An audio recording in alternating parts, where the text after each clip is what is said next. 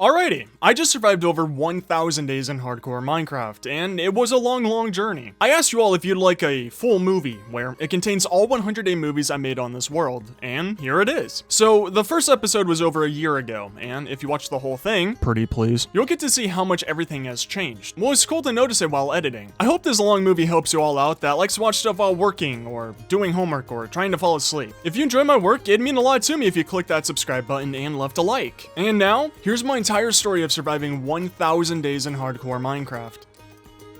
So back to day 0, and this time it's about location. I needed to find a nice spot to build my house so I can begin my Emerald Empire money scheme business. And this time, I was going to play it safe, so I made a bet immediately. This was my 6th time attempting this, and I wasn't going to go for another. So my first day was like anyone else's first day. I just spent it getting resources. Then the next 5 days, I decided to clear out my land. I wanted to be able to see danger around my house without them having any cover. So bye-bye to the hills around my house, a flat plateau was in style this year. But on day 7, I was getting tired of my lungs being filled with clean oxygen, so I decided it was time to return to what I was born in, heavily polluted air. I wanted to get iron tools and armor as fast as possible. Contrary to popular belief, death isn't nice, so I didn't want to experience it again. And day 9 gave me numb flashbacks. I saw a skeleton outside my door in sunlight, which he also tried to get in, but I gotta say, I handled it like a man. Hello? Hello? But looking around, I knew I'd have to get rid of this forest. I just cleared out the land to be safe, and these trees were making it unsafe. Besides, who even needs trees in the world?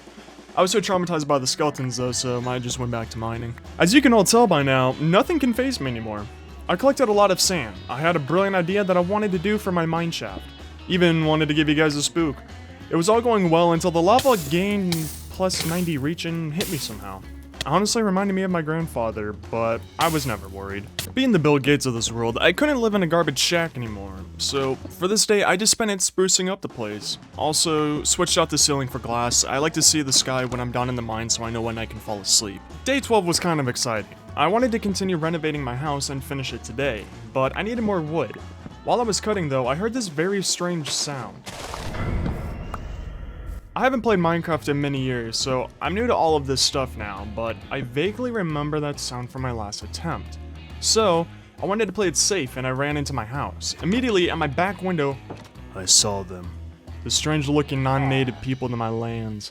I figured I was safe, so I just finished renovating inside my house. 13 and 14 were boring. I just mined a bit and cleared out the forest around my house. Now everything should hopefully be safe. Day 15 and I wanted to explore today. I remembered there was a village behind my house, so I thought it was about time to introduce myself to my future business partners. Once I got there though, wow, it was really small and bad. It only had 2 villagers and one was locked in his house since I created this world. But I think I was lucky to have a Fletcher for one, so I did what any landlord/government would. I locked him indefinitely in his house until I was ready to move them over to my compound. Next 4 days were boring. I desperately needed some iron. No matter how much I mined, I just could never find any resources. So I decided to branch off of one of my tunnels and I found a cave. And would you look at that, I finally found some iron. And now a creeper's greatest weakness, I made a shield. About time I start to care about my safety. Today I just worked on creating a farm. I don't want to have to keep on killing all those fish in the river next to my house anymore for food. I want to stockpile up and have an abundance now. Plus, I might find a village farmer in the future and it wouldn't hurt to start stockpiling up on tradable items. I finished off half the farm today and began making a wall. Being a solid 10 out of 10, I figured I needed more security. I began to light up my complex and waited till night to finish it off. Oh, and I started a pumpkin farm. Being America's #1 heartthrob though, I figured I should give my fangirls a present, just to make them happy.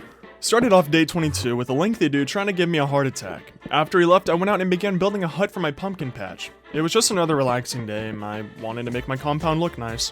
I had to happily go kill Nemo's cousins and friends. I was preparing for a long journey across the land. After acquiring a small amount of fish, I began my journey, which I immediately found a sunken ship with some okay loot, nothing too crazy. The next day though, I encountered my first drown, who guarded a whopping 1 emerald. Afterwards I found a ship with more loot.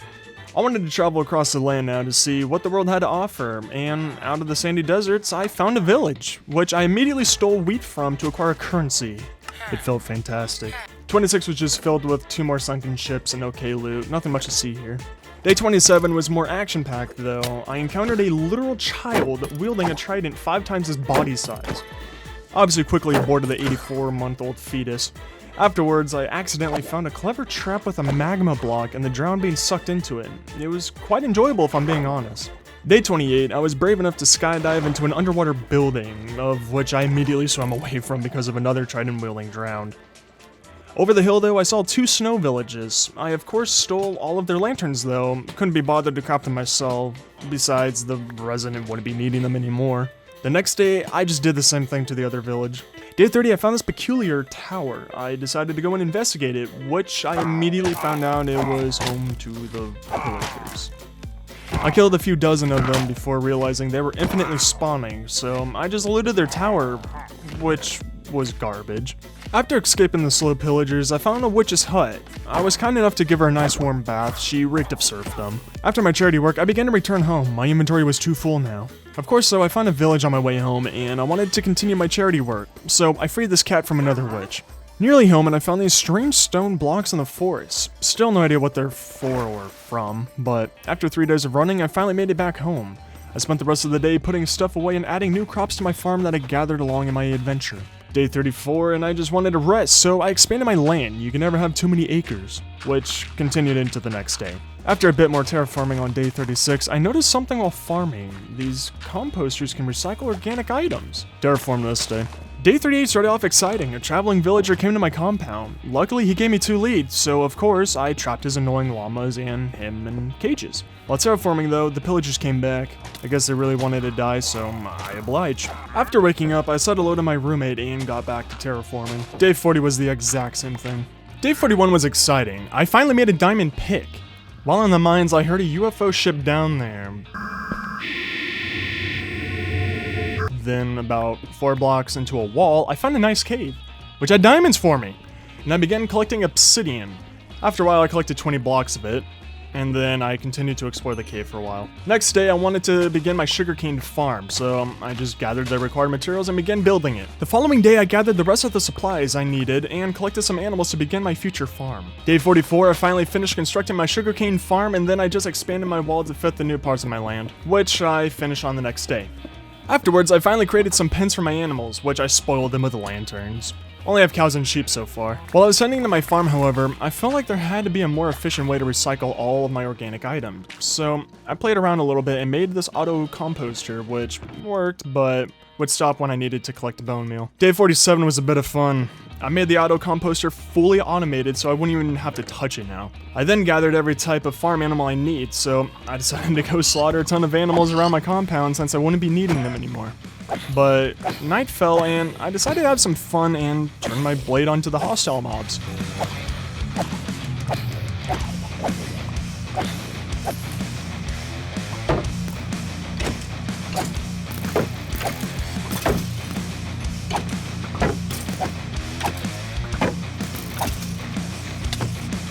While returning home though, I saw some skeletons with enchanted bows. I wanted to see if I could collect them.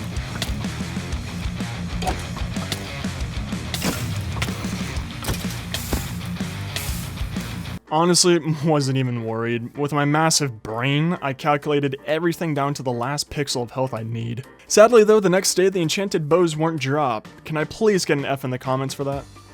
Afterwards, I just did some farm work around the house and went to the village for some arrows. Through the night, I collected 2 horses. I have to say, I think they're really fond of me.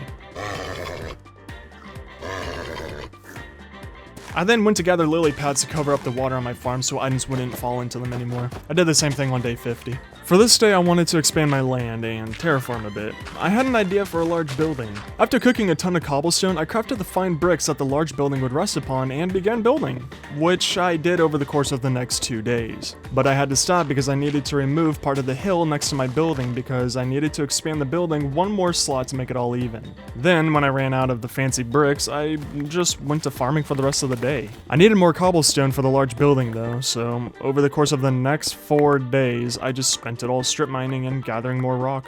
Then on day 61, I finally hit through to a cave, something I rarely get on this world. I found some diamonds and killed some skeletons. I figured I had enough cobblestone, so I just returned to my furnaces to prepare for the next time I build. 62 was just spent farming and taking care of my animals. Except, my farm is so massive that I had to finish the rest of it on the next day and then went back to building. Day 64, I finally finished the outline for the large building. The next day I needed to go gather some wood for the large building's floor. I cut down so many trees from the forest though that I think tree.org is gonna come hunt me down now. But at least I finished most of the floor. I wanted some nice lighting around the large building, and frankly, my animals don't deserve all the nice lanterns. While I was building my nice lighting though, the traveling villager that escaped me somehow came back. His trades were garbage, so I thought it was only fair for me to kill his llamas and take his leads. For this large building, I wanted to design it to be open, no doors. I was getting tired of having to open and close them for my tiny shack home. Afterwards, I began to prepare to enter the Nether. It was time for more fun. Day 69, stop laughing, I finally went to the Nether. I was immediately welcomed with open arms. Upon saying thank you to my warm welcomes, I noticed lava was still falling down from the ceiling. Very happy I noticed it right there and not a few seconds later. I just went straight away to collecting the blocks I wanted and baby-proofing my portal, or at least as much as I could. After that, I went back to collecting the blocks I needed, until I had my soul scared out of my body from randomly catching on fire. Finally, I found the culprits, but they quickly ran away. I then spent the next 10 minutes gathering up more blocks I wanted, and baby-proofing the land as I returned to my portal. Upon returning home though, I was surprised with a guest that I didn't want.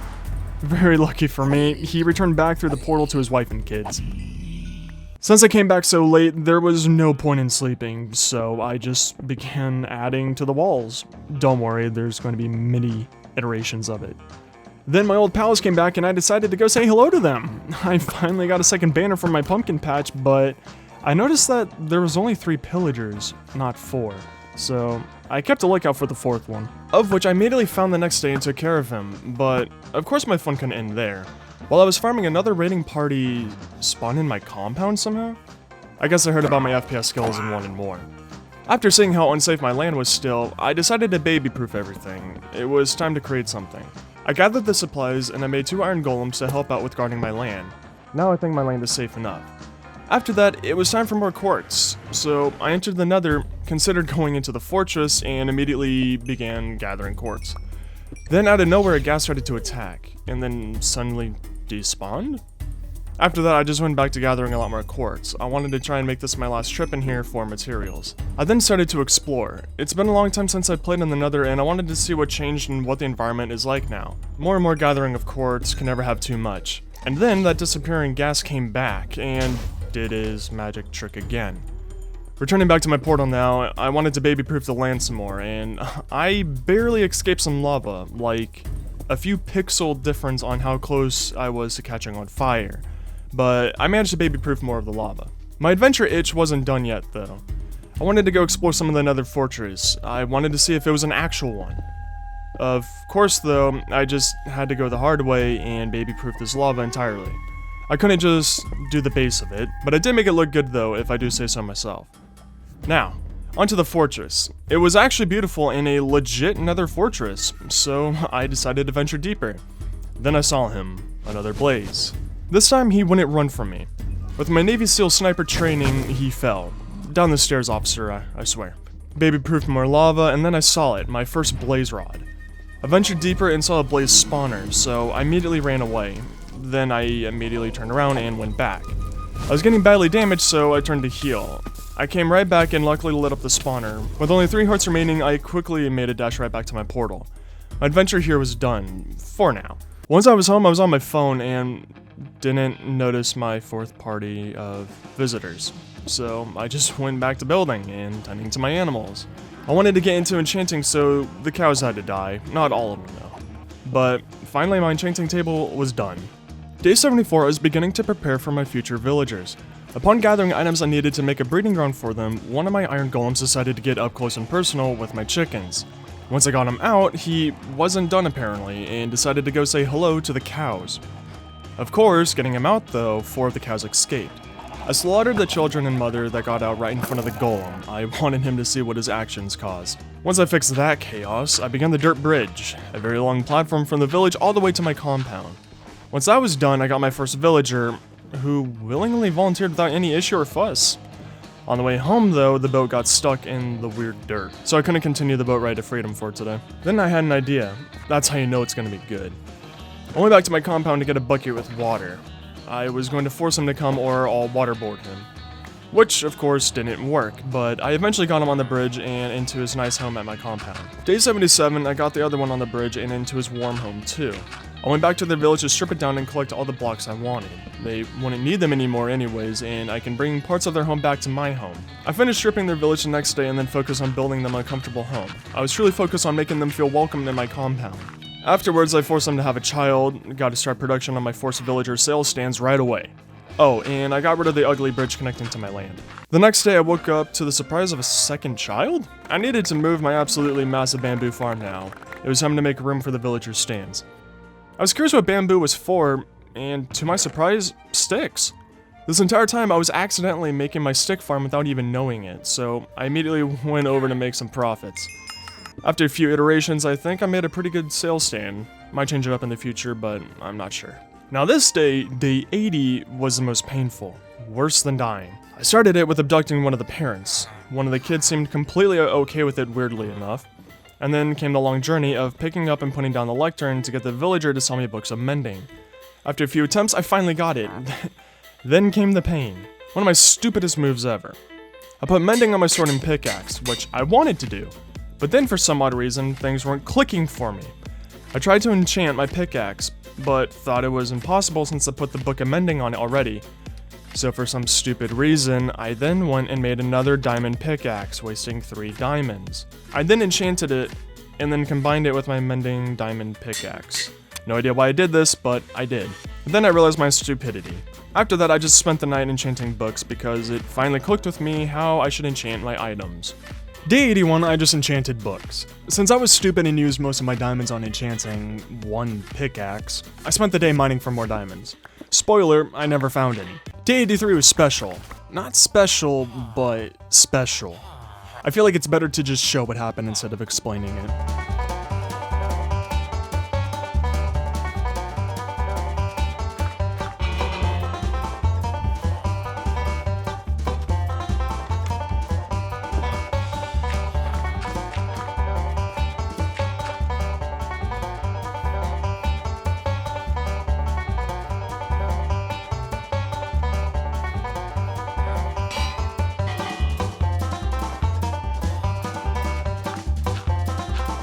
Day 84, I finally got the villager and he seemed very pleased to be in his new trading stand. Then I just spent the rest of the day making a few more trading stands. The next day I made a toolsmith and I was going to make another trader, but of course the children had to learn from their parents and escape. Then immediately turn back around. For some reason I just had a feeling that they were going to escape again. Which of course they did. All I learned from Minecraft so far is that all villagers deserve the guillotine and none of them are valuable. After getting them all back into the dirt pit, for some reason the parent didn't like it when I hit him. But I finally got him out and into his trading post, and would you look at that, he definitely didn't like it when I hit him. I needed to relax, so I went and enjoyed watching the children freak out in the pit. Since my adventure is almost over, I wanted to have one last run of fun, so I decided to venture out. I'm not sure why I made so much food when I just put fire on my diamond sword and killed animals immediately, but I didn't make it far before I had to go to sleep. As any therapist would say, jumping off a cliff and nearly dying is a great way to start your day. After that, I found a jungle. I immediately began exploring it, looking for pandas or at least some parrots. After searching all day, I thought it was over, until I spotted a blue one who sat on my shoulder, then finding his brother and capturing him as well. I spent the entire day 88 searching for a panda. You wouldn't believe how rare these bad boys are. After searching through the entire jungle though and losing hope, I finally spotted him, somehow on an island without bamboo, making out with a sheep. Instantly fell in love and tried to take him home. Found out the hard way, they're incredibly slow. Originally, I was going to cut down mountains and mow through trees to bring him home, but after seeing how far I brought him in 8 minutes, I decided to just trap him in a box. But don't worry, I'm not a monster, I left him some food that will grow to feed him. Continuing my adventure and finding some nice loot, I saw another one of those raiding towers. After considering it for 3 seconds flat, I decided to head over there and try out my first ever raid. Not like I have anything on the line right now.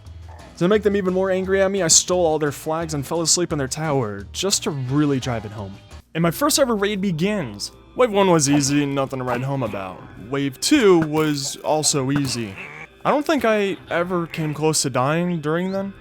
Wave 3 I ran out of arrows, so it was time to get up close and personal. It was a close fight between me and the Ravager. Didn't think I was going to survive it, but I came out on top. At the end of Wave 4, I lost my comrade. Now, it was getting scary. The final wave had some weirdo stuff going on. Some black magic level stuff. I tried to go to sleep, but decided against it. Then, I had a brilliant idea. A level 4319 IQ idea. I would knock the enemies into the lava. So, I worked on expanding the lava pit to make it easier to knock them into it. I saw some skeletons and killed them for, hopefully, some arrows. I got 2. I know I could kill the evoker with 2 of my bow shots, so it was looking up for me. Then, the Ravager charged me. It was time to put my lava pit and skills to test. Of course, his AI pathing wouldn't let him run straight into lava. I also couldn't knock him into it. So, I had to do this the fun way, of nearly dying multiple times, blocking and hitting him. But, he finally died. Then, it was time for the evoker. I hit him once, then missed. Hit the bell to see him through the map, and killed him. Almost done, then I killed the last pillager looking at my birds for some reason. Sadly, all villagers died, but I was lucky to still have this flying rat with me. I quickly ran away from the village to sleep. Day 93, and I decided it was time for a horse, finally. Of course, the one I got had to be the slowest one alive. I then found another raid tower, and you already know I just had to steal their flags.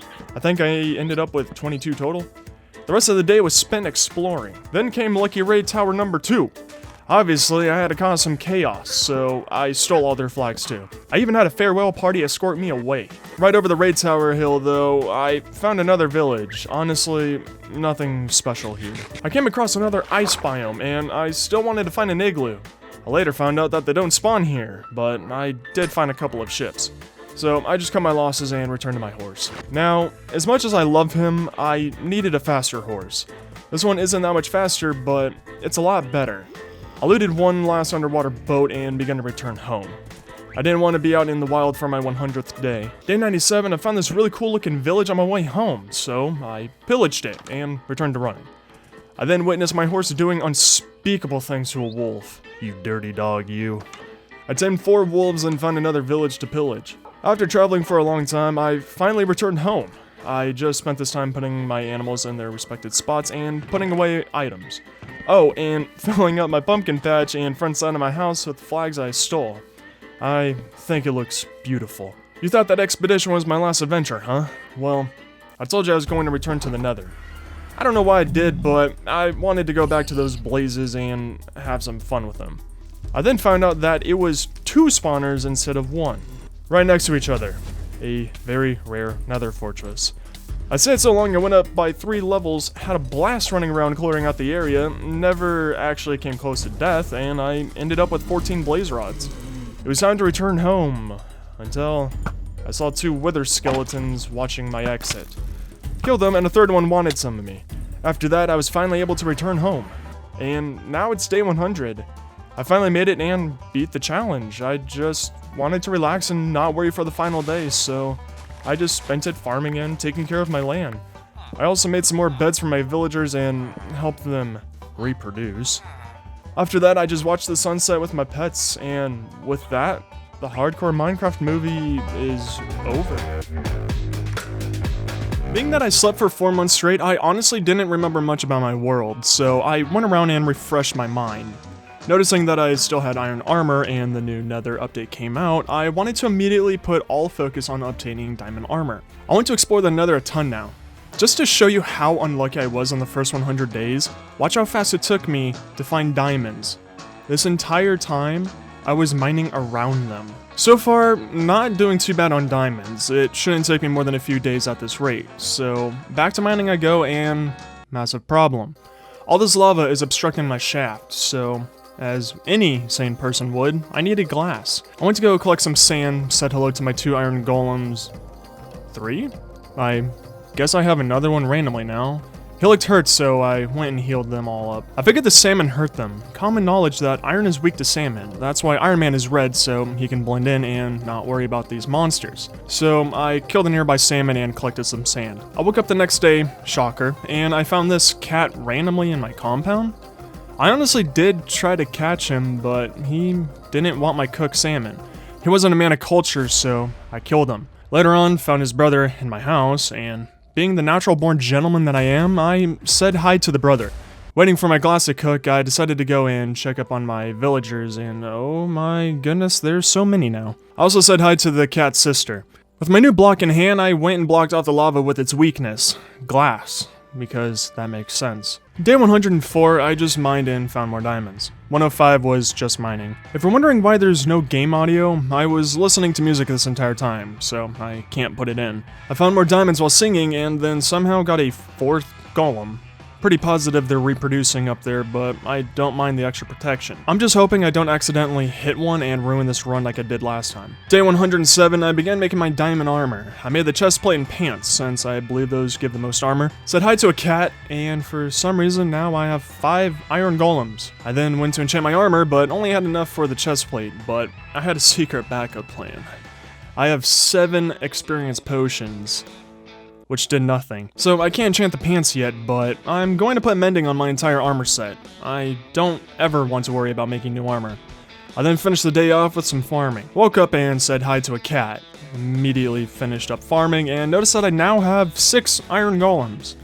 Honestly, I'm a proud parent. I wanted to explore a little bit, but didn't go far at all. I'm saving that for the nether. I was a bit bummed out. I immediately found more useless blue rocks when I went to mining, but then I was very lucky and found some experience blocks. Since I need more experience for enchanting my armor, I decided to go slaughter the chicken. Enchanted my pants with an okay enchantment and put mending on my bow. Mending on my bow. Realizing my mistake, I went and got another book of mending and enchanted my pants. 50% done now. I crafted the helmet and boots and tried to enchant them, but I need more experience. I went and slaughtered almost all of the pigs and sheep, but that won't be enough. I need a better way to get experience. So I went to the ocean, got some kelp, and looked for a spot to build my mob grinder, then remembered I need soul sand for the elevator. Said hi to a cat, and then found out I'm now the proud parent of 7 iron golems. I get around a lot. I chose glass for the elevator because I wanted to see the land as I rise up. Later found out that you can't see anything while in water. Also heard from a YouTube video that soul sand only pushes you up in water that's a source block, and that kelp will force each water block to become a source block. I didn't feel like testing their theory out, so I just listened and did it. Finished the elevator and began the collecting part of the grinder. Made a 6 shot and began building the mob grinder. Upon building the grinder, I figured I should use scaffolding. Never used it before in my life, and good god is this contraption weird to use. Trying out the scaffolding probably made me lose roughly 10 years of my life. I was insanely happy to finally get off of it. Finished building the grinder, and then came the descent. Wasn't as bad as going up. The grinder barely even worked. I'm guessing it's because it was at night, but I just went out and fought mobs instead of waiting. Day 116, I just XP farmed. Finally enchanted all my diamond armor and baby-proofed my nether portal. I finally decided to explore the nether and check out this new update. Only problem is that I already ran through the nether a bit on the previous version, so I had to travel far in order to get the new biome and fortress. I did find another nether fortress though, did a sick face shot on the skeleton, which the pigman loved. Nothing else really happened in the fortress. Day 119, I was greeted by my father. And found a new biome. It was pretty cool. So I finally found the new pig fortress place after searching for 2 days. I was greeted by this baby pig thing, but it somehow disappeared. No idea what happened to it. Such a shame. I then began to steal the natives' gold, and for some odd reason, I had a feeling that they didn't really like that. Who knew, right? So to calm them down, I decided to sell their property back to them for some items, which they seemed to love. A lot. I then witnessed a girl at an anime convention running away from some weird men. Then began to sell their property back to all of them, including their children. I don't discriminate. I think I made a pretty nice profit for selling nothing of my own. I didn't know though that throwing an ender pearl at something would hurt it. Realizing the huge problem that I just created, I freaked out and tried to get to higher grounds, which didn't go according to plan. So I tried to run, got cornered, and almost died by accident. landing on the last block there before falling to my death. Almost ran off a cliff, but I'm too good. I realized I didn't save the coordinates for the fortress, so I turned around to go write it down. Landed on the roof, somehow carrying my massive balls with me. Began collecting more blocks because I'm insanely greedy and know no better. Day 121, I did the exact same pearl and almost fell to my death a second time, in the same exact spot. I'm amazing. The pigs were still mad that I slaughtered dozens of them, so I held up in an area and slowly killed them. Then I kept on getting jump scared by pigmen falling from the sky right behind me. Only issue is that I'm way too cracked to let them kill me. My shots were always on point. They stopped chasing me and I couldn't have that. I needed my intense chase scene to continue. Then I made it back to my portal and back to my house. I have a lot of saddles now, so I made this pig specifically my favorite pig. Said hi to a cat and just did boring chores around the compound. After 123 days, I'm getting really tired of my iron golems getting stuck in the animal pens. So I finally decided to fix it. Here's some future plans for my compound that I most likely won't follow, but it's nice to plan and get a general idea. Red is where I'm going to make some weird machines and EXP farms. Orange is where I'm going to finally finish building my massive home. Green will become a town or massive building for all of my villagers. Light blue will be for my animals. Dark blue will be my mine shaft. Pink will become my farm. And purple will become a massive Japanese-themed wall around my entire compound. After saying hi to a cat, I began landscaping away this hill for my future EXP farm area. I don't really know what to say here to make my dialogue last long enough to show all of the days that I landscaped, but I did go at this hill for 8 days, and then started to bring the temporary wall back around. Oh, and I said hi to a cat. Day 132, and I finally finished the landscaping and temporary wall. Looked at the new ground that I made, and took a truss fall off of my mob grinder. Then, I began preparing blocks and items that I would need for the EXP farm. Day 133, I created the items and began my bamboo farm, which took me 3 more days to build, and spent 137 and 138 on making it look beautiful. I honestly don't even know what I did on day 139. I was lagging IRL, and was just doing random things. I think I was preparing for my cactus farm, the second part to the bamboo EXP farm. So day 140 was fun. I spent the entire day trying to come up with my own cactus farm. Of course though, I had to make it complicated, and it never actually worked. An entire day wasted. Spoiler alert, I don't use this building at all. I'll have to make a different one. I then spent the next 2 days XP farming. During the day I'd be at the mob grinder, which didn't work too badly, and then at night I would go out and fight mobs. Nothing really special happened. Then on day 143, I finally hit level 30 and enchanted my diamond shovel. I then got back to making my cactus farm. I had to follow a YouTube tutorial for this one too, sadly. Then I got visited by my old friend, the Lasso Donator, on day 145. I came up with a genius scheme to get it. He finally dropped the lassos and I got 2 more from my collection. I then got back to working on the cactus farm, which I finished up on 146. Didn't look too bad, luckily. But I wanted to make it look nice, so I went out to collect resources and added to the building. Then decided to make a diamond enchanted axe, so I needed to farm back to level 30. Said hi to a cat and wanted to have some fun, so I went after the zombie pigman and enchanted my diamond axe. I finally have a full enchanted set. I was low on wood from all this building, so I just spent the day collecting more. I was getting bored of just building and collecting resources though, so I just decided to go back to the nether and explore some more. Found a boring fortress, then found a second one immediately after, which only had weird lava stuff going on, so I just continued on. Then I found another new biome, a bone one. I'm not sure how many new biomes there are, but this one is one of my favorites. Explored some more, and then I found this new pigman to exploit capitalism to again. I love capitalism. I then had another fun experience with an ender pearl and nearly got myself killed. Kinda normal now, then had a fun accidental run-in with some wither skeletons. And just teleported out of there. Time to head back home.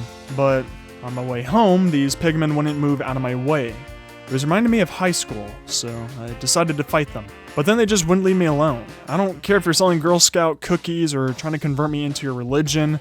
I just don't want your business. Oh god, they made it in. Oh no, now they're waiting for me at my home. I don't know exactly how to handle- wait. I have like 12 iron golems. I know there was a reason why I kept them around. Now back to the cactus farm. I wanted to finalize it and make it look a bit better, so I removed all the dirt and added wood. Then I played with the bamboo part and wanted to make sure that a cactus bamboo XP farm would still work. And it does! But now I have to figure out a way to transfer the cactus to the furnace by itself so it can become fully automated. Also found out that a hopper minecart's speed is affected by the amount of items it's carrying. Kinda cool. I gave up on trying to find a way to transfer the cactus over to the furnace, so I just decided to rebuild the entire cactus farm again for the third time. Made it entirely out of dirt this time though until I figure out the placement, and then I'll just go back with pretty blocks. Of course though, a stupid creeper had to blow up part of the building. After that got fixed up, I began to make the building look pretty, since it worked perfectly. I took my time with this one, so it took me 3 days to finish it up. I wanted to set the general theme for each building, starting with this one. I'm pretty proud with how it turned out. I think my entire compound will look pretty good with a theme like this. Finally now, I'm beginning the permanent lighting around my compound. After deciding to go with glowstone, I began the painstaking process of lighting up the ground all evenly, and add it onto my house. But I need a lot more glowstone, so to the nether I go. And 164, I nearly finished it all. But I want to explore the nether some more. This time though, I'm just going to run in a straight line and make a portal far away. I want to explore the overworld some more, but I don't feel like traveling thousands and thousands of blocks to see new places. Plus, this might put me close to a woodland mansion. I found another pig boy fortress and traded their gold back to them for some items and luckily got everything I needed for a portal. Then, unluckily, I think I got one of the worst portal spawns I've ever had. I was roughly 100 blocks away from an island. While exploring this new faraway land, I somehow managed to get 3 wolves. But then I tried to sleep, and apparently I signed up for The Walking Dead. Except my experience wasn't stupid or drawn out longer than it needed to be. But I couldn't fall asleep for well over 5 minutes. The hordes just wouldn't stop coming. I then found a village that was kind and gave me diamonds. Then a desert village, but it didn't have anything worthwhile. But I was feeling good about this location, since it was roughly 16,000 blocks away from my house. So I wanted to go get some shulker boxes, since I'm always running out of space, and I knew I couldn't explore too much of this new land without more inventory space. I made all 4 of my wolves sit, since I didn't want them to die in the nether while following me, went through the portal and found my 5th wolf.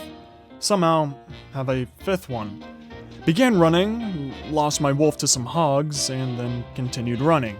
Found my portal room and did some Iron Golem Pigman XP farming, and finally made it back home. Now, I just can't help myself, I keep getting around. I'm now the parent of 14 Iron Golems. Thank you very much. Said hi to a cat, and it's time to start my journey to the end. I took my fastest horse. For those that were wondering this entire time, no, I didn't forget about my panda. He's still in his hole and happy as ever. Things are about to get interesting. I found the area where the end portal spawns, and I began to dig down. The end portal roughly spawns around Y level 30. I went all the way down to bedrock. So I threw another Eye of Ender, and it kept going right back to my stairs. At this point, I'm getting worried. I thought my world glitched and I wouldn't be able to go to the end unless I cheated, but then I felt that would have ruined my entire playthrough. So I went to bed. I read online that 3 end portals spawn per world, roughly 1,000 blocks away from spawn. So I rode all the way to the 0 coordinates. And to my luck, the internet was correct. I had a second end portal somewhere. Started the day off with getting rid of my raid curse, and then immediately leaving that town. And then my Eye of Ender went into the ground, began digging, and I found it. I wouldn't need to cheat and ruin my playthrough. After cleaning up my inventory and getting everything set up, I explored the end temple thing. I was on the edge for some reason, and somehow this skeleton who was standing still scared me immensely. No idea how or why, but it did. I explored some more and didn't find the portal that day. This stronghold is actually huge. I had a fight that would impress even Dream.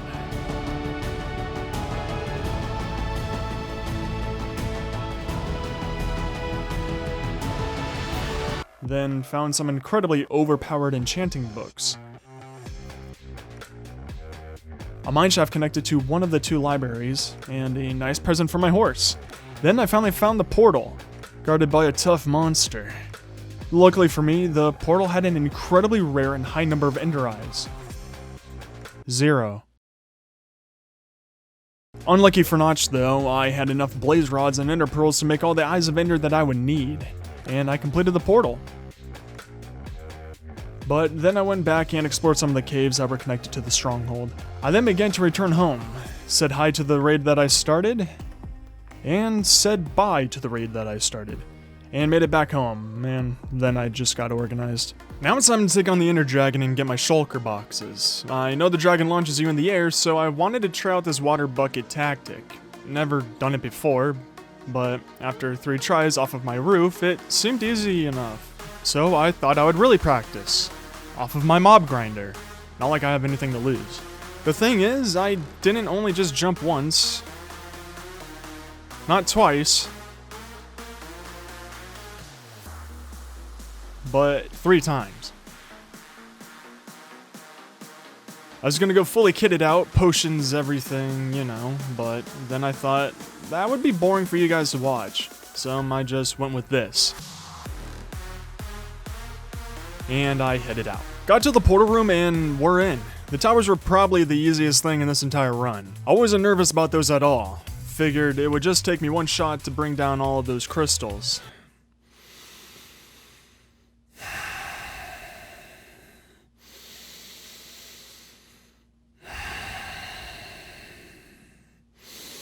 I'm super happy that I practiced those water bucket landings. It came in handy right when the dragon launched me off. I kept on trying to put her to bed, but she was having a little crybaby fit and claimed she wasn't tired.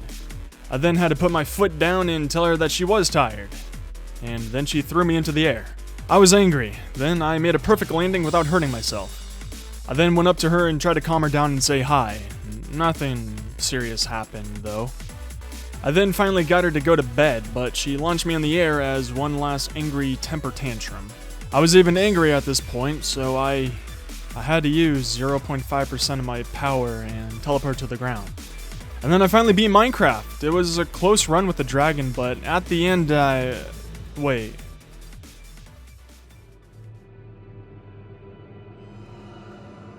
Am I gonna die? Seriously? Right now? I'll tell you about the time I survived 100 days in hardcore. After all I went through, this stupid Enderman is going to end my run? Contrary to popular belief, death isn't nice, so I didn't want to experience it again.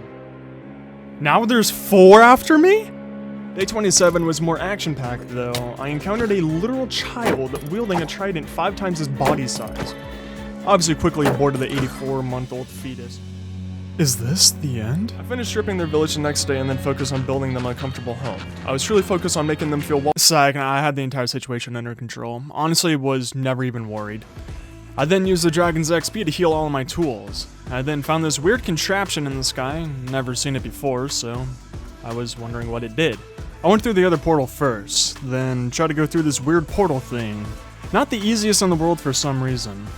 I honestly thought I was dead, and I immediately became worried.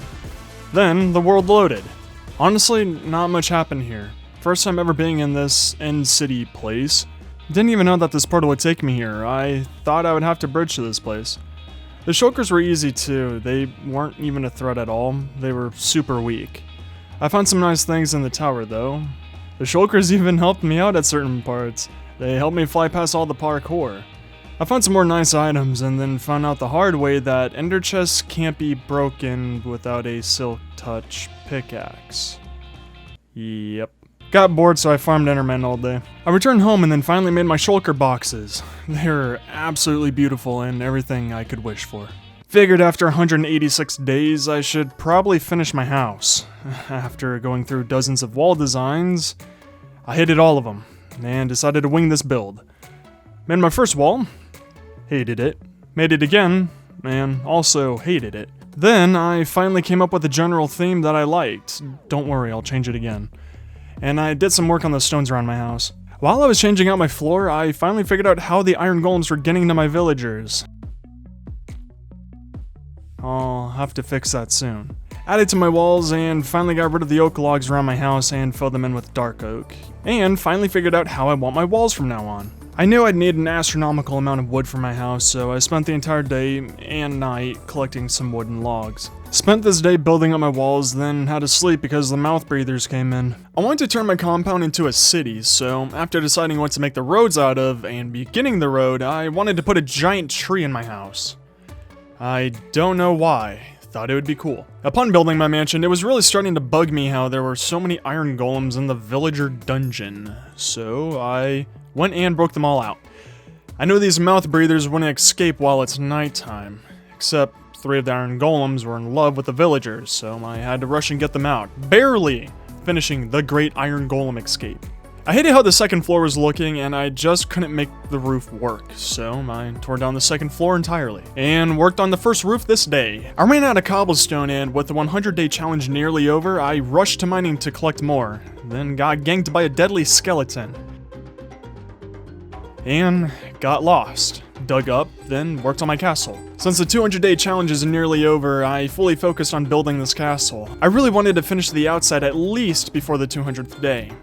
Had some challenges near the end with the flying mouth breathers attacking me and slowing me down near the end, but in the end, I didn't finish building the castle. Sadly, I'll have to finish it next time. I first needed to clean up my inventory and my shulker boxes, then I went and made some TNT. Since ancient debris doesn't get destroyed from it and I wanted to complete this challenge fast, I knew I needed all the time that I could get. Oh, and I made a chicken egg farm. Not sure why. Gathered more sand for TNT and raw salmon for cats. Apparently, to tame cats you need to use raw fish and not arrows. Who would have guessed? I just farmed while I waited for cats to spawn in. Finally one did. He was very reluctant and loved to become my pet. I then farmed creepers at night for some more gunpowder. Boom baby, I got 2 more cats. Now I only need 1 more for the mob grinder, which I got the next morning. I updated the mob grinder and put cats in each corner, just so the creepers would run to the water and I would get gunpowder faster. I farmed it a little bit and the drops weren't the worst, but definitely not the best. Then a traveling villager came by and gave me 2 leads for free. Since I would just be farming and doing the same thing over and over again for the next 10 days, I downloaded this replay mod that I saw some other Minecraft YouTubers using and figured I would try it out too. Every single night I would go out and kill creepers, and each day I would just farm the mob grinder, just so I can maximize the gunpowder gain. I also want to take the time to explain one crucial thing about this series. Each 100 days takes me about a month to a month and a half to make. Trust me, I am always making the next episode. This series will keep going till I die. Hopefully that clears some things up while you guys wait for each episode. I promise I'm working as fast as I can on these. Also, do you guys want me to keep using this mod, or would you rather see every single day that I farm boring things? I just figured that this would be faster and you guys would rather have it this way. After grinding for 10 days straight, I ended up with 90 TNT. Hopefully this is enough. While digging down, I awkwardly found 1 ancient debris. I lined up a tunnel of TNT and let it rip, baby. After using 14 TNT, I got a whole lot of nothing at all. Like, not even 1 block of ancient debris. So this is what I'm dealing with. No wonder it's a challenge you guys wanted me to do, but the next TNT strip I found too. Using the rest of the TNT, it only got me 9 more ancient debris, for 10 total. Not worth it at all, so I just spent the rest of my time in the nether doing this. I found mining was way more efficient than TNT, unless you have a massive gunpowder farm. I found a child trying to do capitalism with me, but he tried to rip me off and not give me anything for my gold, so I asked kindly for it back. No one can abuse capitalism except for me. Got some more ancient debris, but my pick was almost destroyed. For anyone who does this strat with me, quartz will be your best friend. Here's my pick before quartz, and after quartz, from mining a few branches of it. I was going to return home and call this challenge complete because my pick was almost destroyed, but I healed it up enough and I needed maybe 2 times more ancient debris to have netherite everything. Keep chasing me and I won't upload this movie. So much mining, which continued on this day. And we're done. I got all 32 ancient debris that I needed for my armor and tools. Now it's time to... Oh no. It's the mob with the world's best tracking. I think it's over for me. After messing with the locals, I returned home, crafted the netherite ingots, and made my netherite armor, completing the first challenge in 23 days. Now for the next challenge, since I just got stronger equipment, I figured I should get rid of all of it and take on the nether fortress with nothing but a wooden sword and golden apples. So back into the nether I go. I never did fully explore this fortress, the one next to my portal, so I went for this one. Since all fortresses are basically the same and I know this one is huge. It was pretty boring at first, but slowly the enemies began to spawn in. I took on the first wither skeleton that I saw, which was a piece of cake. Actually, they both were. I was surprised that there were still some chests in this fortress, which held great loot. Most corridors were empty and pointless.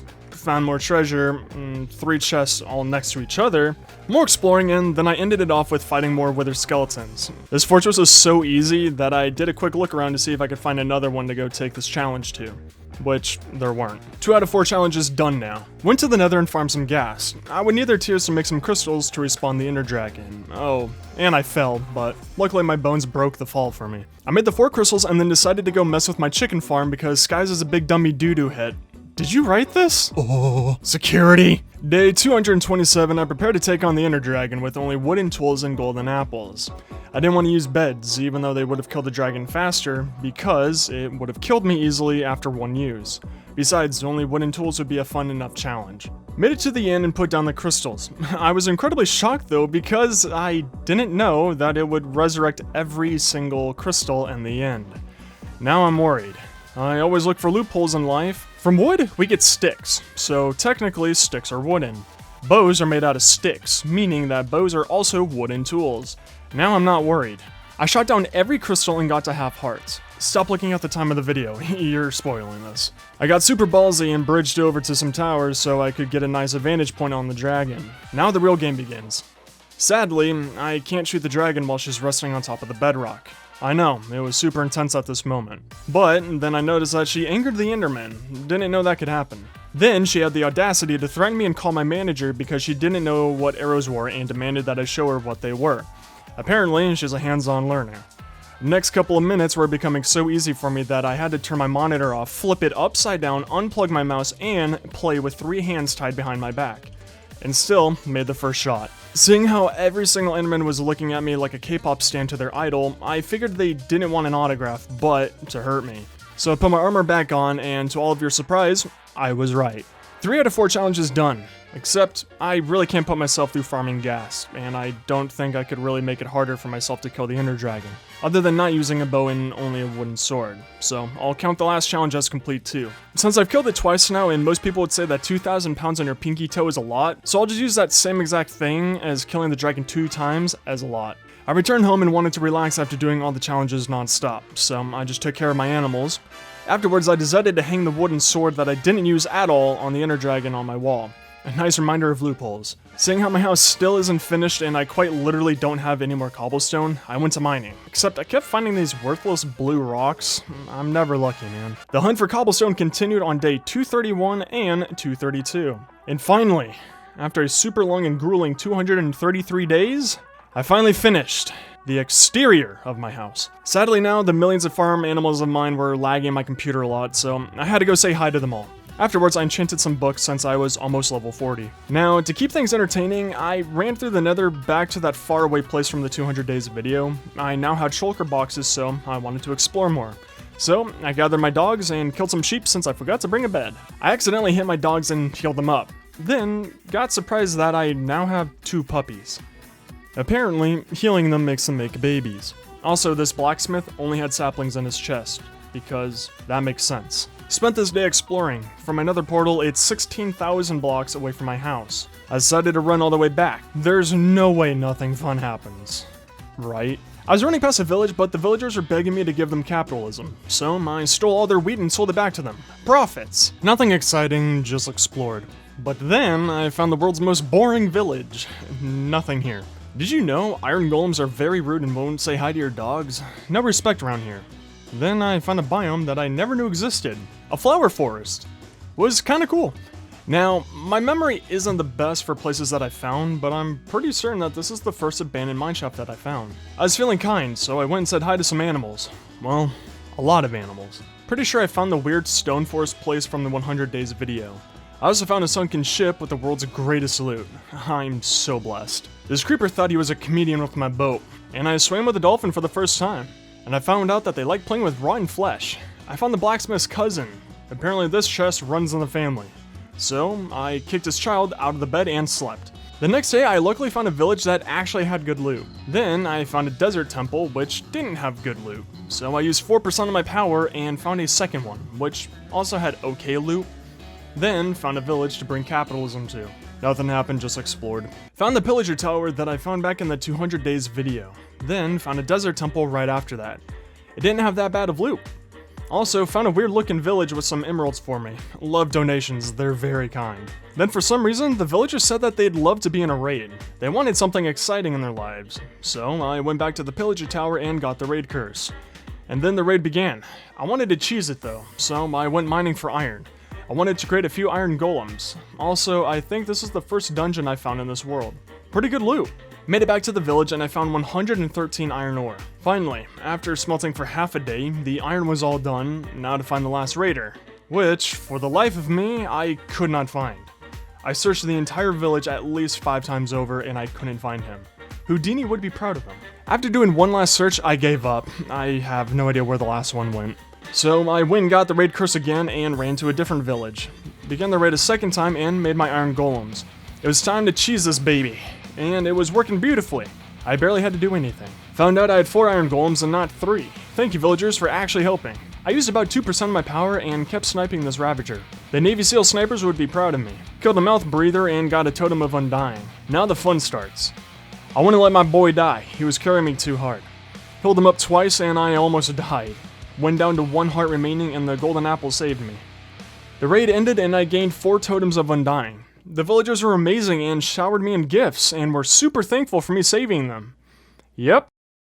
So many gifts. I wanted to do another raid, but I couldn't find the pillager tower for the life of me. So I found a desert temple instead with some insanely good loot. Found the desert village from the 100-day video and sold their wheat back to them for profit. Found another desert village the next day and I loved the profits so much that I exploited this village too. Made so much profits. Finally made it back home after traveling 16,000 blocks. Wasn't a bad adventure. I filled up 3 shulker boxes, and the entire time I was running, I was killing every animal I saw. I don't think I'll ever need a farm for food again. I then just spent this time organizing everything. To keep the hype going, I wanted to take on the Wither. I went to the Nether and began clearing out the Nether fortress. I wanted to make a huge spawn platform for the Wither skeletons. And I got 2 Wither skulls while making the platform. Farmed and expand the platform this day. And this day as well. Now, on day 259, for some reason, not sure why, but I think the zombie pigmen really hated me killing them. Not sure why. After getting the last skull, they all escorted me out. I think they just wanted to make sure that I was safe. Such sweethearts. Now, to take on the Wither, I'm going to cheese this as well, so I went down into my mineshaft and cleared out a nice room for him, and almost killed the iron golem while doing it. Now with my 4 iron golems already, it was time to spawn them in. The golems actually did a lot of work and was pretty funny to watch. Sadly, all 4 of them died. Not really surprised though. And I killed the Wither and got my first Nether star. With the beacon made, I wanted to show off my wealth with it. I wanted to make the entire beacon out of emeralds. It would take a lot of trading, so I would need more traders and a better stick farm. Moved some villagers over and expanded my trading grounds. Made more trading stands and farmed sticks. Since the blacksmith didn't have anything that I need or could sell, I decided to get rid of him. He was super willing, luckily. Yep. No issues at all. I hate villagers. Enchanted some books and tools, then began to move the villagers over to a different mansion. I wanted to put my beacon right in front of my mansion. Farmed more sticks and gained more emeralds. Moved the villagers at night and yep, I still hate them. Same thing during the day, and I finally moved over all the little angels to their new mansion. Made it pretty, and I'm certain that Grian would be proud of me. After finding a nice spot for the Pyramid of Wealth, I noticed that, wow, I'm going to need a lot of emeralds. And the current way that I do it won't do. It takes too much durability out of my sword. I wanted to make an auto bamboo farm, and I messed with it all day. I'd say I'm a master at redstone at this point. And I continue to mess with redstone on this day. I thought I was onto something, and after working on it all day, it didn't work. So I tore it down and made profits. That's why, ladies and gentlemen, when in doubt, search on YouTube how to make a redstone auto bamboo farm. And I just continue making it on this day. Ran out of materials, so I had to go farm in the Nether, and got back to work. Also, made a bridge because I was tired of running around the farm. Surprised it took me this long to make it. Gathered more sand for the bamboo farm's glass and worked on the machine some more. Just worked on the machine all day. I ran out of materials again, so I just gathered wood and iron. I think I'll have to make an iron farm very soon. I'm completely out of it. I finally finished 4 levels to the auto bamboo farm. I don't think I'll make it any bigger. I gain a few hundred bamboo per hour. Now, the librarian villager can sell me name tags. I needed one for the zombie in the iron farm. I worked on maxing out the librarian, which Inksax helped me out tremendously. I recommend using those. Got the name tag and named it something very serious. And then went mining for iron. Needed some hoppers for the iron farm. After mining enough iron, I went and got prepared for the farm. I heard I shouldn't make the iron farm near any other villagers or iron golems, so I made it next to my mob grinder, hopefully far enough away. Then a mouth breather came by and I had to sleep. Started the day off by jumping off the bridge, a healthy way to start. Did some parkour and jumped off the bridge again. I used my mob grinder to get the zombie, which worked perfectly. Led him to his new massive home and named him a name fitting of a king name. Then it was time to transfer some villagers over. Easier said than done. After so many headaches and problems, I finally got the first villager in his nice house. I think he loved it in there. Began the day off nicely, by suffocating a villager on accident. I got the last 2 villagers in their rooms. Nothing funny or annoying happened. Also, had to ender pearl out because a villager was holding me hostage in there. Now that the difficult part is over, time to build the iron farm. Luckily, nothing bad happened. It was a pretty quick farm to make. Finished it all this day. Activated the farm and it began working immediately. Tore down the cobblestone monstrosity. Luckily, from the roses they drop, I now have a bone meal farm too. And the bamboo farm is working wonderfully. Traded for the night. Checked on the iron farm to make sure everything was working perfectly, and this dude decided to defy gravity. Jumped off the bridge, and began fixing the iron farm. Changed the door to signs to get rid of the wall pixel that was sticking out. Then swapped cobblestone for chests since they sit 1 pixel lower so the iron golems wouldn't sit there. Then added some dirt to the corners so they wouldn't get stuck on the corner anymore before falling. Which worked perfectly. Then I had a golem proof my bridge since they can spawn there. I chose wool, easy and quick fix. Enough farming. I was getting bored, so I set out to find a pillager tower. I want to do another raid. I found this beautiful view, and then the pillager tower from the 200-day video. I farmed all day and decided to sleep. I couldn't get a banner one to spawn. Finally got the raid curse and began to return home. I want to do a raid there. Made it home and something was telling me that the raid started, but I can't put my finger on it. The beginning was pretty boring. No idea where they were. Then I found out that they just spawned below my land trying to hit my villagers through the ground. Then they did a big no-no and spawned on my mansion. Quickly got rid of them. Don't want to lose my pets. This next fight was absolutely insane. I never thought it was even possible for Minecraft mobs to go this hard in battle. I'm pretty sure that this will end up in a top 10 anime battles pretty soon. We lost a brother the next day, and just some more normal fighting. Then the raiders had the audacity to spawn on top of my mansion again. I found out the easy way that Ravagers don't do that much damage to me anymore. About 1.5 hearts? I love netherite armor. So I took on another one with some help from the iron golems. Then the witch thought I was absolutely beautiful and threw a regeneration potion at me. So kind. Then, sadly, an evoker killed one of my parrots. Actually made me a bit mad, so I quickly slaughtered them. Even worse, it was the colorful rainbow parrot. He'll be missed. I went and finished the raid. Then, the villagers set off fireworks in celebration. Didn't know that they do that, but it's pretty cool. I left a feather from my favorite parrot on the wall with his friends. I want to end this movie off with a bang. So, to the nether I returned to gather 3 more wither skulls. I insulted a K-pop band and the pigmen didn't take it lightly. My apologies. It took me 8 days of farming to get all 3 skulls. It was insanely boring. Really, nothing happened those 8 days. Except on 295, I was messing with the pigmen and accidentally fell. I didn't take much damage though, really wasn't close. Now that the boring long grind is over, I returned home and sold a lot of items that I gathered. Also got prepared for the fight and getting the new iron golems ready. Oh, and I enchanted some stuff since I'm level 52. Now, for the day we've all been waiting for. Day 300. I'm going to take on the Wither, a second time. Still gonna cheese it though. So, I made my way down, ran to the Wither room. Luckily, I didn't hurt any of my golems this time, and it's time to party, baby! Golems do a massive amount of damage to the Wither, luckily. I actually did fight the Wither this time. I killed the Wither with only half a heart missing, got my second beacon, and just did chores around the house to finish up the day. Then, just watched the sunset.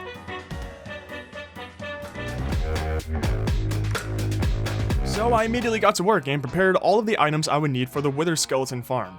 I went to the current Wither farm, but didn't want to mess with it. Plus, it would be difficult to make it into a new farm. So I went to the other nether fortress about 300 blocks from my portal, and began to destroy the bridge for the platform. After destroying the bridge and lowering the pillars down a bit, it was time to create the dirt platform for the skeletons.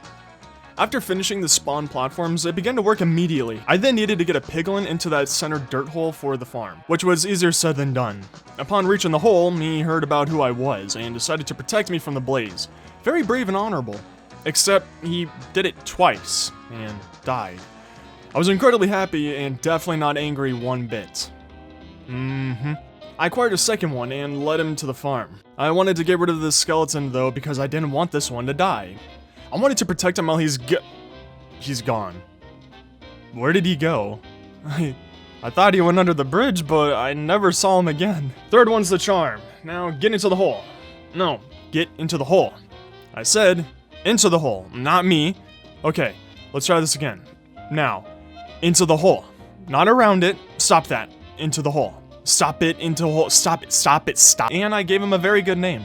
Then I got back to terraforming and removing this pillar, which I came very close to lava. I also don't have any fire resistance potions. I finished up their drop chute and made a staircase up. The majority of this farm is complete. Now it's time to put down something to prevent mobs from spawning. You know the old saying, sticks and stones may break my bones, blah blah blah? Well, buttons look like rocks, and rocks are stone. So I made a wooden button, since it looks like a wooden stone. A double nightmare for wither skeletons. I farmed trees all day 307. I needed more wood to continue the wither skeleton nightmare landscaping job, which I continued on this day, and I went back to the other nether fortress to farm wither skulls. I needed wither roses to finish this farm. Now, things are getting weird. I was farming still, but my nether was really dark and weird.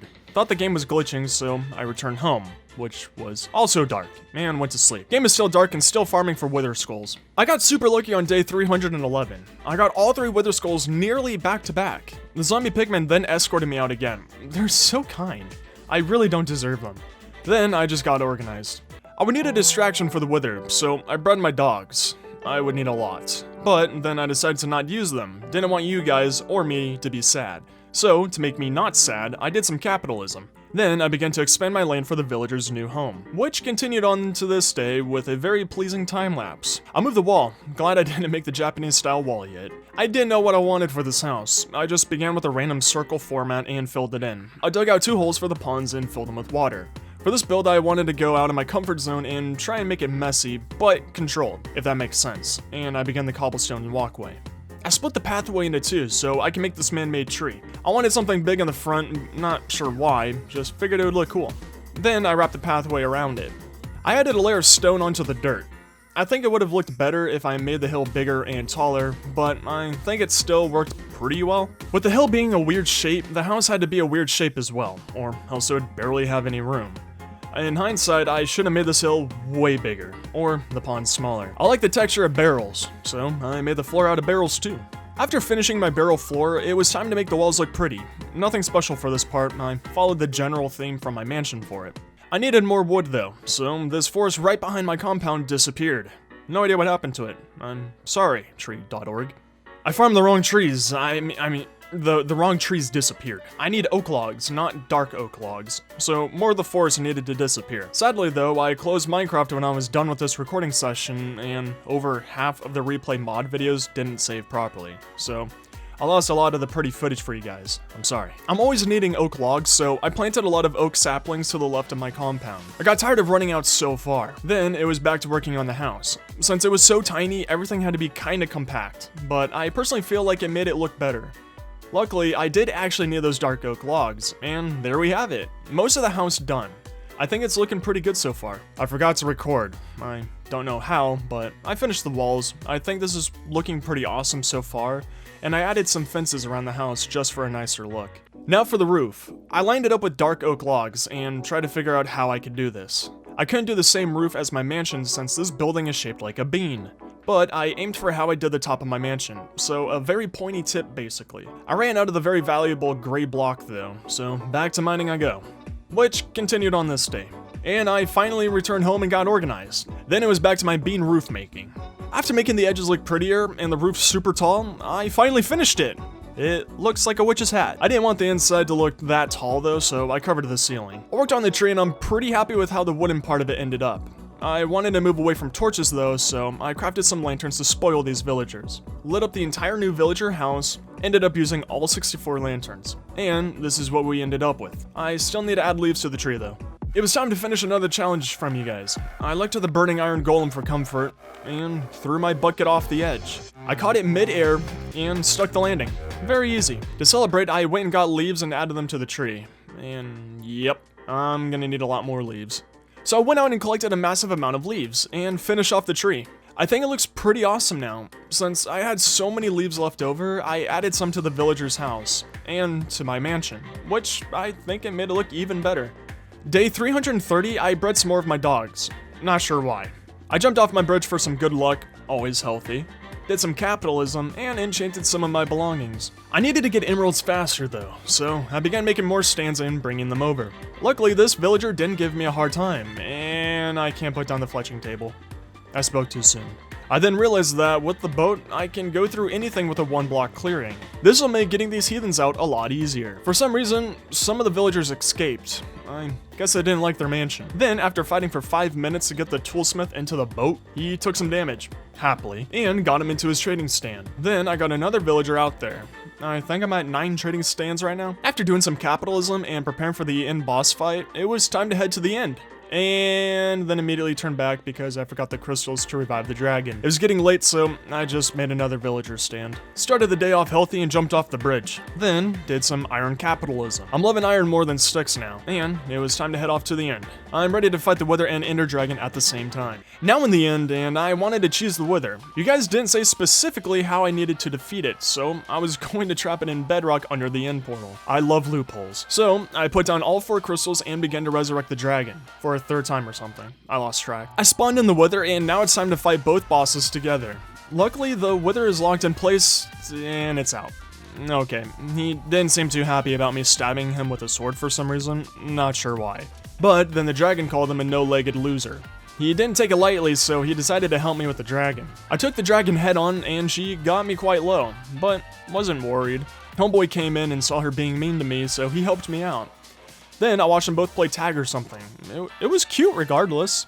I needed to make a blast-proof room for the Wither so it wouldn't hurt me so badly. So I dug into one of the obsidian towers. I kept hitting my sniper shots. I think that's why the Navy SEAL sniper team keeps on texting me. I killed the dragon so I could focus the Wither, since he's harder. And it was easier said than done to get him to follow me. After all of that, it was time to cheese this baby. The blast-proof room was working really well. I got him past half health, and then he just had to escape. Apparently, death wasn't something he wanted to experience again. For a solid minute, I was always at half health. I just couldn't get away from him, so I had to ender pearl out and barely lived. He kept on doing this strange dabbing dance while chasing me. I took offense to that, so I used 3.2% of my power and took him head on. Luckily, he didn't run, and I killed the Wither, surviving with 3 hearts remaining. I have now beaten the Ender Dragon and Wither at the same time. Another challenge done. I was completely out of food and low on items, so I returned home. By the way, the horse doesn't have a name. What should we call him? I got organized and made my 3rd beacon upon returning home. I think I need to build a bridge soon. Returning to the end is always a chore with my horse. Back in the end I am, and it's time to return to the end city place portal thing. Immediately almost killed myself with a bad pearl, which I did again right after that. To all of your surprise, I haven't improved since the Bed Wars video. So after that, I just bridged everywhere. Then I finally found my first end boat. Didn't take that long, which I also bridged to.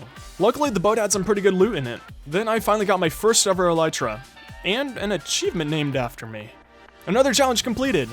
Don't worry, I got the dragon head from the front of the boat, and I thought I looked awesome.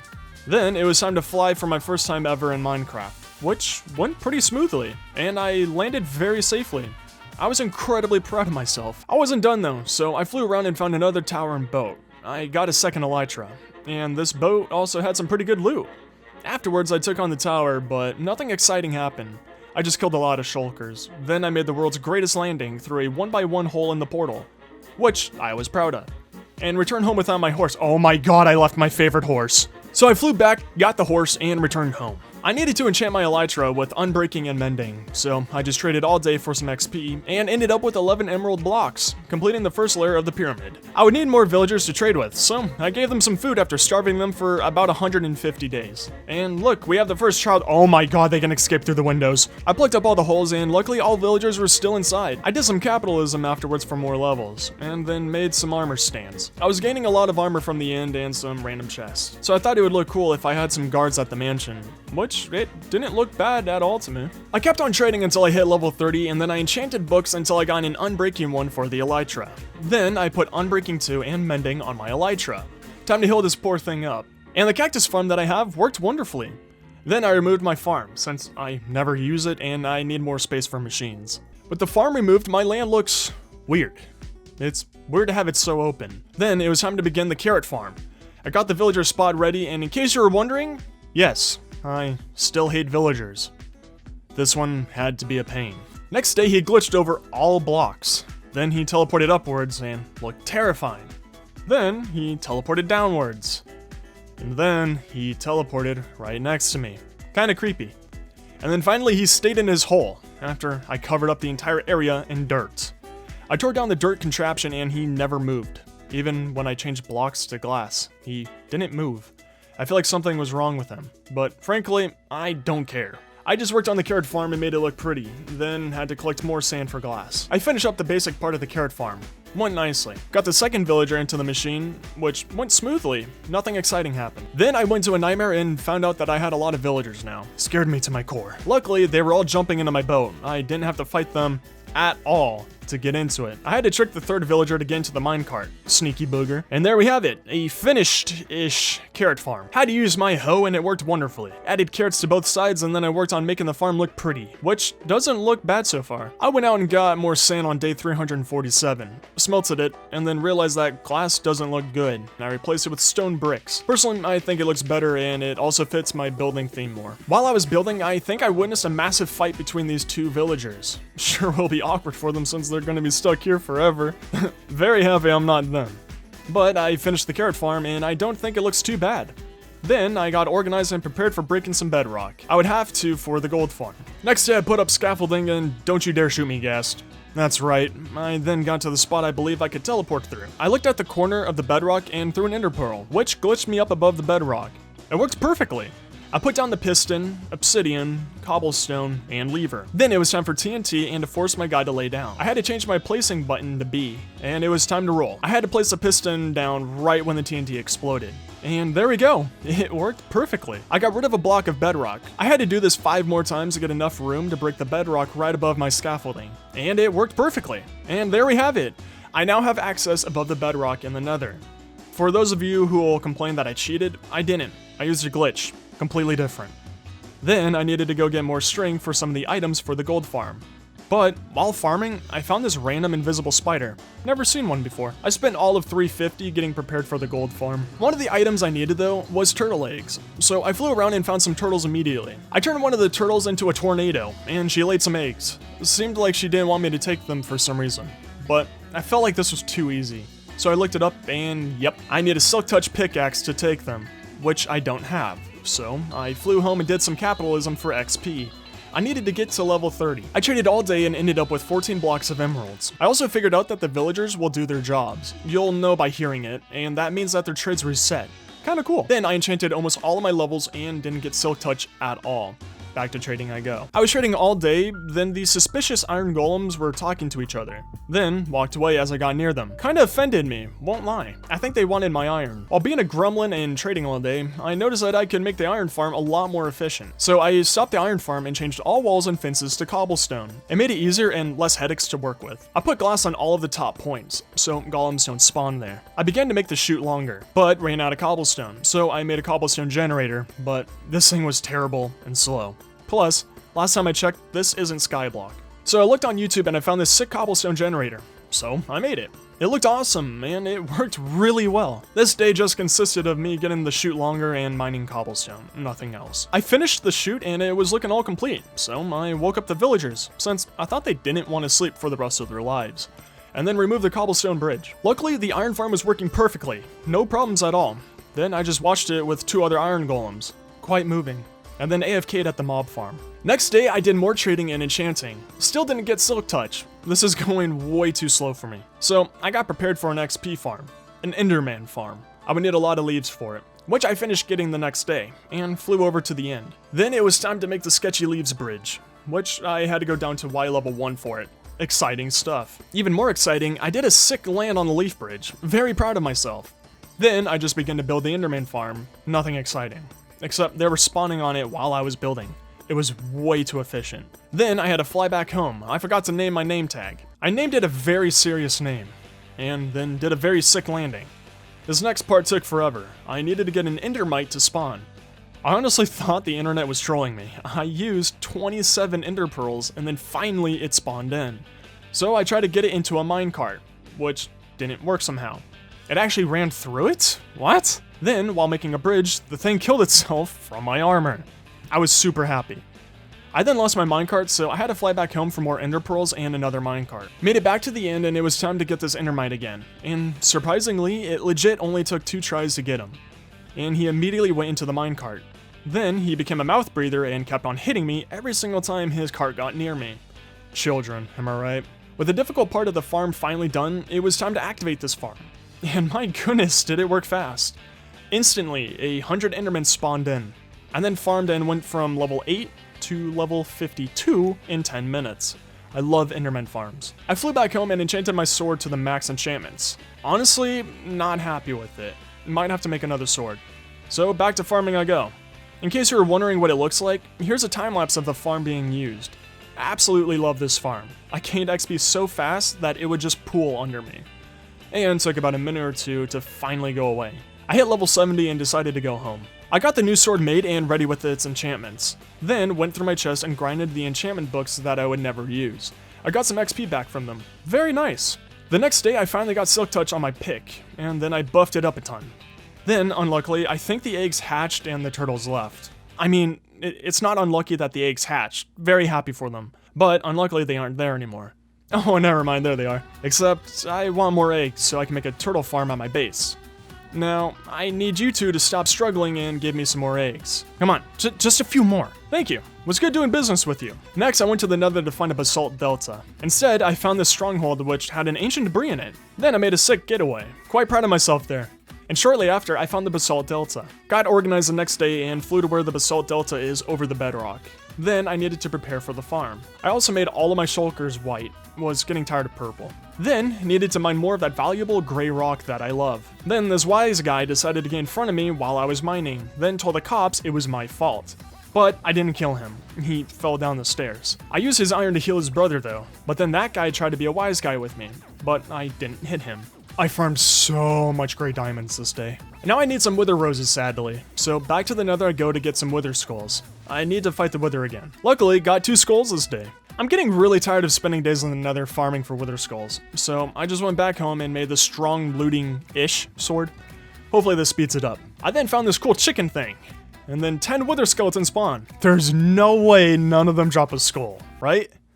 None did. Yay. I found that rare chicken thing again, and finally got the 3rd wither skull. Then I needed some nether warts for a poison potion, and this wither skeleton gave me my 4th skull. Very nice. I then made my first ever potion in Minecraft. Now, all I need is a lot of chicken eggs. And would you look at that?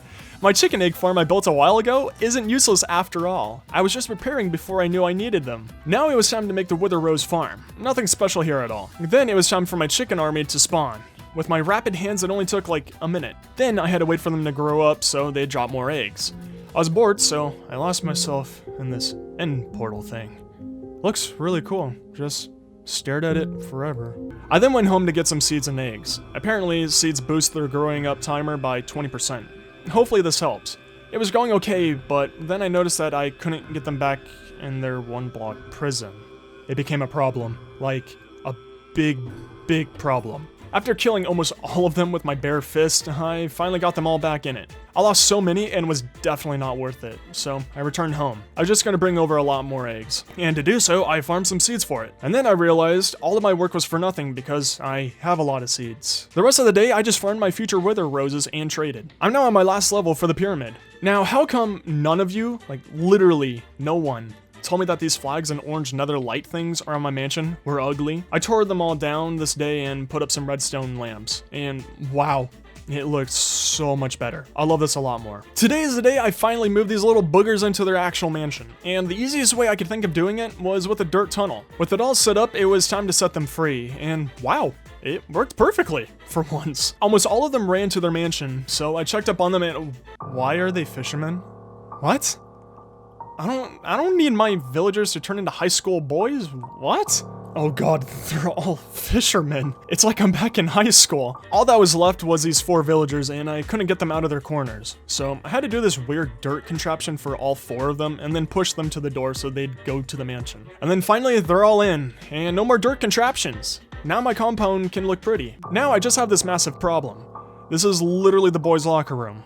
On a higher note, I have 2 shulker boxes filled with eggs, so I think I'm all good now. I flew back to the inn and let the M134 minigun go to town. I now have a ton of chickens, and time to spawn in the wither. I lowered the roof and gained almost 4 stacks of wither roses. I learned from last time though, and I didn't hit the wither at all. I seriously just watched it for 4 minutes suffocate in a wall. And to prove how powerful I am, I technically one-shotted the wither. I'm incredibly powerful, I know. And now I have my 4th beacon. I went back to the bedrock spot and went to the magma cube farm spot, and just spent the day building it. Made pretty good progress. I continued building on this day and oh no, this farm, it's too efficient as well. They won't stop coming. I finished the farm on the 3rd day and the next thing I did was insane.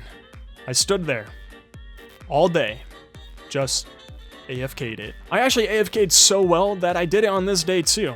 I need a lot, and I mean a lot, of magma cream.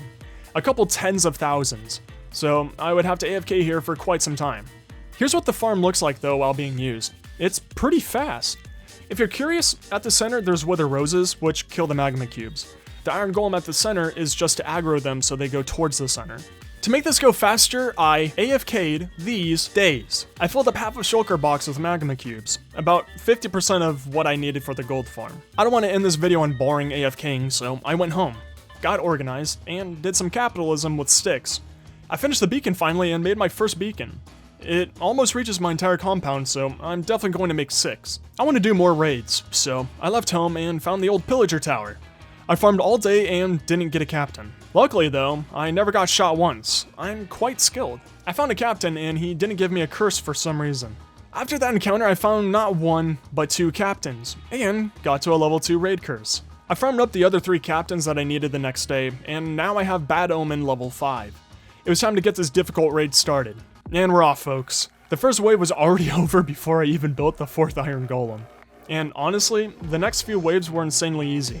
I figured a level 5 raid would be harder, but this was really easy. But then I got chased by 2 kinda scary enemies, but luckily ran my way into an iron golem. He held them back while I used my Navy SEAL sniper training and took out 2 of the Ravagers. I was clearing out my inventory and this dude tried to sneak up on me. Big mistake. I was taking on a Ravager head on, but that wasn't going according to plan. The Iron Golem was busy with another one in the background, so I just ran with this guy chasing me. Then the Iron Golem came back and we took out this Ravager together. These are by far the most overpowered mobs in this game. They desperately need to be nerfed. I found the last guy taking a bath and won the level 5 raid. It was honestly incredibly easy. The villagers were showering me in so many gifts. I couldn't even fit it all into my inventory. Sadly, shortly after, they all disappeared. Such a shame. This village turned into a ghost town. So sad. Afterwards, I went and immediately got a level 2 Bad Omen. I want to do another raid. The last one didn't feel good enough for me. And here we go with the second raid back to back. It was really easy in the beginning. I was just farming pillagers basically. And always sniped the Ravagers. Before any of you say anything, I did take on these raids head on. I actually rarely use the Iron Golems. Near the end of the day, this Ravager kept me around 2 hearts. Golden apples were my best friend at this moment.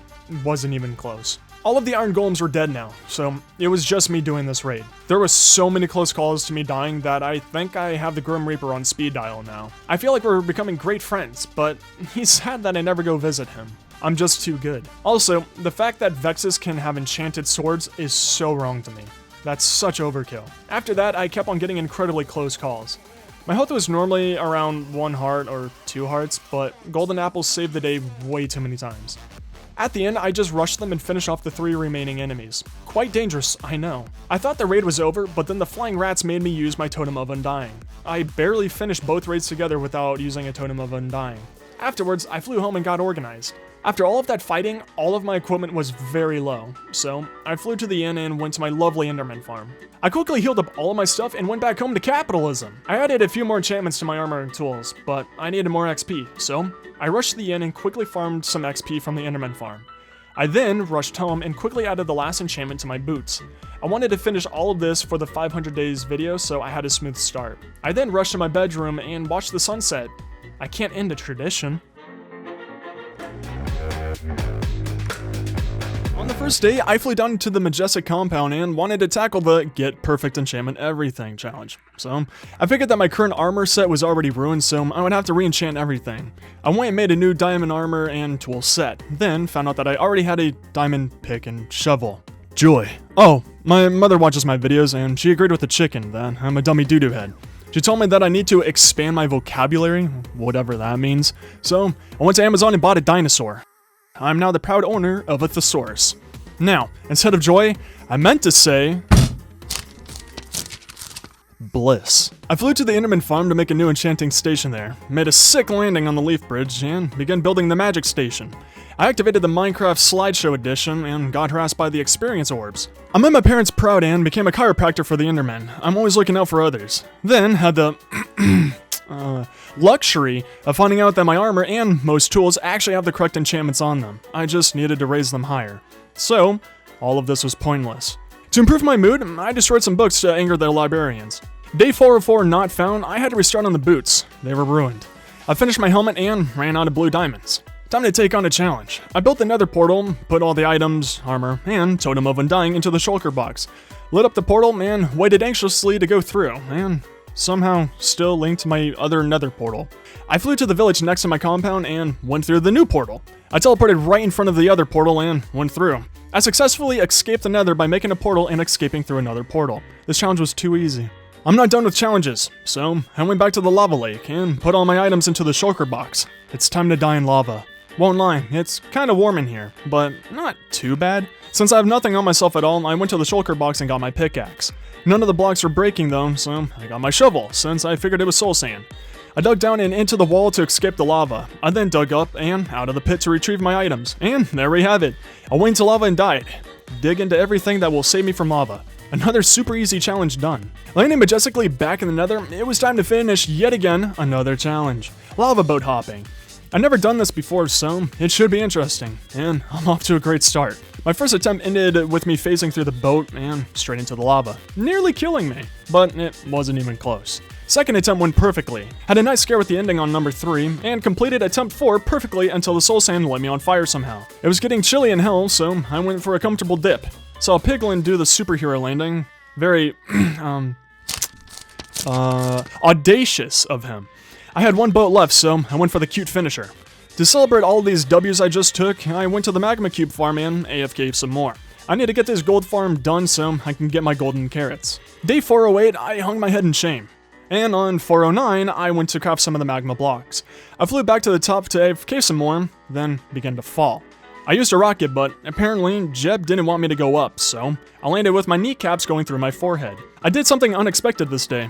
Instead of hanging my head in shame to the right, I hung my head in pride to the left. I filled up the first shulker, but was running out of YouTube videos to watch. I decided to fly back home. Upon taking a healthy jump off of my mob grinder, I noticed I didn't make the bamboo farm pretty yet. I prepared and gathered wood. Continued gathering wood this day, then found this shy cutie eyeballing me across the field. Then she started chasing me. Come here, cutie, please. I really like you. Please give me a chance. You're so cute. Oh my goodness, please. I like you so much. Please, guys, come back. My iron golems were getting jealous of the love, so I let them go have some fun too. Afterwards, I collected some gray diamonds. The neurons in my brain began to fire more than usual, and I thought, instead of mining these gray diamonds, why not go into the mine shaft and mine those gray diamonds and see if I could find other minerals? So I did. Mine more, and then the invisible traveling trader came back without permission, but he gave me some free leads, so I forgave him. Now to tackle this, Leviathan. God, I'm so smart now. The replay mod didn't work. For the entire episode, actually. So, you guys are stuck with me watching me build in first person and not pretty camera stuff. I kept on building, but I really didn't like how it was looking, so I went back and took everything down. Going to restart it. Now to attempt to make the building as beautiful as me. Won't be easy, but I'll try. The building is looking pretty great so far, but I need more wood. So, I went and removed Earth's lungs. I finished the building and left the top open, in case I ever want to make this taller. To, proclaim this moment, I went and did some capitalism. On day 420, I tried to go back to sleep, but it wouldn't let me. Had an existential crisis with a sheep and threw some eggs. Was a lazy day. After that, I flew back to the Enderman farm to finish enchanting my stuff. Then remembered that I didn't bring any more lapis with me. So, I teleported back home and got some more blue diamonds. I got back to enchanting and took over 9 minutes to get thorns. It wasn't 3, but I couldn't be bothered to get any higher tier of it. I added it to my pants and I finished enchanting all of my armor to perfection. Now, for my tools. I'm working on the sword now, man. I had to make a new one. The other 2 were ruined. But it was going very fast. I returned home for some more mending books. Saw some dudes over 6 feet tall and forgot how to breathe for about 13 seconds. After regaining the ability of breathing, I finished the sword and named it the most powerful thing in the universe. Also finished and named the pickaxe the second most powerful thing on my channel. The Endermen seemed sad, so I made sure to give them a lot of mother's love. The rest of the day, I was just role-playing Wizard 101 and enchanting stuff. And here we go, ladies and gentlemen, I finally perfectly enchanted all of my tools and armor. I need to keep on talking though so I can show off everything, so here's a fun fact. Did you know that under penguins' flippers, or arms, whatever you want to call them, it's super warm? It's because the temperature there is higher than areas where it's cold. And finally, I returned home to do some fun stuff. I've always wanted to be a nurse, and in Minecraft, you can be almost anything. So I acted like a nurse and went snippy on these babies. I prepared to get more netherite, and this time I made beds. I don't know why I used TNT last time. Oh man, I finished the last block of the pyramid for 2 beacons. Now I'm the Flash. Beds work incredibly well. I wish one of you told me that. Easily found a lot of cinnamon rolls this day. I was an even better baker this day and found 24 cinnamon rolls. Returned home after that because I used all my beds. I wanted to send Chick-fil-A a message and I threw away my extra chicken. I had way too much. I thought my knees were too good, so I went and crushed them. My tools were getting low, so I healed them up at the XP station. And I had to take on achievements. I wanted to go for the bullseye one, but no matter how far away I was, it wouldn't give it to me. I hit it in the center for each location, but it never worked. I continued going gratata this day, but it still wouldn't work. No matter the distance or location, the achievement wouldn't unlock for me. Also, this golem wanted to say hi to him, but back to the bullseye achievement. I don't know what I need to do to unlock it. I looked over the other achievements I need to do, and it doesn't look amusing. Like any typical 2000s small town movie, I want to get out and explore the world. Time to get the adventuring time achievement. So I went to the nether to go to the faraway portal. I figured there were biomes over there that I didn't explore. After being a computer hacker man, I found out which biomes I needed. The Badlands, Badlands Plateau, Mushroom Fields Shore, Mushroom Fields, Warm Ocean, and Wooded Badlands Plateau. And in case you're wondering, I want some pet bees. They're too cute. And speaking of too cute, look at this baby sea turtle. I forced him into the water. I want him to be successful in life and not afraid of anything. Some more flying happened and I found some pretty beautiful places. Kind of wish I made this spot my home. Then I finally found it, my first ever guardian temple. I was very cautious as I had no idea what to expect from it. Definitely didn't get jump scared at all. I looked around a little bit but left. Oh, and found out that the temple gives me a mining boost that lets me mine so fast that I actually had to slow down time for all of you to witness it. I considered taking on the temple, but I knew I wasn't prepared for it. So I left and went back to exploring. I left a tree exactly like how I found it, and got a bucket from my new friend. Boom, another achievement unlocked. Pretty close to that spot, I finally found a Warm Ocean, and stole some of Nemo's house. This day I just found a lot of temples, said hi to an iron golem, and more temples. Sadly, my elytra was getting super low, so I spent the night hunting very dangerous enemies. Nothing happened, just a lot of flying. This day was pretty there's a big boy word for this. Monotonous. I was flying home and along the way there, I found this really cool underwater destroyed nether portal. I thought it was pretty neat. Continued flying home after that and barely made it back with my elytra almost being destroyed. Afterwards, I got organized. I needed to heal my elytra, so I risked it and flew to my enderman farm and healed everything up. Upon returning home, I found out I'm the proud father of a new bee. Poor booger got lost in my mansion that I never use. Oh, and I went back to exploring for new biomes. Upon taking my emeralds from these villagers, I stole all of their valuables too. The lanterns. At the end, I found this villager and I decided to be kind and steal all of his stuff and tear up his carpet floor. I can't find the footage, but I collected a beehive with 3 bees in it, unlocking the achievement. Next day, I found all the mushroom biomes that I needed, and a few hundred blocks away from it, I found all the badlands that I needed, unlocking the adventuring time achievement. I was looting in the abandoned mineshaft, then the zombie wanted to test my lightning fast reaction time. I left the exploring behind and made it back home. And you'll never guess my next words. I got formulated. And the rest of the achievements I need to unlock looked so fun that I don't want to do them. I witnessed some Romeo and Juliet scenes the next morning. Please make some fan art of me with some cute bees. You can post it in my Discord. I need to make that gold farm, so I flew back to the magma cube farm and began AFKing again. To your surprise, I also AFK'd this day. Now, I want to make these AFK days educational, so here's some fun facts. Did you know a group of penguins on the water is called a raft, but on land they're called a waddle? Also, the black and white tuxedo look donned by most penguin species is a clever camouflage called counter shading.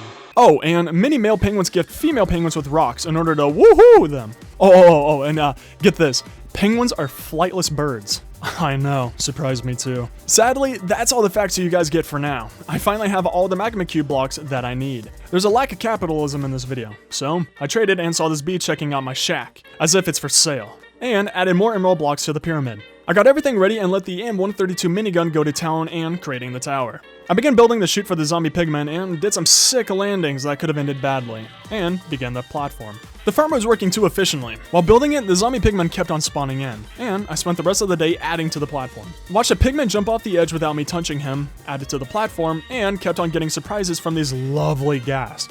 I sure hope they never leave. I need to add a roof soon, because now I'm spawning in things that I really don't want. They even tried to kiss me. Was weird, like we just met. I pushed one of the zombie pigmen down, then this exotic dancer came by and showed me her work.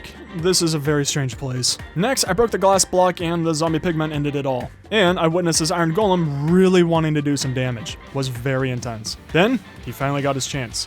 One of the pigmen got too close, and then they all rushed him, leaving him very low. Next was so many events that I won't include them all, but wow, I strongly don't like gas anymore. Throughout the remaining time of me building this farm, I kept on getting surprised by gas.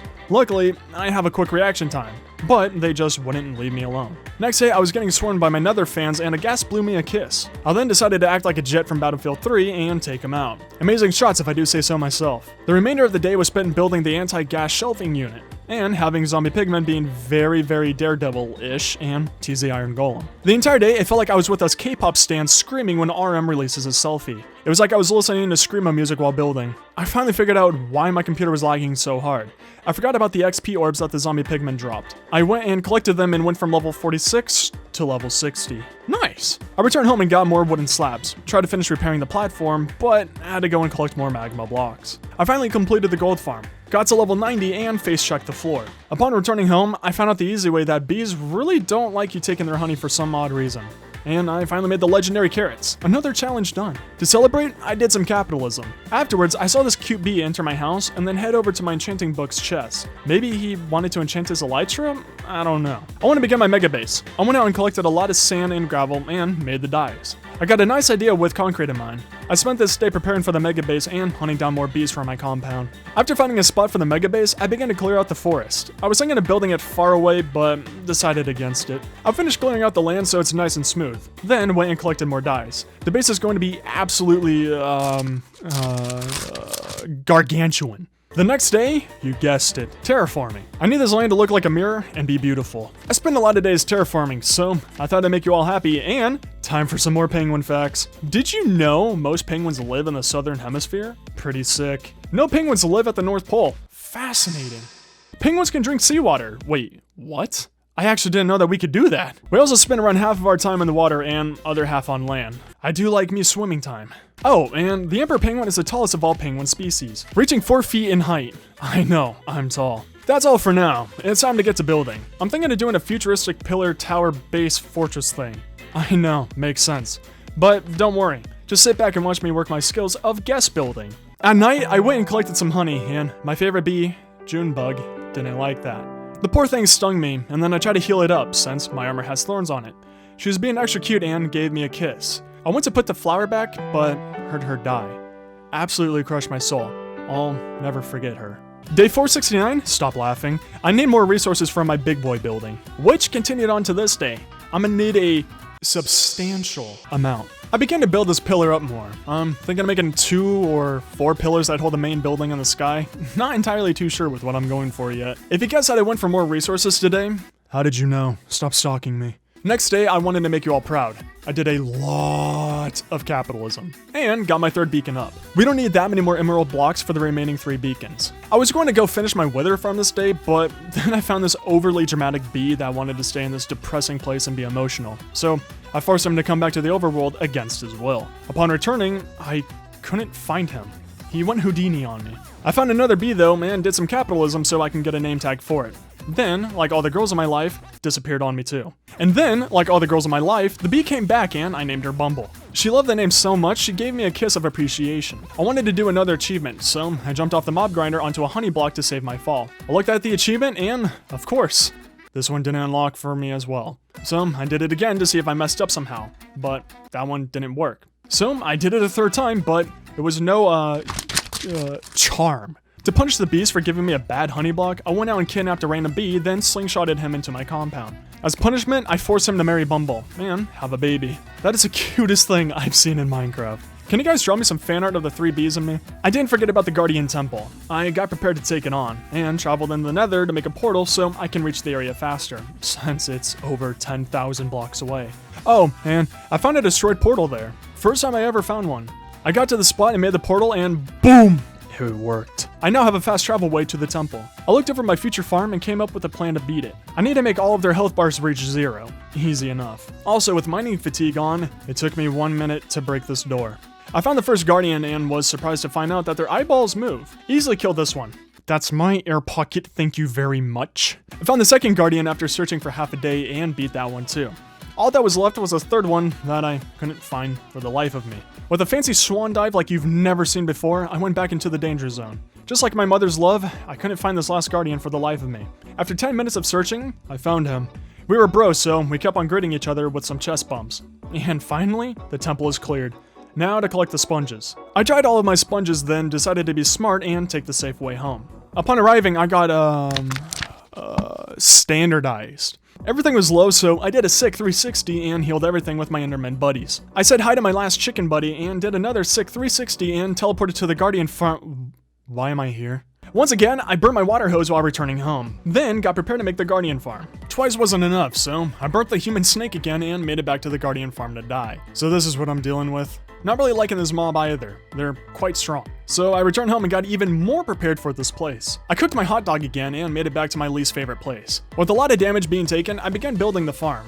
This would be a slow process. This entire day, I was just getting bullied by them. Apparently, they didn't want me to make a legendary portal to hell that would engulf them or something. I don't really know. Wasn't paying attention. I thought I was making great progress this day. Then I found out that I made 2 sides of the platform 1 block too short. So I spent the rest of the day fixing the platform and redoing those 2 sides. I got the portals up and running and found out that I'll have an issue with my 4 portals not linking up to each other.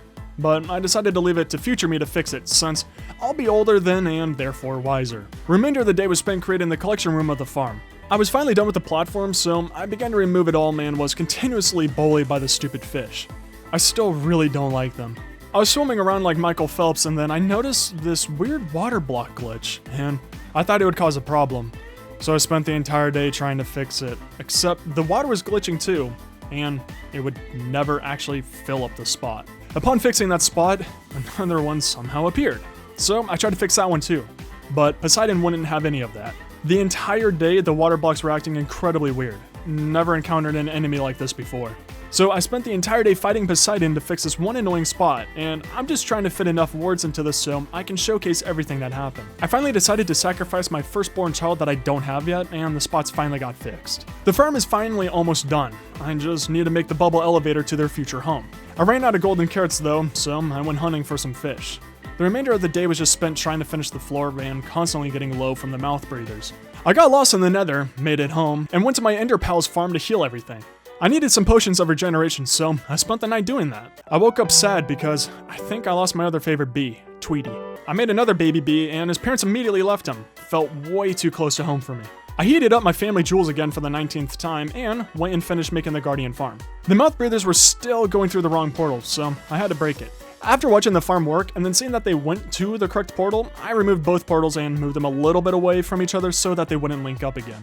Also, made a sick obsidian arrow. You already know what's up. I'm AFKing some more penguin facts. Did you know we emperor penguins can stay underwater for around 20 minutes at a time? And little blue penguins are the smallest type of penguins, averaging around 13 inches tall. Sadly, that's all the penguin facts for this video. I'm done AFKing and my storage is so backed up that it's resting on top of the campfires. I spent the entire day crafting all of these items into blocks and filling up all 4 of my shulker boxes and inventory. I did one last log burning session and returned home to breed more of my bees. I'm still sad about losing Junebug and Tweety though. I got organized and found out that my fishermen can trade the raw fish for emeralds. So to all 3,000 comments telling me to remove the barrel floor and that I'm stupid, I win. I most definitely knew I was going to make a guardian farm this episode and get raw fish from it to trade with them. My IQ is too high. From trading a godly amount of fish, I got the exact amount of emerald blocks I needed to finish off my sextuple emerald pyramid. But I only have 4 beacons, which still give me a very nice amount of buffs. Did some more trading with my favorite bankrolls this day, then went back to my wither farm and added the wither roses.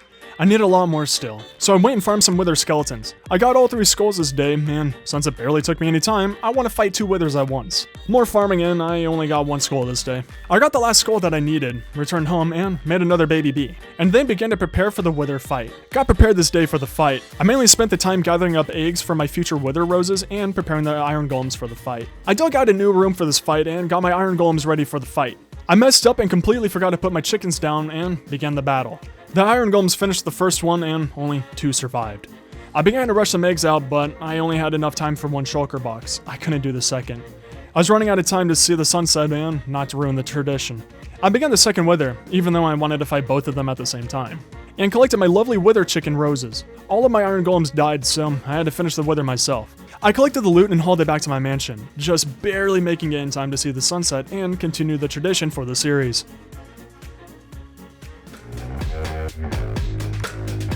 Now, as one would do when they're done sleeping, I woke up and crafted the last remaining beacons. Now I have a sextuple beacon. I'm definitely going to need to make more. Next, for the lovely cute little bees, I'm going to be a true American and remove some of Mother Nature. I would need just a tiny little space for the beehive since they became so widely loved.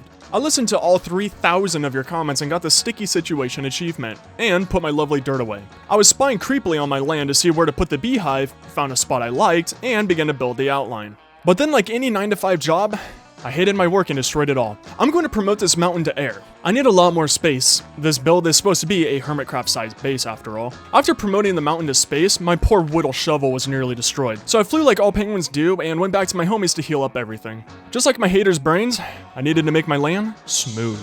I used a stonecutter for the first time ever, amazing device, and began the design of the beehive again. I like using scaffolding since it's easy to remove and got the stonework started. I began the front entrance and I'm using sea lanterns for this upper area. I'm going to call this a sea lantern district. I flew around to look for some orange flowers. I need it for the orange glass on the beehive. Luckily, there's a small area in the village next to my compound that has a tulip chunk, so I farmed for some orange tulips. Felt insanely pretty this day and kept on collecting flowers. Enough feeling like Madison Beer though, it's time to begin this mega mansion for Bumble. I'm thinking of making some giant honeycombs with a biome inside for the bees to live in, so they can't wander around and get hurt. Of course, with my luck, I didn't build it in the center, so I had to move it 3 blocks to the right. After finishing the move, I began the second honeycomb outline, which didn't take me long at all. With this design, the honeycomb mansion can forever be built upon luckily. With those done, it's time for the entrance. The Sea Lantern district is mainly blue and the buildings will be out of stone and white concrete. So, to make it mix well with the orange and yellow of the bees, I started to work on the transitional colors between them. With those coming along nicely, it was time to add depth to the building. Whenever you're in doubt of your build, usually adding depth to it can make it look a lot nicer. Also, switch up on blocks so they're not all the same. I like to work with stairs and waterlogging, so I made a nice little border around the entrance. After that, I extended the sea lantern walkway, and I'm loving how the building is coming along. Next was some more depth. The more I added, the more I loved it. I made a nice little orange glass centerpiece and raised up the walls on this some more. I'm liking the general shape of this beast, but it's looking like a prison, and too evil of a build. A traveling trader came by and gave me some leads, which was amazing. I'll have to keep replacing the blocks with some honey blocks and other colorful items as time goes on. Upon bringing colors into the prison entrance, I noticed how the honeycomb wall still wasn't centered for a center honeycomb. So, once again, I had to rebuild it. I centered out the center honeycomb, then I began to rebuild the side honeycomb. At this point, I have this entire build down by memory. And would you just look at that? My word, it's so beautiful. So I finished the second honeycomb outline and finished the third. And this mega beehive base is looking pretty okay so far. I forgot to record this day, but I lost Bumble, so I collected all the beehives. Made a hole in the ground to collect some cobblestone, and now I'm cooking it all. Now that I have more time to talk on this day, yeah, I lost Bumble. I checked the last beehive with bees in it, and neither of them were Bumble. I went to the nether since I've seen them fly in there before. I found one bee, but wasn't Bumble, and another who tried to fly into lava. Also wasn't Bumble. I searched around the nether some more and didn't see any other bees in there. I saw that all my bees were flying around randomly now and trying to escape, so this is fun. I've never taken an L before, and I'm not going to start now. I set out to hunt down all of my bees. I know that these wild bees are mine because I took them. I flew around and kept finding them. Then I found this weird bee that wouldn't go into the hive and she kissed me. Then the name popped up. My amazing penguin tracking skills led me to Bumble. I somehow found her. I kept trying to get her to enter the beehive though, and of course, the little princess wouldn't go in unless she had a beehive all to herself. I'm not surprised, honestly. After her, I found another bee, and then I found a tricky little booger. I chased him around the tree, then he juked me, and entered the beehive without me seeing him. No wonder he escaped. I put them in the chest next to their mega mansion so they wouldn't run away again. With that massive W out of the way, it's time to make this building more bee-like. Because how can you tell it's for bees? Besides the massive honeycomb wall, honey blocks in the building, and bees living in it. It's time for a bee face on the front. I still need to add more colors to the building. I don't want Bumble to be thinking that she lives in a prison that she can never escape and has to live the rest of eternity in here with no chance of escaping. That would be rude. I'm happy with the honeycomb wall placement, so it's time to add their official blocks. Glowstone. I nearly finished one of them, but I need one more glowstone. I'm going to use black concrete to connect the honeycomb walls where they touch. I got prepared to go to the Nether and went to do my most favorite activity ever, collecting some more glowstone. That was all sarcasm. After getting organized from the Nether, I went out exploring again. I want to have some more fun with bees. Everything was normal and I was gathering some nice bees. But then I found a bee and 2 bees left my beehive. So now I had to juggle 3 bees to get back into the beehive. Then I was surprised and a 4th popped out. I found the other beehive and was told I'm now the parent of 5 bees. After getting 2 of them to return to the prison, a 6th popped out. I feel like I'm in a 1940s comedy movie. They kept on trying to escape me for some reason. Please send help. Once night arrived, I finally got all 6 bees in their prisons. To none of your surprise, I imprisoned more bees the next day, made some sand fall pleasantly, stole some barrels from innocent villagers, and flew back home on my bed. After being kind and imprisoning bees forever, I finished up the honeycomb walls with glowstone and began to remove the dirt outlines. I finished removing the dirt outline and the honeycomb walls are looking nice. I put on some granite and wood to figure out which ones I like more for the outlines of the beehive, and took out some of the excess black concrete. I got rid of the granite and chose wood since granite looks better as a walkway, and began the mega beehive holding chambers. I didn't want to make the honeycomb chambers just yet, since I haven't started the interior, which of course I made out of dirt, for now, and I'm liking how it's coming along. But when I was going to go fall asleep, some fans dropped by, then mysteriously disappeared. Very spooky. I was feeling spicy today, and continued working on the interior. It isn't going to be too amazing or massive since the main part of this entire structure is the beehive chambers. But I'm pretty happy with how this is turning out. I know all of you are growing attached to my compound, but it's time to make some massive changes and remove my little farm sections. I don't ever tend to them, so I'll just rebuild them later and make them automatic. This section looks super open now. I'm kind of liking it. But I'm not liking this iron golem tube shoot anymore. It's too intrusive, but I'm way too lazy to relocate it. So I'll just relocate where they fall from. I spent this entire day removing the iron golem glizzy chute. Upon looking up at it, it's looking better already, and I found the next spot to make them drop. If you thought I was going to move this to a different spot like a logical person, clearly you don't know me. I'm going to make a fun water slide to push the iron golems along to their inevitable doom. I didn't want to be rude, and I remembered how villagers hate sleep. So I went by like a sane person and removed their dirt blocks and said hi to OMG please subscribe. After that, I reactivated the machine so iron golems could flood my compound again for some more protection. And my goodness, I'll never get tired of seeing them fall from the sky. I finished up the super happy-go-lucky swim water slide of doom and began to calculate the drop chute like a genius. After calculating the landing zone like a head NASA scientist, I began to construct it and said hi to my iron golems, and there we have it, the basic landing zone. Of course though, I wasn't done. I had to overly decorate the entire thing, and after spending a day on it, I'm pretty happy with how it looks. Not too shabby. But now my heart is broken. For some reason, no iron golems want to go down the super happy-go-lucky swim water slide of doom.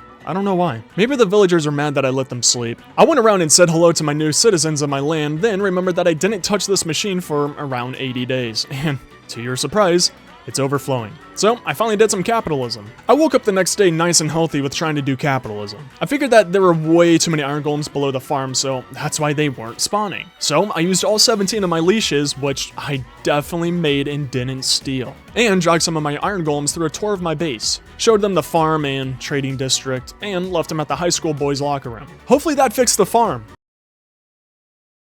So, I reloaded into the world, and it still didn't make them spawn in. And now to secure my land even more. I know I said I'll make a Japanese theme wall around my place, but I keep on expanding it, so I think the wall will be my last build. I had to leave the beehive wall open since the building will go back into it. Made this poor soldier's teammates say hi to him, so I didn't get the debuff. Then said hi to them for being so rude. Had to mow the lawn right after that, as one does after a fight, threw away that extra Chick-fil-A meals, and ended the day off with capitalism. It's time to tackle the animals. With love, don't worry. And I decided to keep 4 of all animals to restart the farm faster. And wow, you can put a lot of animals on one fence. Definitely no issues there. Now to terraform the land to fit the future big boy barn. And don't worry, I'll make it all pretty and nice for you. It's time to bring the time lapses back. I'm extending this part of my compound for the barn, but also for the villager trading stands. I do need to work on those and expand them as well soon. Also, with the Sea Lantern District taking up the other half of my base, I'm going to have to keep on extending my compound this way to fit future farms and other buildings that I don't want in the Sea Lantern District. And finally, the land is completed. For now. Rest of the day, I got rid of the old wall and finished terraforming a small corner of the land.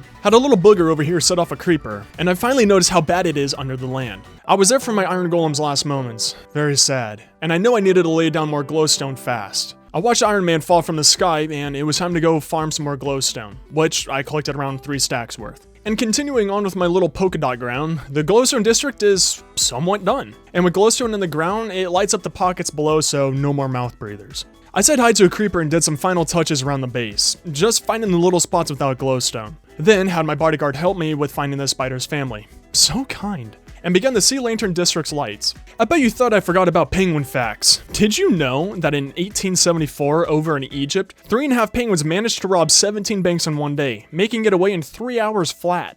Never to be seen again. We're amazing. Also, penguins invented gravity back in 2004. Humans before then could fly around and cars weren't a thing. That was the greatest crime against humanity penguins ever pulled off. Now you guys just have to walk around like boring living things. And back in 1304, the emperor penguin species actually found Atlantis. It was located in the eye of the Sahara, and the penguins dragged the city back to the Arctic over the course of 4 weeks. Now, I know you guys won't believe this one. You'll probably think that I'm lying, but did you know that penguins have black and white feathers? Another amazing fact, there are no species of penguin that can survive in outer space. Except for me, I'm built different. I don't mean to expand your brains, but there's still more penguin facts coming. Penguins are so unique that they evolved to fly underwater. And we're so hardened and tough that penguins don't cry. We don't know how to. And the rarest type of penguin is the Galapagos penguin. With an estimated population of 1,800 to 4,700 left, sadly, they're nearly all extinct. Sadly now, I used up all of my sea lanterns. My land is that massive. So that's all the penguin facts for this video. I made 5 more shulker boxes since I'm using them all in different places and got prepared for the Guardian farm. I burned my snake while flying there and got to AFKing. Okay, I bent the truth. Here's some more penguin facts. Penguins will bang their heads together while kissing. Now dubbed as the headbanging kiss. Very metal of them. The oldest penguin in the world, Oldie, is 41 years old as of right now. She lives in a Danish zoo called Odense Zoo. I know, I butchered all of that. Sadly now, penguins aren't social creatures. You can't hug or really touch them. They'll just peck you.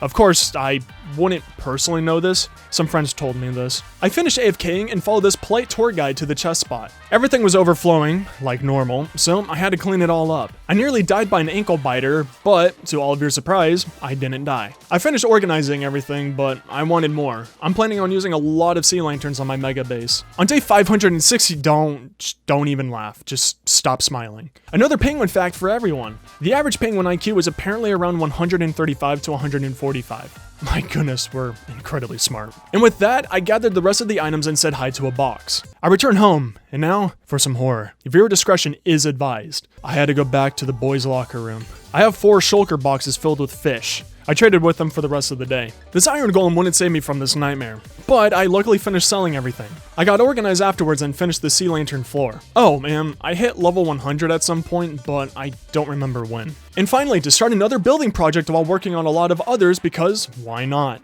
Man, I hate this guy, heavy breathing.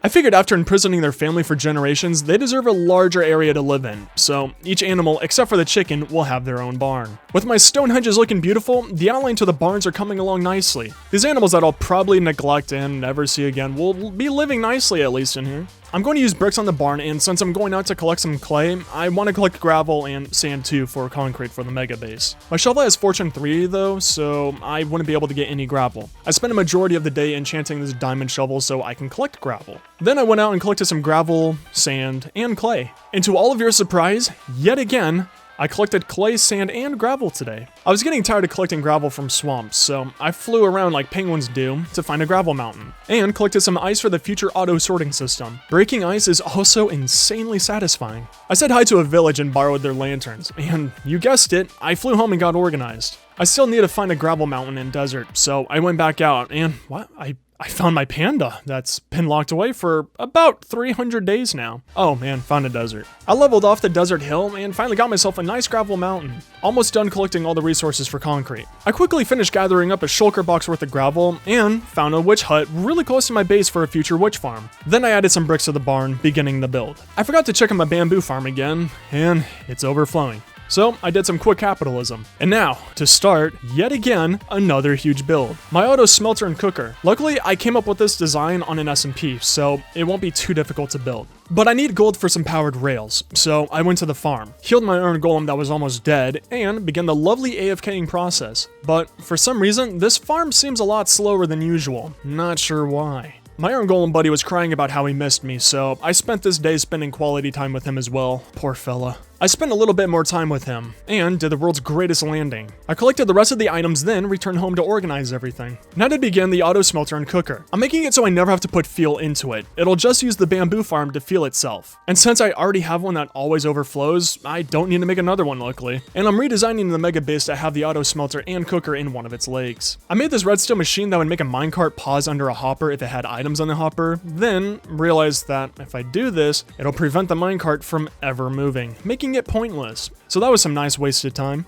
I'm also putting the machine in here because I'm going to have my auto sorting system in the base. So when items are done cooking in here, they can automatically go into sorting for me. Before any of you ask for a tutorial on how to make this machine, I don't know how to make one because the design changes whenever I build it, since the fuel, loading, and offloading areas are always in different spots. So it wouldn't make too much sense to show how I build it in the first place. But for the general idea of the machine, you need to have a minecart bring bamboo to the furnaces to fuel them. Then a chest you put the items you want to cook in, and a hopper minecart to pick those up. Then a minecart inside of the machine that will pick up the items from the other hopper minecart. So the hopper minecart that picks up the items you put into it doesn't overfill and freeze the system. And don't worry, I know none of that made sense at all. I'm a terrific explainer, but hopefully the clips that I show you helps it make sense. And for those of you that hate this nerdy stuff, don't worry, the machine is almost done being made. I forgot to mention, you'll need a fourth minecart, depending on how you want the collection area to be. But since it's temporary for me, I'll need the fourth minecart to collect my items. Once my mega base is done, I'll remove this and change it out for a water system. And there we have it! The nerdy section that I hope you didn't dislike too much is over. Afterwards, I went mining to get some stuff to smelt to test out the entire system.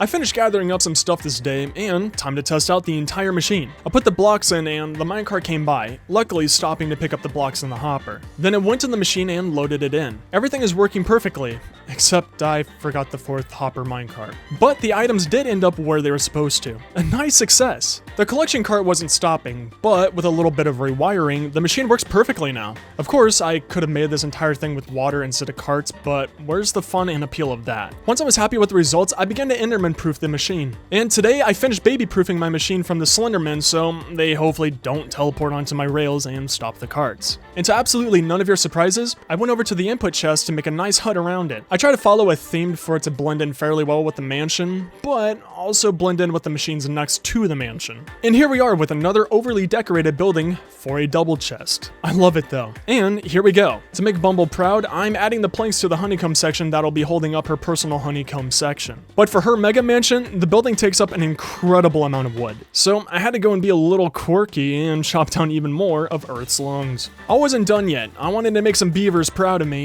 and I tore down even more of the forest. I want to drive fear into the squirrels around my compound. And this day, I luckily chopped enough wood to finish this entire honeycomb section, which I plan to add a lot more sections to as time goes on. I did as much as I could to Bumble's section, but I ran out of wood. I went to the mob grinder to look over to the compound and wow, so much work has been done to this place, which I believe was heavily needed. I know this episode wasn't as thrilling and action-packed as the previous ones, but I haven't done any building or base keeping yet, and it was all getting pretty bad. Plus, it's been a while since I've gotten the chance to build and do some redstone, so this was a ton of fun.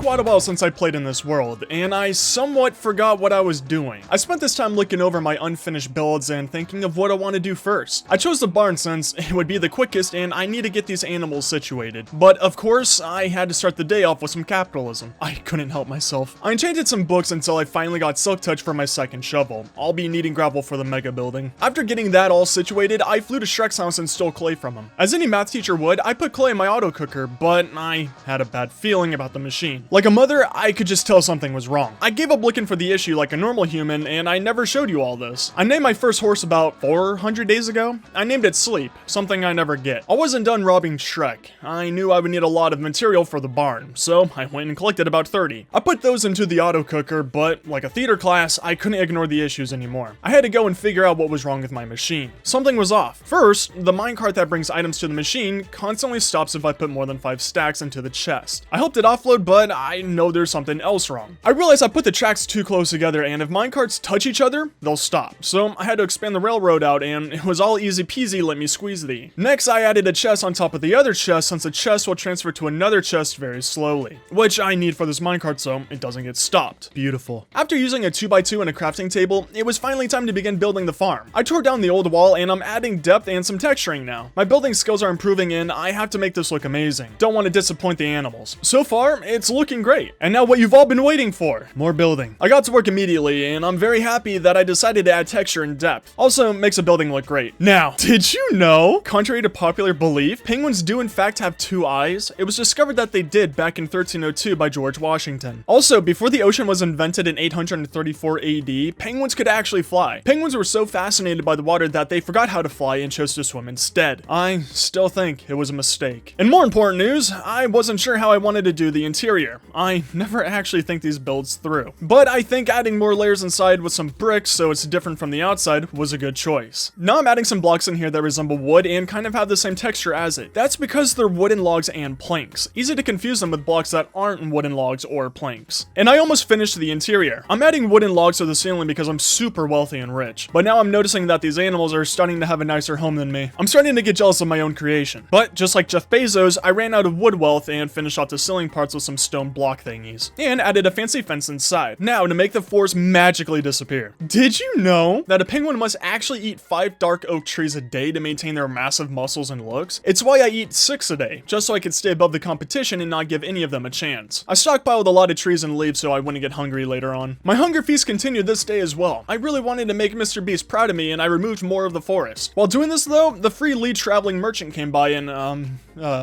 something happened to him. I'm not sure what though, but something definitely did happen. I finished collecting more of the forest and you guessed it, I went and got organized. And to your surprise, I was still getting organized today. Afterwards, I went back to finish the interior, but I ran out of stone bricks for it. I began to cook more, but my mother tuition came back and I knew something was wrong with the machine. I was correct. The loading minecart, once again, was stuck. My double chest plan didn't work. On top of that, the furnace loading minecart is too slow, but I have no idea how to fix that. And on top of that, some random items were in the fuel loading hoppers and they're all out of fuel too. Yay! So I went back to my bamboo farm and I took all of the bamboo that was left in it. I don't think I should use this machine for capitalism anymore. I fed the furnaces the bamboo, but they were still hungry like some hippos. So I went and got all my coal blocks and put those into the machine. I need to stop using it so much so it can fully load up on bamboo. To make myself feel better from all of this, I went and did a lot of capitalism and wow, I have a lot to do. Now, come on buddy, my good old pal, come on. You know you want to buy all my iron. This is going to take me forever to sell. Also, I might need a chest solely for emeralds soon. It's getting kind of packed in here. I removed the glass blocks from my beacons and put panes there. It's so much better. Can't even notice them. Also, the minecart that moves the finished goods to the chest is completely normal. Thought you would like that update. I gathered a ton of blocks for the barn and played around a little with how I want the outside to look. Didn't know what I was going for. I continued adding onto the exterior of the barn, but I don't know where the cinematic file went. I did record a time lapse for this day so you could all have a pretty view, but I think a cow or something ate the file, so you're stuck with me in first person. I added some fences around the barn for more color and depth. Loving it so far. While building, I was on the phone with Rihanna and she told me to shine bright like a diamond on top of the barn so mobs wouldn't spawn. So I added some torches since they're practically the same thing. And here's what the barn looks like. I added leaves around for even more color and I personally feel that leaves add a perfect final touch to buildings. Also added some leaves on the inside for more color and to make it look and feel more homey for the animals. I spoil them so much. After all of that was finished, I added the sheep to their new home. I think they're going to love it. I experienced some black magic with the pigs pigs and then finally got them into the barn. They also seem happy, and got the lovely cows into their own barn too. I added some leftover carpets to the fences and I think we're finally all done here, until I find more stuff to add. I said hi to a cat to celebrate and I had leftover leaves that I didn't feel like putting away. I added the leftover leaves to the boys' locker room since it was looking a little empty to me and I'm really glad that I did. Also added some fences to the lanterns and added fences to the tree for a more complete look. I don't know, but it looked nice, so I'm keeping it. And got organized at the end of the day. I didn't know where to put my horses since I only built a 3-room barn, but I wanted easy access to the horses that I never use. So I built this little shack home horse stable thingy with the same-ish design as the barn so it doesn't look too out of place, and put the horses to the side of the shack. I think it's a nice enough spot for them, but I'll never make a nice spot for the chickens. They know what they did. They deserve that 1x1 glass prison. Apparently, I read this on Facebook, so it must be true. I heard that animals need food. Not sure why they do, but I brought food outside their rooms for future feeding. And like clockwork, I went to check on my machine, figured it was broken. It was. I'm sure you're probably thinking it's not worth keeping, but you're wrong. I fed the animals I'll ultimately end up ignoring and went to the mega building. I don't really like the design right now, so I spent the day taking it down. I want to add a lot more depth to it. I finished the deconstruction of the powdered sugar tower and worked on making more white concrete blocks. Afterwards, I spent the day working on a new body shape for the tower and attempting to plan out how I wanted it to look. And did you know that the color scheme to a penguin is black and white? That is because the feathers that are covering the penguin are not any other color. On top of that, the penguin used to be the apex predator of the world, often getting into fights with T-Rexes and winning without breaking a sweat. But ever since the penguin lost its thumbs, it turned into the bird we all know and love today. I had to begin the other tower, but this kind gentleman came by and gave me 2 free leads. Took a little bit, but the copy process was going over pretty well. I'm hoping to finish this build by the end of 700 days. Speaking of 700 days, did you know that a penguin can traverse as far as 39.2 meters in less than 700 days? Speedy little boogers. Now, here's a question for you. What do you call a cow that can't feel pain? The tower was coming along nicely, loving the depth, but I ran out of glass and had to go cook more. While waiting for it to complete, I moved some chests into other chests and tried again at the bullseye achievement. It didn't work. Honestly, wasn't surprised. I didn't want to get burnt out from building and wanted to make sure I was still good in combat. I got prepared and flew out to find a raid tower. Then had to say hi to a sheep because I'm forgetful and didn't bring a bed. Also stole some bees from the wild and found the raid tower from the beginning of this series. I was saying hi to the pillagers who missed me a ton but got bored and began collecting sand. I continued playing patty cake with the pillagers, but I noticed they were slowing down. I feel like they were hiding from me. Then I found their man cave and apparently I wasn't invited. Really reminded me of elementary school. I got to Bad Omen 3 and it was taking too long to get to 5. So I went back to that destroyed village and maybe took some stuff. I won't say though. I went exploring, but I'm roughly 63% gremlin and I just couldn't help myself. I kept finding coal and after using all of mine on my perfectly working auto cooker, I really needed more. I flew some more and found a pillager hotel. I immediately found 2 of the flag carriers and I tickled them. While they were laughing, I took their flags and now I'm at Bad Omen 5. I went back to the village that I always go to and began the raid. Nothing really happened. It was a lot of easy pillagers who were in awe at seeing me. But we did play Mario Kart, so that was fun. Day 634 started off as usual. I was terrorizing the Terra group at a village and it was all going well. You see, it was really easy since I had my bow and arrows. Until I ran out of arrows for my bow and arrows. Then I had to take on 3 Ravagers with just a sword. And you think that'd be easy, except you can't hit a Ravager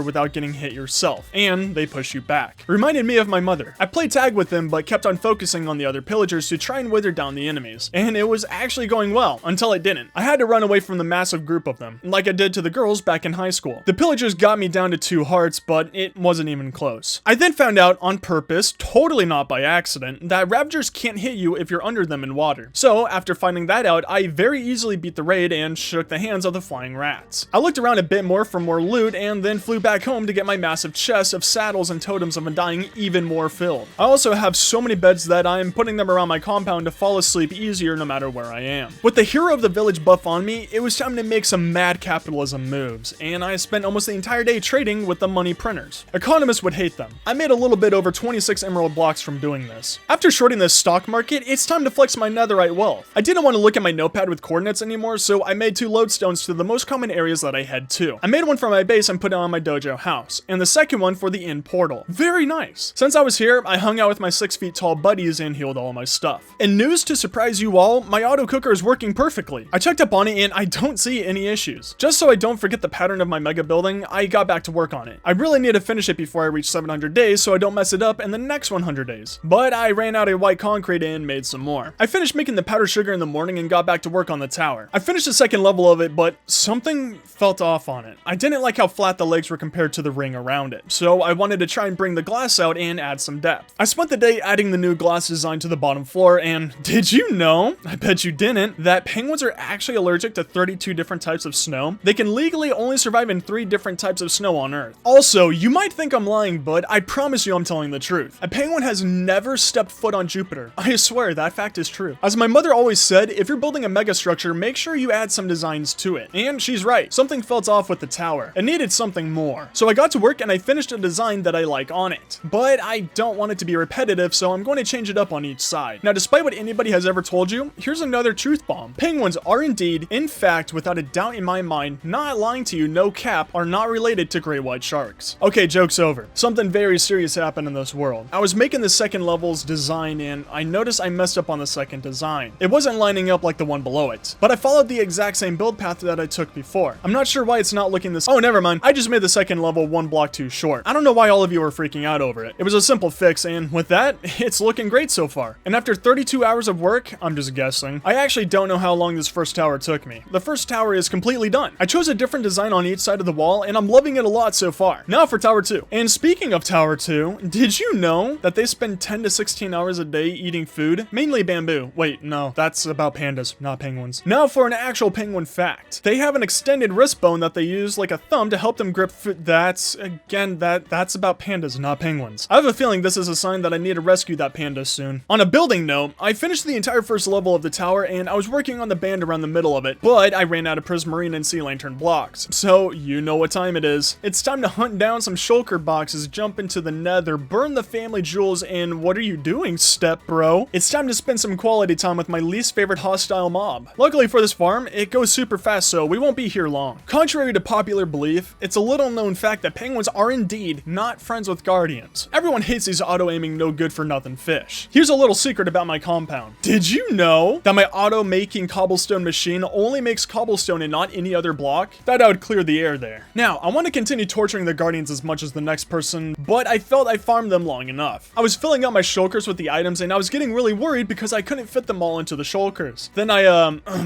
you can craft the blocks here. So, I did that and I already know I'm going to use all of these blocks fast. So back to AFKing we go. Did you know? Scientists still don't know for sure how many kinds of penguins there are. They range between 17 to 20, but there's debates on whether similar kinds of species are actually different. And I know that the penguin species may look similar to giraffes, but the penguin is indeed not related to them. It's a common misconception because both species have beaks. Now, I know all of you want more true facts that aren't lies, but I finished AFKing the guardians. So I returned to the collection center and made all of the items into blocks, and I easily had enough to last me the rest of the 100 days. Maybe. But I returned home and definitely didn't get lost in the nether. I have a lot of fish I can do capitalism with, but I want even more money, so I'm not going to sell them yet until I get the hero of the village buff. And to all of your surprise, I went and got organized and then prepared for the raid. I might have over-prepared, but that's better than under-preparing. I then flew back to that village that I always go to with only one villager trapped in his house, probably scared for his life and doesn't know how to continue going on, and I fell asleep. I would have begun the raid, but I heard the cries from the pillagers that they missed me a lot. We all gave each other hugs and were planning on going on a picnic. But as we were planning it, I think they wanted to play hide and seek with me. I just couldn't find them anymore. A traveling trader heard I was all alone and wanted to cheer me up with some free leads. He's too kind. After that, I did find more of the flag bearers and got to Bad Omen 5. With the babysitting and chores done with, it's time to get this raid started. The first 3 waves were incredibly easy and honestly quite boring. Nothing exciting happened. I kept on hitting everything with my sniper shots since I'm the greatest marksman on the planet, and finished the wave off with these nerds running away from me. I kept on saying hi to the pillagers, but as time went on, they started to disappear. Made me feel sad and lonely. But I bribed the ravagers and some pillagers with a trip to SeaWorld, and they fell over with happiness from the trip. After that fun field trip, I beat the raid and got the hero of the village buff. I flew back home immediately because I knew I had a lot to sell and I would need the full timer. I put away my totems of undying and saddles. My double chests are looking amazing. Now for all of your favorite segment that you were looking forward to, mass trading with the locker boys.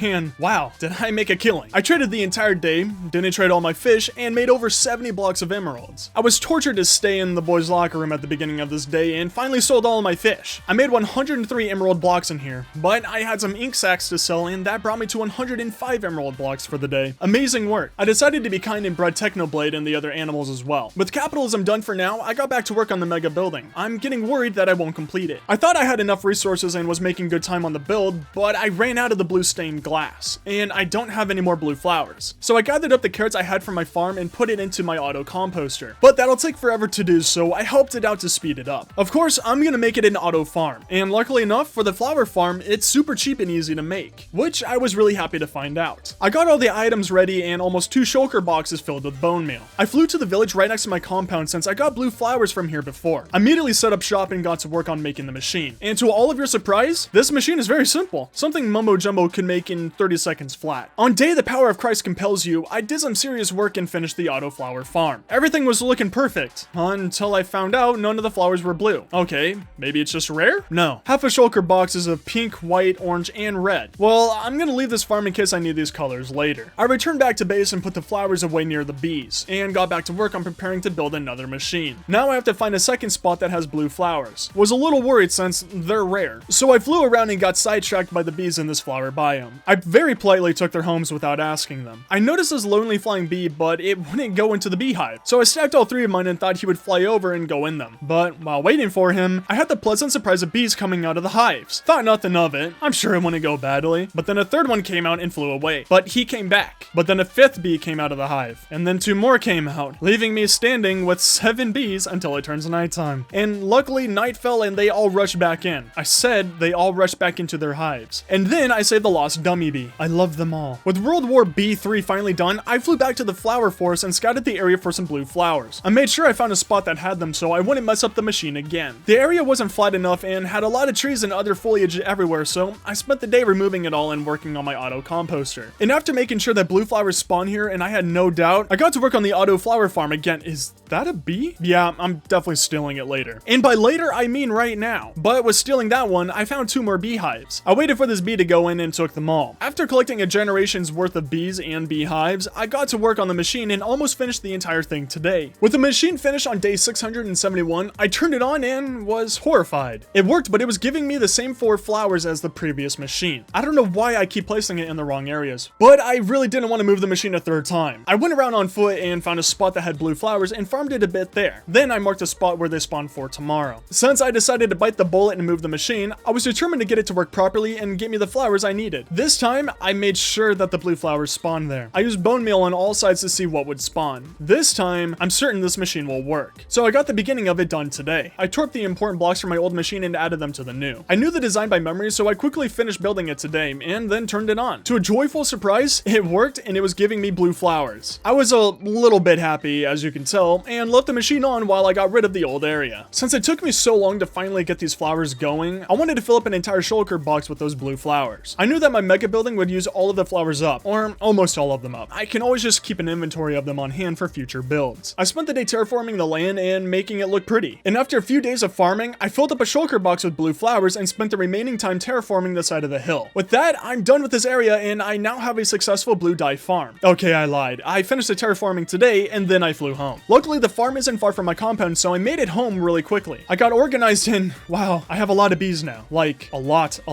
Also, a lot of blue dye. And finally being able to get back to work, I finished the glass sides of the building and began working on the designs. The second level should hopefully not take me too long. I don't know why, but I forgot to record the time lapse here, so you're stuck with these beautiful first-person shots. But I finished the next 2 designs and then remembered to record, and got a time lapse for the final wall. With both towers done, I began working on the molding part of the tower that would support the flooring. I didn't like how narrow it was looking, so I extended the supports some more. I want these to come out very far and cover a lot of the flooring, so it makes it look like it's being very well supported. They're luckily not too much work, so I was able to almost finish the entire thing today. I finished the lip of the support today and made sure it was 5 blocks out on all sides. I'm loving the look and size of this build so far. Halfway done now with the towers. I just need to mirror it over. Now, did you know? Penguins will jump into the air before diving to swim faster. The jump will release air bubbles from their feathers, removing drag and allowing them to swim faster. I was doing the normal build and copying the planes over, but I noticed something was off. The blocks weren't matching up with the other tower, so I built over and started to count. Very scary math. I noticed I didn't add enough blocks on the second tower, so I had to spend the rest of the day fixing fixing those errors. With all of that done, I was able to finish the prismarine block part of the support, and I began with the floor design. I'm going to leave a huge pocket of air where I'm standing so I can run water lines for the items to come into here, since I'm going to make this massive thing into an item sorter once it's all done. I was out of the white concrete, so I made some more and added some spice to the floor edge design. I know I didn't make anywhere near enough, but I wanted to put off making more for as long as I could. I'm almost out of bone meal, so white dyes are going to be hard to make soon. I made almost as much as I could and got to work on making white concrete. After visiting the bakery kitchen and making loads of powdered sugar, I was ready to continue on with the build. I'm super sure I won't need to do this again. I'm just adding white concrete to the air spots to save on material and make this build a bit cheaper. And getting back to making the floor, wow, that was about 8 stacks of white concrete. Barely made a dent in the floor pattern. Since I'm making land up here, I knew that mobs would start spawning soon, so I used sea lanterns to light up the place. Since I'll be making a lot of white concrete for this place, I gathered some materials and made a concrete making spot under the build. This state-of-the-art concrete making farm was so efficient and amazing that I spent the entire day making white concrete. It was actually incredibly easy and fast. I made around an inventory of white concrete and immediately got to work. So far, this entire massive build is half the size of the full building. The entire building won't just be an item sorter, but a huge part of it will be that. So I'm only building this out to the middle of the building, and then added sea lanterns to keep up with the dark areas. I miss the auto concrete pooping machine so much that I spent this entire day working on making more. I'm pretty positive I've used over 4,000 blocks so far on this building. I'm making great progress on the build so far, and I almost have the bottom layer of the floor done. I'm not going to finish it at this rate, however. I used up all of my sand and gravel for the concrete, but I'm happy with how this build is turning out. To finish off the day, I worked on adding sea lanterns to the floor. Don't want a creeper to ruin this build. I took a look at what I've done so far, and I'm in love. I got some shulkers ready for collection and headed off to an area that I thought was a gravel mountain. I was wrong. I forgot to bring a bed, and I left a tree exactly like how I found it. I decided to go to the desert with my pillager buddies and spend the rest of the day collecting sand. I need to fill a shulker with it. I quickly got the rest of the sand and filled a shulker box with it all. Now, the pillagers near me were being so loud and just crying a lot, so I knew they wanted me to come by and say hi. And being a natural born sweetheart, I just couldn't say no to them, and I began saying hi to them to get to Bad Omen 5. Took only a couple minutes the next day, and I got to Bad Omen 5. Now it's time to take on another raid, since I felt like it would be a fun activity to end off the video. I went back to my poor old villager and got to work. The first few rounds were boring like usual, man. Not much happened. Didn't even come close to dying. I kept on playing tag with the pillagers and they all seemed to be enjoying themselves. But they really wanted to go to SeaWorld again. And you know me, I just can't say no. So we all had a fun time with shampoo. The final waves of the raid were interesting though. Apparently, the pillagers really didn't want me to make 800 days. So they actually tried. Luckily, I knew the water trick and I tickled their toes in the ocean. After getting rid of the Ravengers, I went back on land to say hi to my friends. They sure do love me. I took more sniper shots at the Ravengers and, not even shockingly, I hit all my shots and got rid of those boogers easily. I saw a fun time in the pond, so I dove in and had a pool party with everyone. Shortly after that, I said hi to the remaining pillagers and the raid was won. I said hi to my villager friend. I want all of you to give him a name. But it was time to get back to business, and I went back out to find a gravel mountain, which was harder than I expected. Now, when I say it was difficult to find it again, I mean it was insanely impossible to find again. I don't know where the gravel mountain went, but I couldn't find it again. So I just settled for these little gravel pockets in these hills and collected those. Also, I lost my bed. Not sure where I put it, so I went and made another. I was flying around and ran into my old, definitely not trapped panda. I swear, I'll rescue him soon and bring him home. After the heartwarming reunion, I went back to gravel hunting. Luckily though, I'm almost done collecting gravel. Just need to fill up a shulker box with it, which I filled up at the beginning of the next day. I actually got a little bit too much, but I'm not complaining. I took out my compass and headed home, which was luckily pretty close. I spent half the day getting organized and admiring my saddles and totems, then headed over to the inn to spend time with my Enderman buddies and to heal my armor and tools. I immediately got to work on making concrete because I really want to finish the floor before the 700th day, except I'm out of bone meal, and I barely have enough crops to make more. I made as much white concrete powder as I could and spent the remaining time of the day turning it all into concrete. Luckily, I had enough white concrete to finish the floor, so I finished that goal for the video. But this building is going to be a lot of work and take a lot of time. I almost had enough white concrete to finish the walls, but I ran out of it again, so I borrowed some from the other wall. Since I don't have time to make more white concrete, I added the remaining prismarine blocks that I had to the walls. After that, I lit up the rest of the platform so no creepers could visit me, and knowing me, when I'm working on the top part of the floor or adding the item sorter to the building, I'll dig and fall through the floor and into the tubes and probably almost end up dying. So to save myself from that, I'm adding a wooden cover to the holes. But the sun was setting, I got organized, and I went back to the traditional spot of watching the sunset to end off 700 days.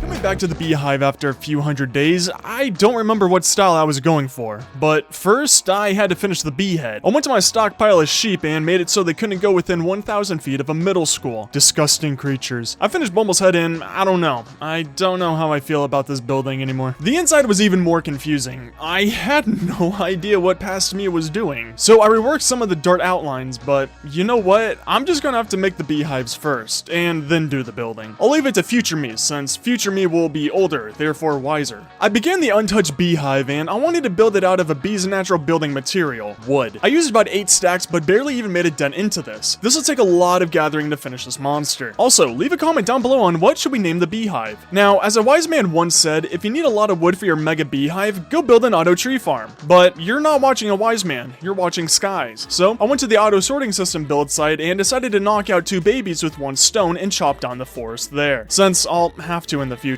I was finding it therapeutic chopping down the forest and removing the home of birds, since I'm the only bird allowed to live here. I was about halfway done chopping down this forest, and I think I almost have enough wood to complete the beehive shells. Also, I'm collecting all the saplings for bone meal and the sticks for trading. I'm too good at capitalism. I was organizing my inventory, then I figured the machine was broken. I grabbed some bamboo because I didn't feel like checking without it and went to the disaster zone. And yep, it was broken. The fuel cart wasn't moving around. It needed some help, so I gave it a huge love tap. Luckily, everything has fuel, but this little turd doesn't want to move. After a hot minute, I figured it was the weight in the cart, so I removed all of the bamboo in it. Then got back to making Bumble's massive mansion, finishing up the sides of the hive. And boom, baby, we're now 2 out of 3 hives done. I mentioned this in a previous video, but as time goes on, I'll keep on adding to this beehive, adding more shells and making it larger over time, whenever we have too many bees and need to make it more open for them. I almost finished the final comb today, but ran out of logs again. But hey, it's only 8 days into this and progress is coming along really rapidly, luckily. So I went back to the forest behind the auto sorting building and collecting birch for charcoal. It's either that or sticks. I gotta be honest, after seeing what I did to this forest all by myself, I'm not really surprised that there's no penguins in the rainforest. Just imagine how rapidly that entire place would get torn down if we were there. But anyways, the forest behind the building is almost completely cleared out. Now today was kind of interesting. First off, the cactus farm that I think all of you forgot about, that I don't use, is out of fuel. I don't know how, I didn't even know this was possible. So I had to fix it. I thought you would all like to know. Then, the auto cooker's fuel loading cart broke again. Machines around here just really don't like to work. I think an overhaul of my machines is going to have to happen soon. But after all of that fun, I finished cleaning out the forest. Surprised how little it took me. For Day Gas Station, did you know NASA wanted to keep this a secret from the public? But a penguin has never once stepped foot on Saturn. I promise you that it's true. Also, did you know, no matter how badly I wish it wasn't true, there's actually no penguin on Earth that can speak English? Might be a few that can speak Russian though, knowing them. With the last of the torches put down, the combs of the hive are all spawn-proof. I can't have my bees in danger. Now, for the glass. And this monster would be needing a ton. I'm almost out of shulkers, so I'll have to get more soon. But anyways, I began flying to the desert to steal sand from the locals. And landing in the desert, I found this very bizarre nether portal. I've never seen a buried one before, so I began to excavate the site to see if it had a chest. But while digging, I heard a lot of explosions. So I looked back and found this buried desert temple. Interesting desert, but I ignored it and went back to mining. And there it was. The world's greatest loot. Amazing. I found a village nearby and decided to shave off this hill. Here's a fun fact for you all. Have you ever noticed when geese fly in a V formation, one side is always longer than the other? That's because there's more geese on that side. I finally filled up both shulkers full of sand. Hopefully will be enough for the beehive. I wanted to go explore the village, but this bub wanted to size me up. I warned him I listened to Young Boy NBA, but sadly, he didn't want to listen. So he fell down the stairs or something. Even the iron golem didn't miss him. But I explored the village and there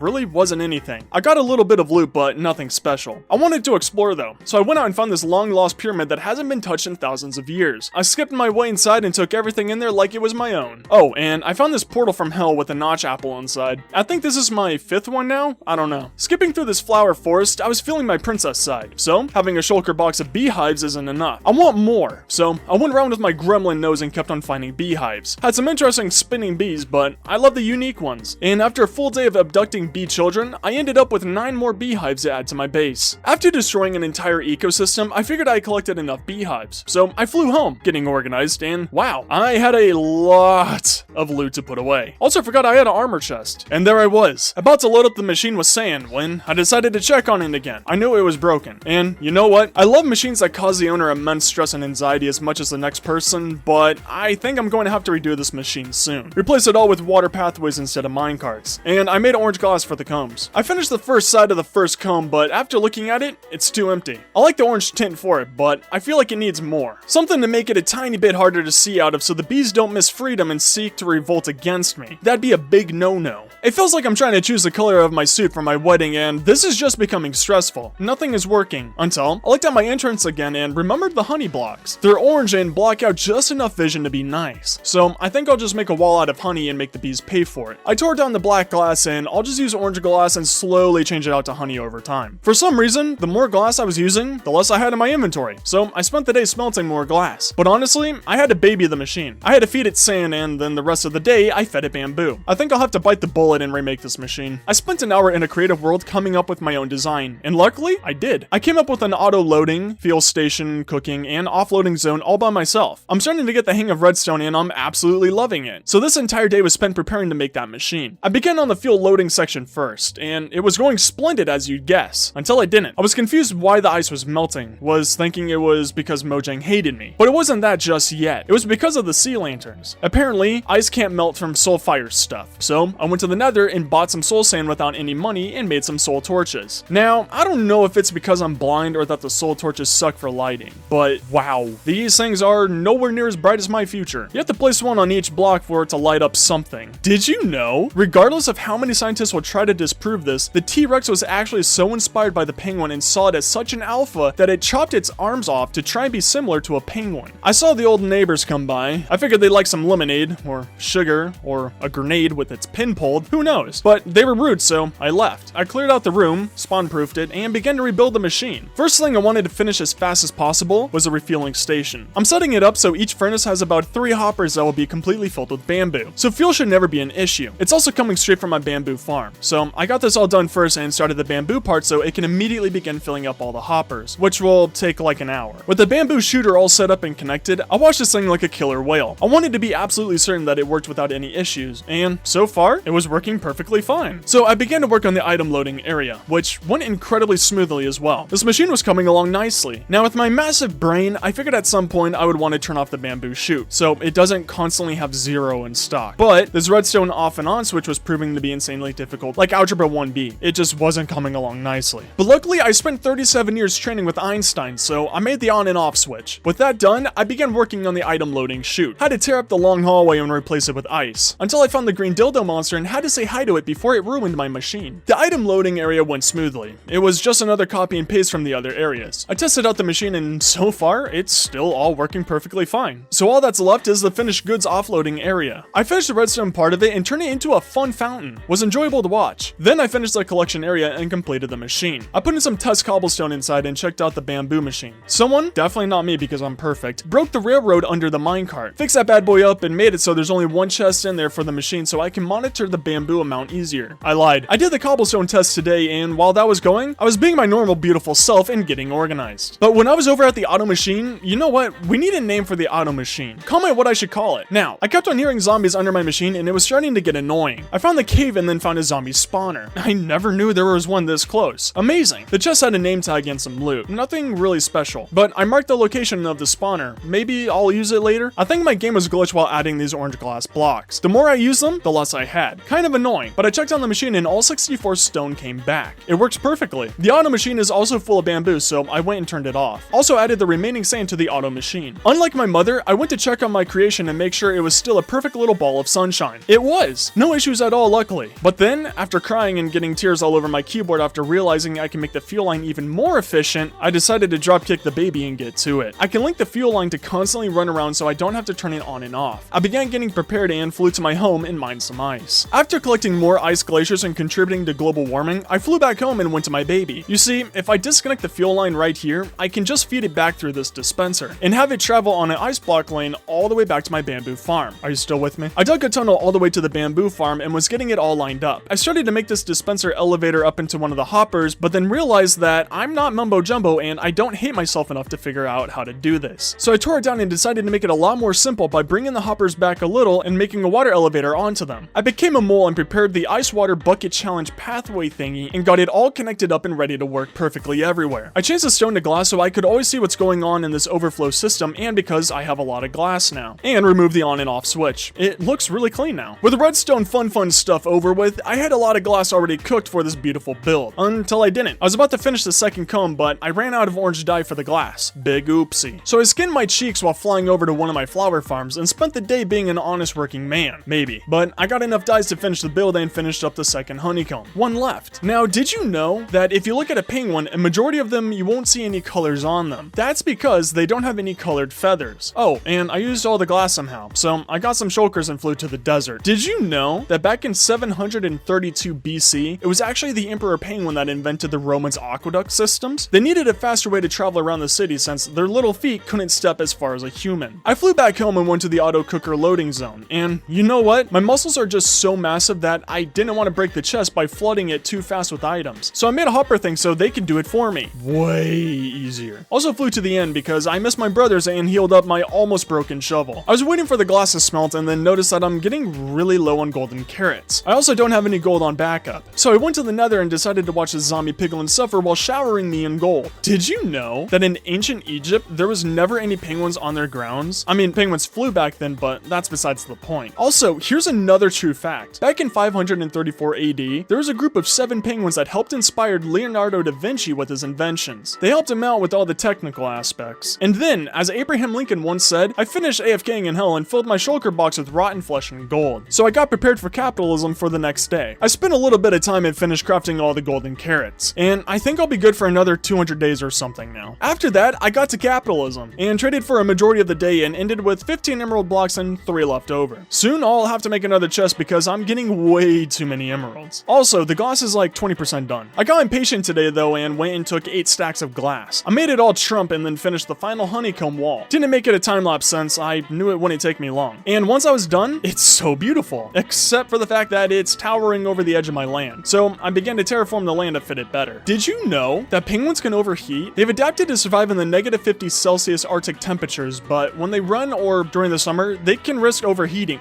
Wait, no, that's polar bears. Also, back in 300 BC, the penguin was heralded by the Mayan people as vessels of the gods and were honored. Wait, no, that was turkeys. My bad. But did you know that penguins back in 1781 wanted to have fun, so they set up a bunny hunt with 3,000 bunnies. They set them free, and when they were about to hunt them, the bunnies turned around and actually charged the...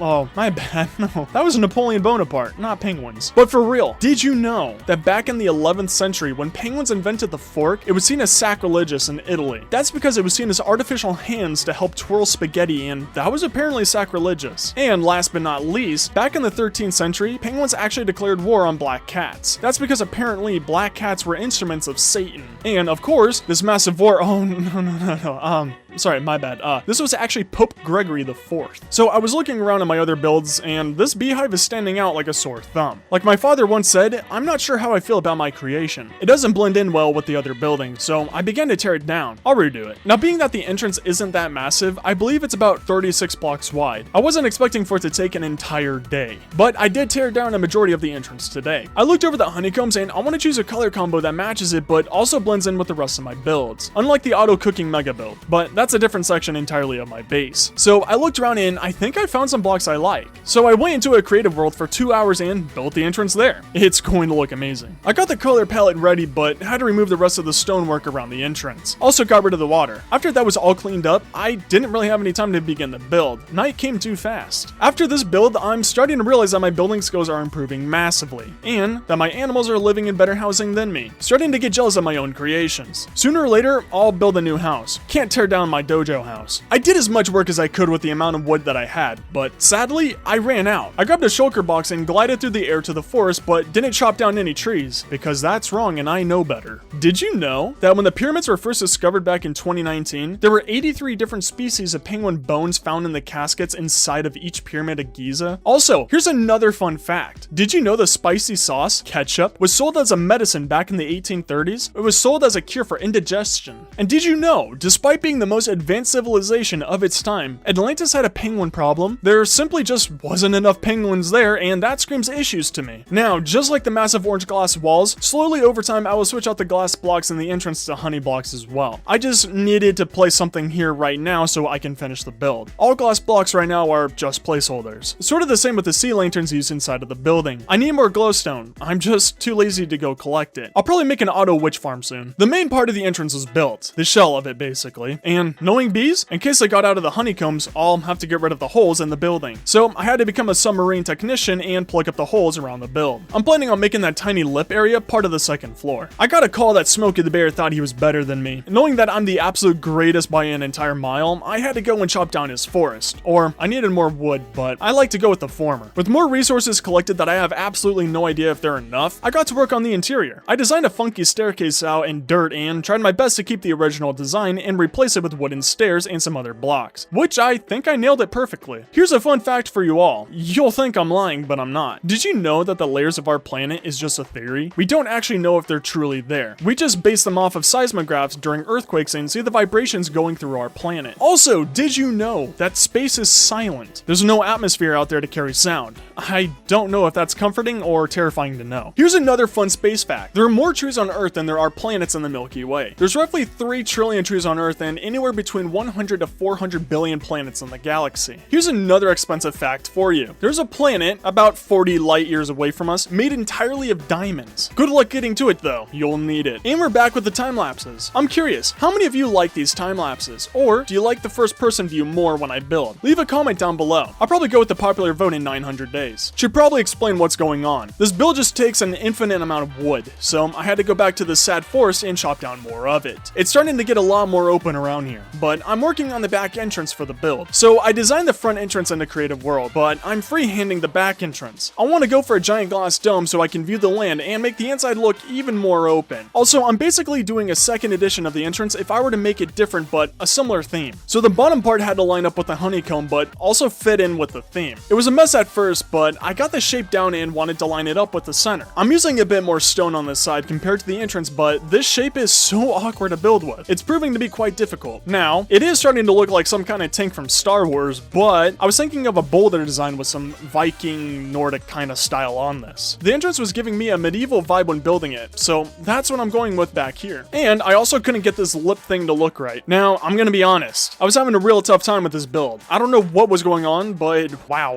I couldn't build a pattern that I liked. I kept on running around it trying to figure it out, but after half a day in this world, I just decided to take small chunks on and add fine details to the door. While building this back entrance, I realized that whenever I feel a build isn't looking right, adding depth and smaller blocks to the jagged edges to smooth it out really helps. Also, love building with walls and fences. It's just such a nice touch. And after nearly completing it, if you look at this from the sky, it kind of looks like a bee. So I think this build ended up perfectly. And to finish off the build, of course, I added some dark oak leaves. When in doubt, everyone, don't ever forget, add some leaves to your build. It's just something about that block that really ties in everything perfectly. Also added some hidden lights to the building so the baddies won't spawn on it. Tell me what you think of the back entrance. I think I nailed it pretty well. And now for more first person content. I want to add a layer to the walls so it isn't oak wood from the honeycombs making up the inside. I wanted to try and blend wood into stone since the back entrance has a lot of stone and the front entrance has a lot of wood. I added some stone to the front, but wow, this ain't looking good, Chief. But don't worry. Luckily, I decided to not keep the ugly wall. I quickly tore it down and went for a simpler wooden pattern with a rock bottom and rock sides to support the ceiling. After messing around with the design and making it look pretty, I finished one wall. Quite proud of it. And all of this day, I was being a fax machine, just copying everything over, which for some reason wasn't too easy. I don't know why, but it was difficult, which kind of went on to this day as well. For almost all of it. Yeah, I don't know why it took so long. But obviously, if you have a beehive, you gotta have an aquarium. Can't have one without the other. I just need fish now. I remembered a long time ago in a galaxy far away, I did capture a tropical fish. I put some sea pickles in the aquarium to light it up a bit and then looked through the glass. With the blue, it's too difficult to see inside, so I swapped it all out for clear normal glass. A lot better. But I want more fish. A lot more. So I flew out, but then found this fox and I want him. So I flew back home. I grabbed a couple leads in case I ran into more animals I want. Flew back to the fox spot and began searching. I thought I lost the fox and began to lose hope. Until I didn't and found him again, since I'm the world's greatest tracker. And now, to lead him all the way back home. It was actually going fairly fast. I think I have to travel about 1,000 blocks, but I constantly had to stop whenever we found a chicken. chicken. He loves those and the chickens deserve it. Now walking with my new homie, I found out that he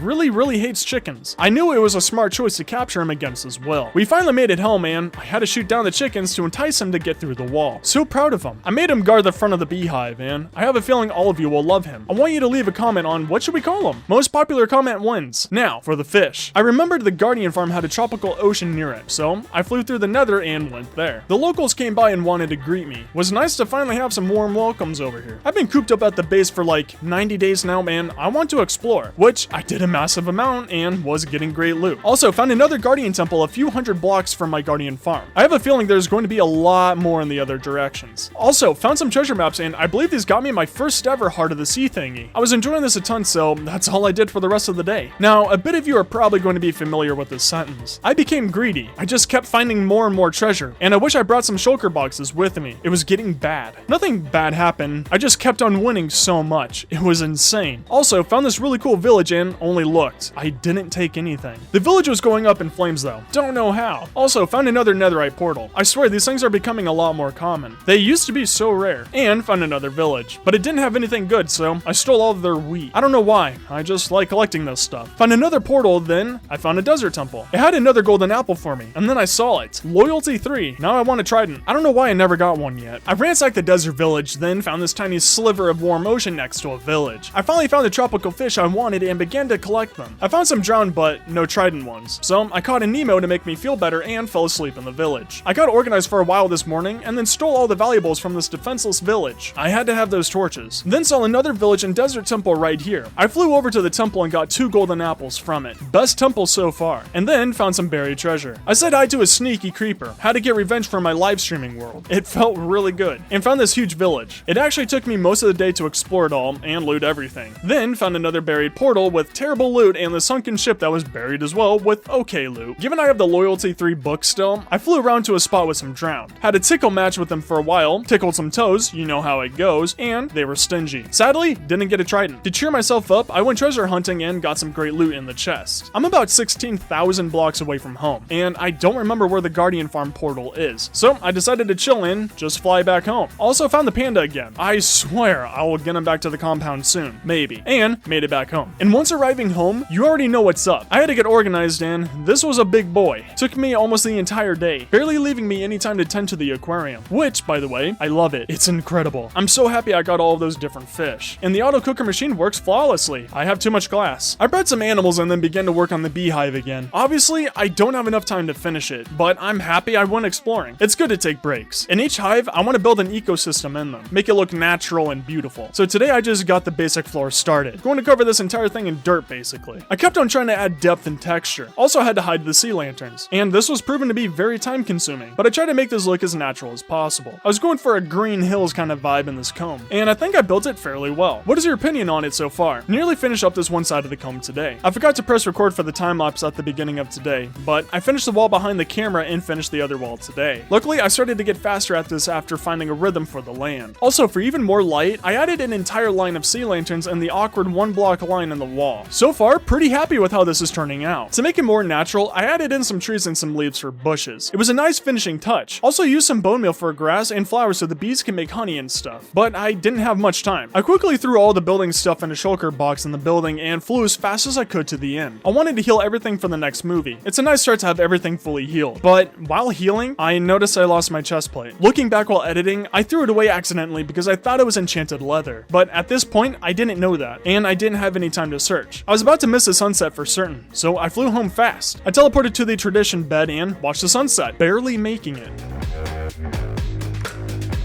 First, I had to get some villagers for the future trading building. I probably should have a dedicated villager breeder machine in the future, but I've never really done anything logical in here, so why start now? This won't be a permanent spot, so I just made a railroad line to a nearby open area and built a box out of cobblestone. But from my past buildings, this is probably comfortable for them. It wasn't difficult to get 4 of them into carts since there's so many in here and they were surrounding me. Once they were all in the lavish mansion and definitely didn't get out, I went and made some beds and placed a couple down. I don't know how many villagers I'll be needing, but this should should be enough. I got some carrots since that's the easiest thing for me to get for them, and because I don't like them enough to put any work in for their food. I kindly handed the carrots to them, but they stayed in the corner gossiping about me. I think they heard the tales of my actions that I did to their people. I removed the railroad system today and checked up on the villagers. They were making babies, but this definitely won't be enough. I went back to the sheep and they still can't step within 1,000 feet of a middle school. Disgusted, I left and made some more beds. With the floor almost entirely made out of beds, this should be enough for the trading post. I definitely didn't watch them creepily for the rest of the day, and it seemed like they wanted their freedom, planning in the corners of the room on how they'd escape. Weird. I found a spot for the new trading post and began to build the temporary outline for it, until I ran out of cobblestone because I don't mine anymore and went to the cobblestone generator spot. I mined it, but the machine wasn't pushing new cobblestone up. I dug down and the redstone part was messed up, most likely from me flying away and the game glitched, causing it to not refresh anymore. After a bit, I finally fixed the machine and got it all working again. With that fixed, I spent this entire day mining it. I don't want to do this again for quite some time, and also because I heavily spaced out and was watching a live stream, but I gathered a lot of these gray diamonds. I made some lecterns for the future librarians and began to plan out how they would all stand for the rest of eternity. With that planned out, I just made a simple cobblestone box. One, because the villagers are used to this design and comfortable with it, and two, because this is all temporary, but I don't feel like starting another mega build. I was absolutely mortified to see all of these villagers, but I do plan on making this trading post massive. I want librarians for all enchantments that I want, villagers for trading sticks, iron, children, food, you name it. I pulled one lucky villager over and got him into the first slot, then spent the day going through his enchantments. I decided to keep the Aqua Infinity guy because why not, in case I ever lose my helmet, and also because I do want all the important enchantment villagers. I already have a mending villager, and I want all the librarians together. It was super easy until I put him into the cage. Immediately I knew he would be a pain, and took a while to waterboard him into his spot. After that, the circus act came into town. This reminded me why I hate villagers so much. Of course, I could have made an easy minecart system to get them out, but where's the fun in that? I kept accidentally hitting them while trying to get them out of the boat. With all these iron golems everywhere, I figured I'd have to fight my way out. I headed to the trading post, but luckily the iron golem didn't care that I hit the villagers. Glad someone shares my hatred for them. I got him into his spot and spent the rest of the day refreshing his trades, losing hope because he was taking forever. Right at the end of the day, he got me blast protection 4, which I'll happily take because I hate creepers. Still abducting the villagers, and this one really wanted to become a librarian for some reason. He was incredibly annoying, but got him to be an efficiency 5 villager. Really nice one that I like. Did the same stuff again and got this villager to a respiration 3 because why not? And same thing today. I really want to do a raid, but I have to get my chest plate first. I spent the entire day with this villager, losing my mind, and finally got a Thorns 3 enchantment. Halfway done with the enchantment so far, and then we're doing a raid. Same old repetitive stuff today. Just got protection 4. All that's left is Unbreaking 3, and we're finally done. And on day 810, I finally got it. Lots of repetitive work, but the trading post is finally done for now. I rested my chest, got my last netherite ingot, and made the chest plate. I miss the look of me and all netherite, but I'll have to farm for ancient debris soon. Now, I saw a comment say to name the fox Fundy, which I thought was funny and fitting. So say hello to Fundy, everyone. And absolutely love the name for the beehive, calling it now the Behemoth. A very fitting name. What should we call the villager trading post? It's just a rough outline right now. It's going to be a tall building with all of my villagers with every kind of trade that I can do. I just don't want to start building it yet until I finish my other mega builds. Tweet at me what I should call it. Also, for my biggest mega build, I saw the Autoinator and loved it. It reminded me of Phineas and Ferb, so I went with it. Since this build in the end will do everything for me, I'm going to link all of my farms to it so it automatically collects everything. Goes into an item sorting system for all blocks, cooks all my meat and ores. This will automatically do everything for me. With all of that done, I got prepared and headed out for the raid. But while flying, I saw some parrots and remembered how I lost my favorite one to a raid. So I collected 2 blues and 2 greens. I want you all to name them as well. Tweet at me what names they should have. Now, with having parrots, they're like children. I can't fly away because penguins are better flying birds than parrots and I'm too fast. So I had to walk the entire way home so they wouldn't get left behind. I brought them to my dojo house and lined them up on the staircase like my first parrot. With all of them lined up and safe, I flew out again. But for one of my first times in my 11 years of playing Minecraft, I found a jungle temple. I was in awe since they're insanely rare to me. I explored it cautiously and began to strip it. I hollowed out the room and took all the blocks I wanted. I took one last look over the jungle to see if there was anything else and got back to flying. I headed out in a new direction, so I had to find a raid tower still. I came upon a desert village which for some reason didn't have anything of value, and I haven't been here before. Found a desert temple right next to the village, but I hate these and quickly looted and got out. I found another desert village right afterwards, but I swear my world is glitched or something. This place had nothing at all. I haven't been here before, and I could have sworn that villages were supposed to have at least some loot. To end off the day, I found another desert temple, but quickly wanted to get out. I'm always uneasy with these now because of creepers. But I guess to make up for the bad loot, my world just spawns in villages like grass blocks. I was finding so many that I'm just going to start skipping villages. Takes up too much time and doesn't give good enough rewards for it. To end off day 814, I found I destroyed another portal. My luck didn't stop here. I was flying over another jungle and found another jungle temple. I guess I never never explored this way in my world because this is absolutely insane. I was cautious but rushed this temple. Quickly stripped it and filled up half my inventory in a shulker box with the loot. I don't know if I could do a raid now since I don't have much space left for loot. I got back to flying in, found more villages. I decided to loot the last one though because why not? I filled up on torches and anything else I could find. I was beginning to lose hope. I kept finding more villages and skipped them all, until I finally saw it very far off in the distance. A pillager tower. I immediately got to work on stealing everything from them, like tradition. Then I got to work. I quickly said hi to all the pillagers, but then they just stopped spawning. I don't know if it's because they were petrified of me or something. I even checked the cave systems and didn't see them in there. But finally at the end of the day, I found one flag carrying pillager. I was getting insanely bored just staying here, but I started to hear pillagers. I began clearing out the land and looking in the caves again for them, but I never saw them. I got a second raid buff and things were looking up until they started to look down. I was getting maybe one pillager per minute. Something was obviously going on. I was so confident that nothing would happen that I went to go get a snack and left the game open. I came back to this mosquito biting me and finished a job that my armor was doing. I figured if I left this area, the mobs would despawn and come back. I found and destroyed another portal and headed back to the pillager tower, but nope. For the rest of the day, I found 3 pillagers and was still at the level 2 raid buff. Today, I just couldn't take it anymore. I flew off and found a sunken ship. I got a treasure map and headed to the loot. I found it immediately and got some pretty good items. This iron will come in handy. I flew over the pillager tower in disgust and headed to one of the 12 trillion villages in my world. It's only a level 2 raid, so I'm not really taking it too seriously. So much so that I even looted the town while the raid was going on. I healed up the iron golem for some help with the villagers and wanted to take on a Ravager head on. I won the hand to hooves combat and honestly didn't take that much damage. With even more confidence and a higher ego, I easily kept on beating the raid. I found another party with another Ravager and had fun with them. Taking on the Ravager with just my sword and continued to fight the raiders, having an absolute blast while doing this. The evokers started to spawn in and every time I see them, I quickly try and get rid of them before they can spawn in some flying rats. My absolute most hated mob, right next to the chicken. More Ravagers spawned in and this was the lowest my health got for this raid, 2.5 hearts. But I was still having the time of my life fighting them all with ease. Even the flying rats were easy to hit now, for some reason. Then came the part where I almost died. I say almost incredibly loosely because at this point in the game, I don't think it's possible for me to die. With the Ravager coming at me with about 5 Vindicators really gets the blood pumping for some more fights. I finished off the last evoker and the raid was won. I flew back home fast because I haven't even begun to build, and we're about 20 days in. I had a metric ton to put away after all of that looting and stealing, which took over half the day. I also have a lot of wheat for the animals that I never feed, or tend to really. I had a huge overflow of bamboo for the autoinator and already know that I'm going to use a lot of glass for the build, so I got prepared and flew out to the desert, getting to work on filling up a shulker box of sand so I can use up some of the bamboo fuel. I finished collecting all the sand I needed today, and looking back with the replay mod, I now just noticed that I was about 6 blocks away from a buried desert temple. Thought that was funny. I flew home and got to smelting the sand. I went to the autoinator and was surprised when I almost had a full double chest of glass. So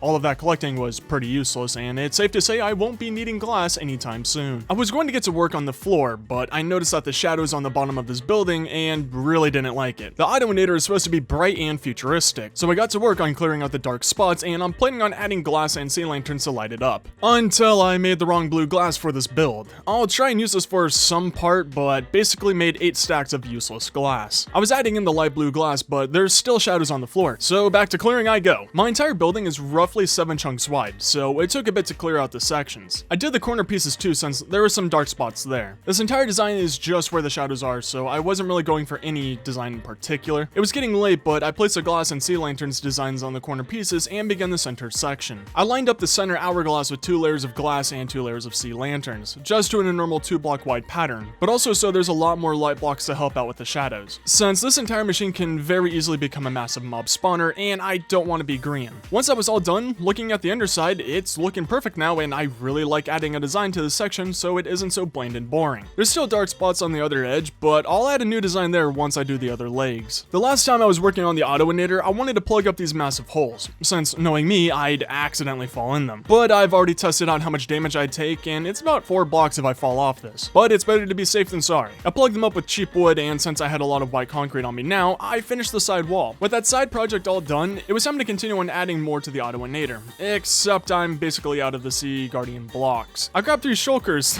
thinking this should definitely be enough, and began flying over. At some point, when I begin to work on overhauling the nether and making it all better, I'm going to make another highway system to all my portals because I'm tired of getting lost. I made it to the portal though and flew over to my glass spot and began to AFK these bad boys. Here's a fun tip for anyone AFKing. Download some mobile games. Been playing A-Gink the entire time I was AFKing here. Made some great progress on the game while not doing anything in here. And don't hate me for this, I've never seen SpongeBob, except for about 5 or 8 episodes, but being here makes me really want to watch it. Thought I'd share that. I know a lot of you want me to upload more, and I know for a fact a lot of you don't see my other uploads. I'm starting another challenge. Instead of 100 days, I'm doing 24-hour straight challenges. In my pinned comment, there's a link to a 24-hour video that I know for a fact you'll love, especially if you're waiting for more videos by me. Once my typical 2 days of AFKing was up, I figured this was enough for the blocks I needed. Now until I went through the chest, and the majority of items I got was fish. I don't plan on opening a sushi shop anytime soon, so I went back to my spot and it's time to AFK some more. Almost done though. Another thing, I know all of you love my 100 days series. I'm bringing back the modded ones too. What are some 100 day challenges you would all like to see me take on? Also, for this series, I'll try and upload this every other video, just so we can progress a lot faster. I didn't need to AFK for too long, just wanted a few more blocks. I got to work on crafting everything, and after a bit, I finished everything. I got an okay amount of blocks, but I also got way too much fish. I don't know if I accidentally went to a sushi bar supplier or the Sea Guardian temple, but I couldn't bring all the fish with me. I didn't feel like traveling through the nether because I hate it here and said hi to a surprise ghast. I decided to take my chances and take the long way home in the overworld, but like tradition, I didn't bring a bed. But also like tradition, I found yet again another village. I went inside and didn't kick a sleeping villager out of his bed. Before leaving, I just looked around because I'm nosy and wanted to see if there's anything to take. Said hi to a cat and checked out the destroyed nether portal, which had garbage. I still had 6,000 blocks to travel till I was home and got back to it. At one point, I don't know how, but my player model just disappeared. But it did make for a nice cinematic shot flying home. I ran out of fire rockets and nearly fell into some lava and ran the rest of the way home on foot. I first got to work on putting away my fish, which filled up 3 barrels and got everything else organized. I flew over to the end to heal everything and I want to get more shulkers. I'm really tired of barely having enough shulkers and not looting everything that I want when I travel. I went through one of the portals and began searching. It took a little bit, but I found this absolutely massive end city with 3 shulkers in it. A couple hundred blocks away, I actually found a nice spot with 2 end cities and a boat. I went for the smaller tower first, which didn't take any time at all, and went for the boat next. I stole the Ender Dragon head and went for the elytra. I'll probably end up making a trophy room in the Autoinator for all of this stuff, and got to work on the tower. This entire time, it felt like I was playing hide and seek with the locals, except they'd cheat and teleport. I would too if I could, to be fair. I also forgot how great the loot in these towers were. Way better than villages and raids. I cleaned out the tower and went on to the next one, which was about 200 blocks away. I'm loving my luck. Same thing for this tower. I just hunted down all the shulkers and robbed all of their chests. I'm curious who even made these towers and put all the loot here. I wonder if Mojang will add an update for the end to explain these towers more. I ended off the day with 46 shulker shells and 2 elytras. Happy with the loot, I flew towards the portal and found a new portal with an end city that I already looted before. I flew straight into the portal without missing at all and went home. I quickly got organized and made all the shulkers that I could, almost filling up a chest. I should be good on shulkers for a very long time now. I looked over the Autoinator and I think I'm going to raise the floor to make it thicker. The legs are super fat and massive and it'll look weird if the floor isn't fat too. I went to get some glass and found a skeleton in the room. I accidentally forgot to add lights in this area. With the wooden cap on, it made it too dark. After fixing that, I got to work on adding a prismarine layer to the floor. And of course, I ran out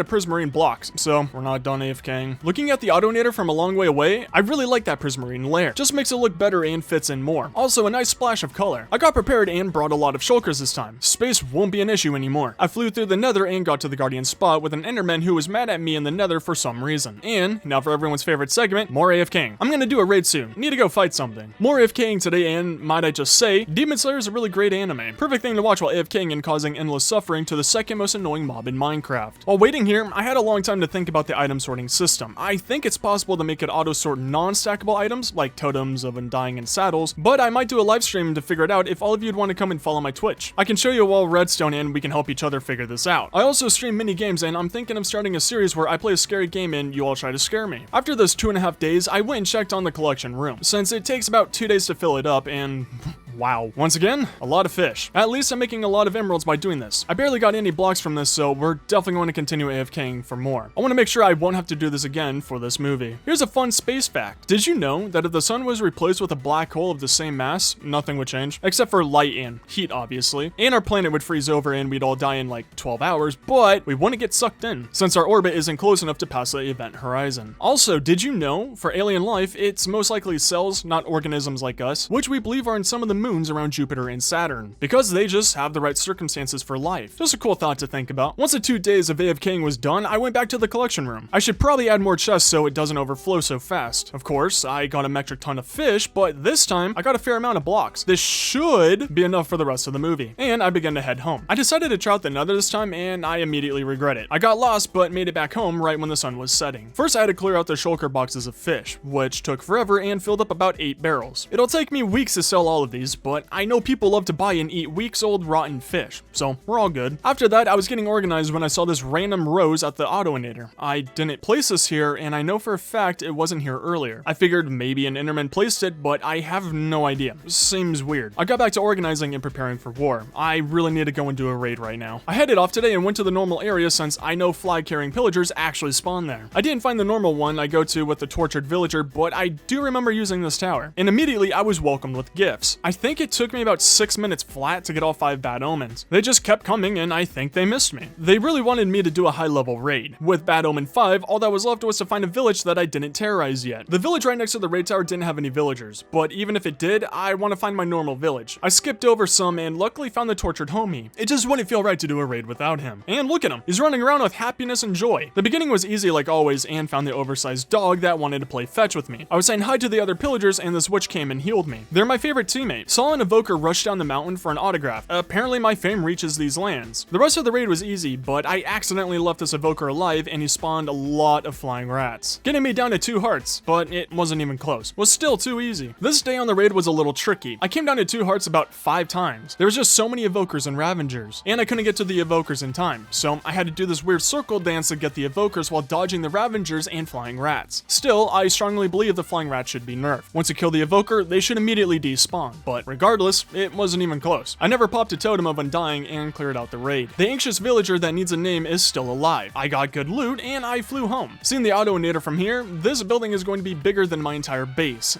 It's kind of insane. There wasn't much to organize, so I put everything away and got prepared to get back to building. I need to actually make progress on this building or this will take over 1,000 days to finish. I finished the prismarine layer and added a sea lantern layer on top to help out with dark spots and a nice border finish. I began adding the white concrete layer of the floor. Well, the edge of it. The issue is that the edge with concrete is really hard to see since the shadowing is the same on any layer. So I added a blue glass layer to help with telling the difference. I ran out of concrete and went to see the floor. This is looking perfect to what I envisioned so far. I had to make some more white concrete and spent the rest of the day mining it. This entire day was just making more white concrete and mining it all. This building is going to take a lot, so I'm filling up the shulker box, since there's no point in not, and it'll at least allow me to build for a little bit without having to do this again. And it continued on this day as well. Just so much powdered sugar. I can open the largest donut chain in America now. Maybe. I finished all the white concrete for today and filled up the shulker box. I'm making the white concrete come out by 10 blocks on all sides. I'm not sure at all with what I'm going for with this building. I'm just going with the flow and randomly building what I think looks good. But I feel like I should either make a different level to this floor or add some color to it, or even a light bridge for it so it looks even more futuristic. But today I made some great progress and nearly finished all sides of the floor. I finished the white concrete part and began adding sea lanterns around it. I don't want to use torches or have any lights in weird places. I want to blend the light sources into this building and I don't want any dark spots at all. I want this entire machine to just glow in the dark. Afterwards, I began the prismarine and block layer, just so it doesn't look like I'm walking on Antarctica throughout this building. Finish off the prismarine layer and I'm beginning the middle part of this. Since this is so massive, I'm going to make sections for this build. Currently, this is only 25% of the build. I still need to make the walls and ceiling. That'll be 50%. Then I have to mirror this over on the other side and that's 100%. I'm thinking the left side will be the auto sorting system and whatnot, and the other side will be enchanting, wall maps, etc. I finished the center design and it's really sick with the prismarine blocks. They slowly fade to a different color. Thought that part was cool. I added sea lanterns around because light is my middle name and began to add a blue glass section in. I plan on adding water below this for a cool water bridge effect and to add some depth into the floor so it doesn't look off. I finished adding the blue glass on both sides and a sea lantern outline to them. All that's left is the white concrete part. Just going to fill in the holes with this so it isn't too busy. But this day, it was horrifying. The worst thing that could ever happen, happened. I ran out of white concrete for the building, a sentence no parent ever wants to hear. I got all ready and was going to head off, but was distracted by the zombie piglin and iron golem play fighting. Had to knock him off the fence. I couldn't let him go see Lil Nas X. Took off the next day and couldn't help but stare at the autoinator. It's just so beautiful. I was flying to the desert when I came upon my old panda again. It's probably been like 700 days or something, but I swear, in the 1000 Days movie, I'll bring him home. I flew to the same desert, but a new spot somehow, and got to work. Took about 6 minutes and I filled up the shulker with sand. All that was left was gravel, and for some reason, I think it went out to get some milk. Every single time I try to find it, it just disappears on me. I flew around and found little pockets of gravel and thought my luck was over. Until I didn't think my luck was over and I found the gravel mountain. Now a smart and wise thing to do would be to write down these coordinates, but that's 7 things that I'm not, so I won't. I bought a first class ticket with a view because I'm worth it and went home, immediately getting to work on making my powdered sugar and definitely not something else. Today I was just solving 0 times 0 and how the universe began, using my massive brain to better humanity and come up with commercial ways of traveling the galaxy and allowing humanity to make star roads to travel to other galaxies. Or I was making white concrete. But I like to go with the first part because it's more believable. With a super pleasing time lapse, the floor was done and the building is all complete. I lied. For once, I want to try on a build and plan it out. Even though I did that for some of the beehive, but ignore that. I began planning out the walls because I don't really know how I want to design the walls for this place. And just as I was going to continue doing that, the sussy bakas spawned in the hollow part of the building and I just can't have that. They don't want to pay rent and I'm not that kind. So I ran around and made sure this thing was brighter than my future. Since I was down here, I figured I might as well make the water channels for the glass part. And this was when I decided that I regret that decision. Because I didn't know that it was going to take so much work to do this, but it'll definitely be worth it in the end. I finished the right side's aqueduct channel and got to work on lighting this place up again. Not bad at all, until I had to begin the other side. Today was just like yesterday, but only 24 hours ahead. If I were speaking as if Minecraft was real life. I finished up this aqueduct and began to light up the building again. Just like how this building will light up my life when it's done and does all the work for me. I took a break to look at how beautiful this masterpiece is and got prepared. I've been building for quite some time now and I really want to go and say hi to some pillagers. I got everything I needed and headed out to the village again. My sword was feeling like Batman and I was hungry for some justice. I didn't get out of character and wanted to continue being Batman. So don't worry, I didn't kill any pillager. I just broke their spines, cracked their spleens, made some of them paraplegics. Over half of them wouldn't be able to talk to their kids anymore. Sorry, little Timmy. But look on the bright side, they're all alive. Night was coming and I didn't feel like doing the raid during night, so I just went back to the pillagers. I had bad omen 5 and if the game would let me, I would have gotten to 7. With my dark night duties all done, the sun was high, I was not, and I skipped happily over to the village with my good friend whose name I don't know because he hasn't been given one yet. As tradition goes, the first few waves were incredibly easy. Nothing to write home about. And I got to play some patty cake with the Ravengers again. I don't know what happened, but I'm just a lot tankier now, and can be even more reckless with these raids. I ran around with 2 Ravengers chasing me and just picked off the evokers first and any archers in my way. This villager was low on health and I wanted to brag right before killing him. You know, give them a taste of their own medicine. And whatever this guy is on, I really want some. That speed is insane. We're getting to the end of the raid, but I somehow got down to 1 heart, teasing the Grim Reaper again and running around while stuffing my face with food. It's becoming common for me to be down to 3 hearts or less. I for some reason couldn't get these Ravengers to die, until I whipped out my barrel 50 cal and took down the annoying ones. I continued the justice fighting today and this was the last wave. The most annoying wave too. About 5 evokers and 3 Ravengers and my god do I hate them all. Somehow my friend below me didn't get killed, which is quite impressive if I'm being honest. And I just sniped all the baddies up here. Then they started to line up on the watermelons to die. Very thoughtful of them to do so. I killed the last pillager and the victory was raided. I said goodbye to he who has no name and flew home. Once I got there, I acquired so many totems of undying, I'm now beginning my second double chest. It's time to get back to building and oh boy do we have fun stuff today. I grabbed about 10 water buckets and began adding water to the aqueduct. At this rate, it'll only take me 20 days. Until I multiplied 0 with 0 and figured out I could do this so much faster. Unlocking my ancestors' knowledge of working on the aqueducts in the Roman days, I started and finished both sides and it's looking alright. Might remove the glass and raise the water up, just have an open river with fish. I got back to planning out the walls and exterior of this build. I'm having an incredibly difficult time because my mind was blank. I had no idea how I wanted to do this. I started with looking at pictures of Greek palaces and decided to adopt some of their styles, having pillars 20 blocks apart that'll support the lower roof in the future. After that, it was time to plan out the interior walls. This place is so massive and I want doors everywhere. I don't want to travel far to move around. I'm going for some glass walls for a futuristic look and to open up the rooms even more. Had to make more white concrete for half of the day and finish preparing the rest of the walls. While I was here, I carved out the open doorways. Don't want traditional doors on this build. Would look silly and finished preparing for the builds. 873 was a shorter day. I finished repairing the outlines and did this glass corner with the remaining time. After that, it was time to design the walls. I know I need to texture my build, but I just want to see what it looks like with just white concrete first. And I think just smooth walls really screams futuristic. I was going for some random designs like the legs so it doesn't look so plain though, and nearly finished the rough design today. After finishing it up, I wanted to add in the splash of color on the walls. In hindsight, I should probably use different colored blocks, but I'm not going to do that. I was making good progress, but I really hate how flat this wall is. So just like the legs, after building it a bit of this wall, I tore it down and added depth. For the side walls, I'm just going to do these long emerald and Among Us characters above the doors. But on the front of the building, I don't want to copy that design too much. Wasn't sure what I wanted, but I just went with it. I'll call it an ancient coin since this place will hold all of my emeralds and wealth, and also because I needed to make a design that covers up a lot of the wall. But then once again, I didn't like it. I like the thought of no doors, very open areas, and being able to see the sky. So I tore down all the blocks and the designs and replaced them with glass. Don't don't worry, this is a pretty common occurrence of me building something and then tearing it down for something better. Once I was done, it was time for the front again. I'm planning on making the front very open and extravagant. I went for the Among Us design on the side windows and made them even taller, so I can see more while inside, even though it'll just be of the blue sky and maybe some falling iron golems. But I ran out of blue glass and white concrete, so I spent the other half of the day making both. Finished the windows and it's time to connect this bad boy. I had to raise the top layer one more and begin to connect the wall segments together. I kinda repaused the recording and forgot to resume immediately to go grab some emeralds, since I figured it would be a nice splash of color for the entrance, and to show that this is the entrance. I wanted to make it open like a book with the pages drooping, but I didn't feel like trying that, since I didn't have enough room. Since I'm just copying over the design, did you know that we'll never be able to explore the entire universe, unless we make a way of traveling faster than the speed of light? It'll forever be impossible, since the universe is expanding faster than the speed of light. We also didn't know if black holes were real. We always knew something had to be there, but we never had definitive proof of them, until April of 2017, when scientists from around the world made a picture by combining radio frequency signals from observatories. The outer walls are done. Now for the inner. I want to make the ceiling a slant and for the outside to be very open and clear, so I can still see the outside, and to also make the room feel even bigger than it is. Only issue, I couldn't come up with a good design at all. I looked around on Google and took inspiration from the Forerunner's glass design from Halo, only just beginning it today, but I couldn't continue it. I ran out of white concrete again and was getting ready to go get some more supplies for it. I noticed my bamboo chute was overflowing again. I might have to make that off switch again. I began to head out, but I couldn't help myself. I love staring at this building, but first was the gravel mountain, since that's annoying to find, and luckily found it immediately. But this area was annoying to mine. The pillagers came by and ran away. They didn't want to stop me from taking their gravel. I filled up the shulker and flew off to the nearby desert, making a sick landing on this boob and began to mine it all away. I collected the sandstone as well because why not, and to leave the mountain nice and flat. In the distance, there is a pillager tower and I'd love to do another raid, but I've barely gotten any work done on the auto-inator. I really need to focus on it more, so I flew home, got organized, all of my gear was low, so I went to the end, held it up on my 6 feet tall buddies and tickled their shins. And we were right back in the kitchen cooking powdered sugar. Whoa. Again, just filling up this shulker box. I'm really hoping this will last the remaining time of this video. Once I was all done, I got back to the interior wall. I'm making this around 10 blocks higher than the exterior wall for that swooping roof and to make the rooms feel even larger. I'm making the glass look like an energy wall from Halo, with the sea lanterns being the power source and the glass being made of plasma energy, all for that futuristic look. And so it's all lit up. I finished the front wall, and for the side walls, I'm going with the same general idea, but not as busy or impressive. I want them to be even more open and see-through. Also so I can save on white concrete and use a lot more of the glass I have, but I don't know how I feel about this look so far. The top felt really weird, so I added the same glass top to it and copied it over. So here's a fun thought. Freeman Dyson back in 1960 invented the Dyson Sphere, a mega structure in real life that would surround a star and harvest 100% of its energy, making the human race practically unstoppable. Some scientists think we found some in a few galaxies far away from us, but it's most likely just dust covering up a star at certain points. Once the copy and paste was done, it was time for doors, and we're too fancy and wealthy to use traditional doors here. I made high archways and used some glass in them to follow the theme and keep everything open. I might put iron golems in here for added protection, but they'll most likely just walk off the edge. After the right side was finished, I began working on the center crystal pathway. Ultimately, because this place is big enough to fly around and easily, I think I'm going to leave this piece without a wall, and just make this tube into a central sphere. All for decorations, but also to separate the room since both sides have a purpose. Now, I couldn't figure out for the life of me on how I wanted to make this room. Spent majority of the day designing the walls and making this bubble top. I closed off the dome, and when I tell you this wasn't easy, this doorway wasn't easy. The huge wall part of the crystal walkway was super easy, but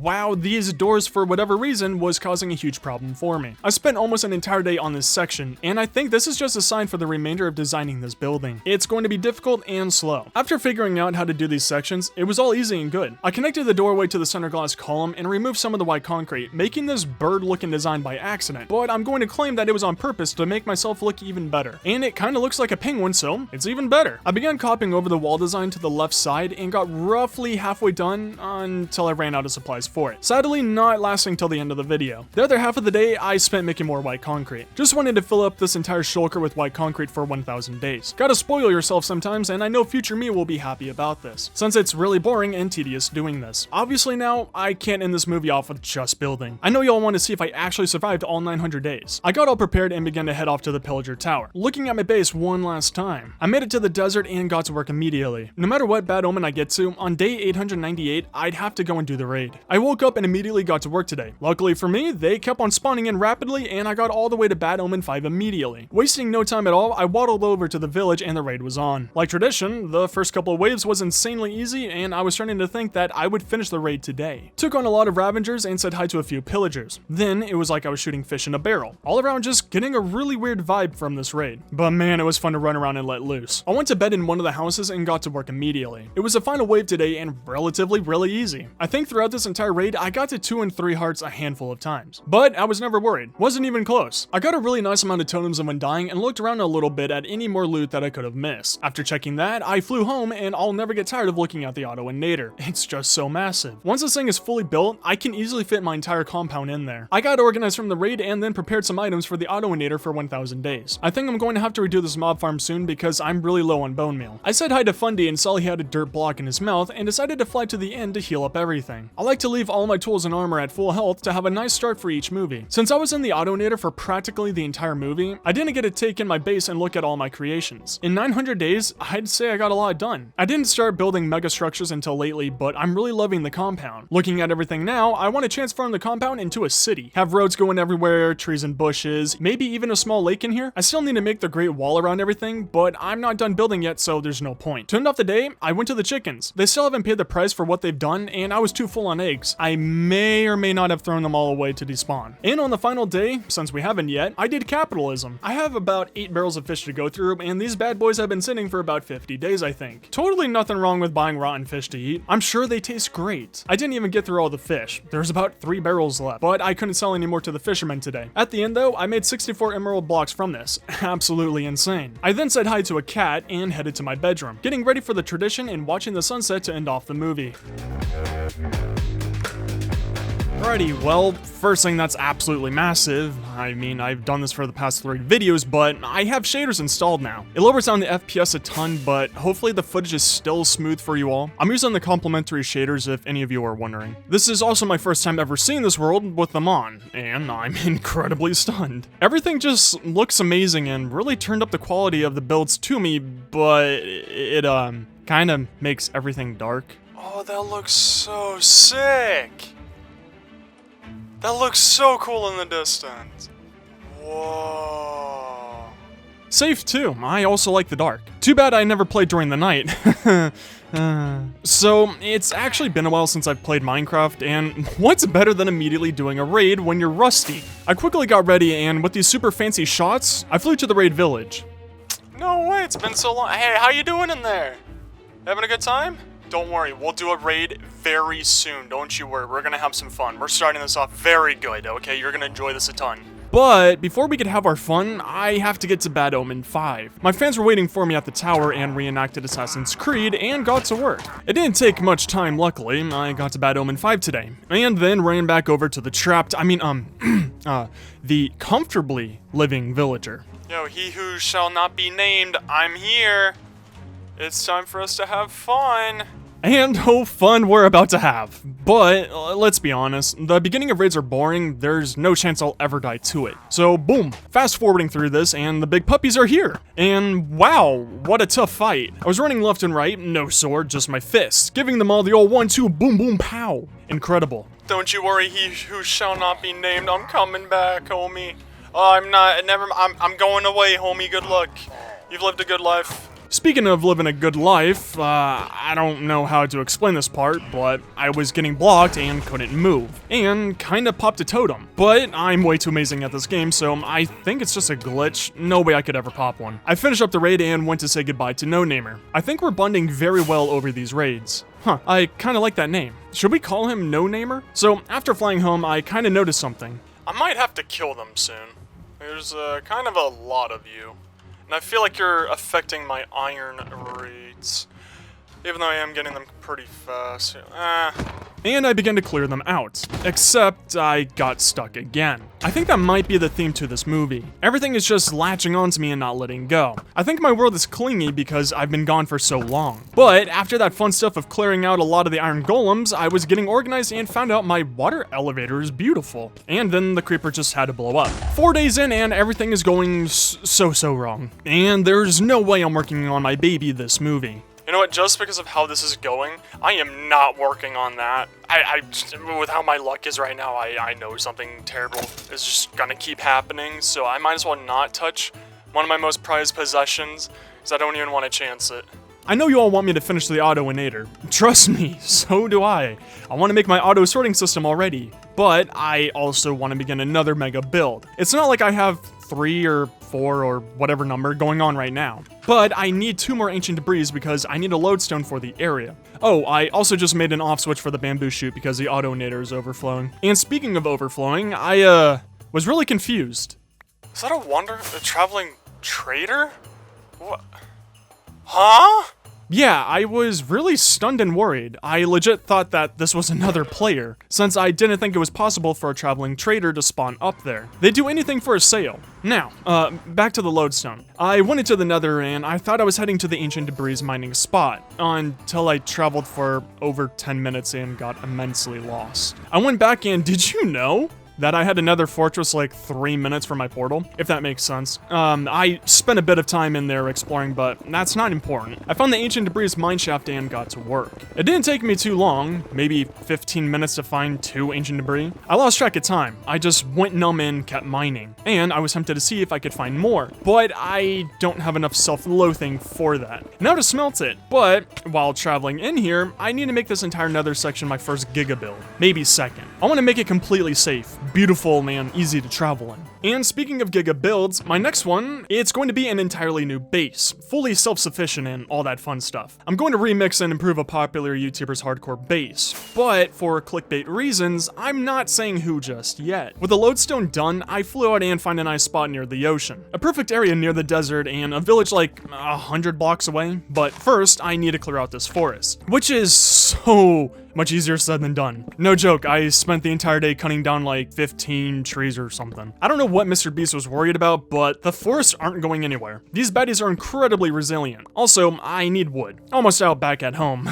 So, I did say giga build, not a mega build, meaning this place is going to be massive, and I'm planning on using the entire grass area. I'd tell you how big it is, but I don't even know. But to at least not forget what I'm planning here, I dug a line, because that's how you claim things in life. But this build is going to take up way too much time, so I'm not going to do it yet. I just wanted to bait you all. My inventory was full, and I headed back home. While I was getting organized and being incredibly happy over how much dirt I have now, I thought about it long and hard, like 3 seconds. But it's time to remove my starter home. It survived like 900 days, but it's just in an awkward spot in my compound. It's annoying to get into to put stuff away, so I removed it. Hopefully it doesn't make you angry. But to not make you angry, it's time to bring back Bumble. But first, I want to change out this section of my compound to a shroom-light district, just to really section off everything, and because the shroomlights are orange and will fit the behemoth very well. Firstly, to get shroomlights better, I had to trick out my netherite hoe, because you need to treat your hoe very well, or else the hoe won't treat you well. You get me? It's a give and take relationship. So I iced out my hoe and I was ready. I went to the nether as one would for some nether items,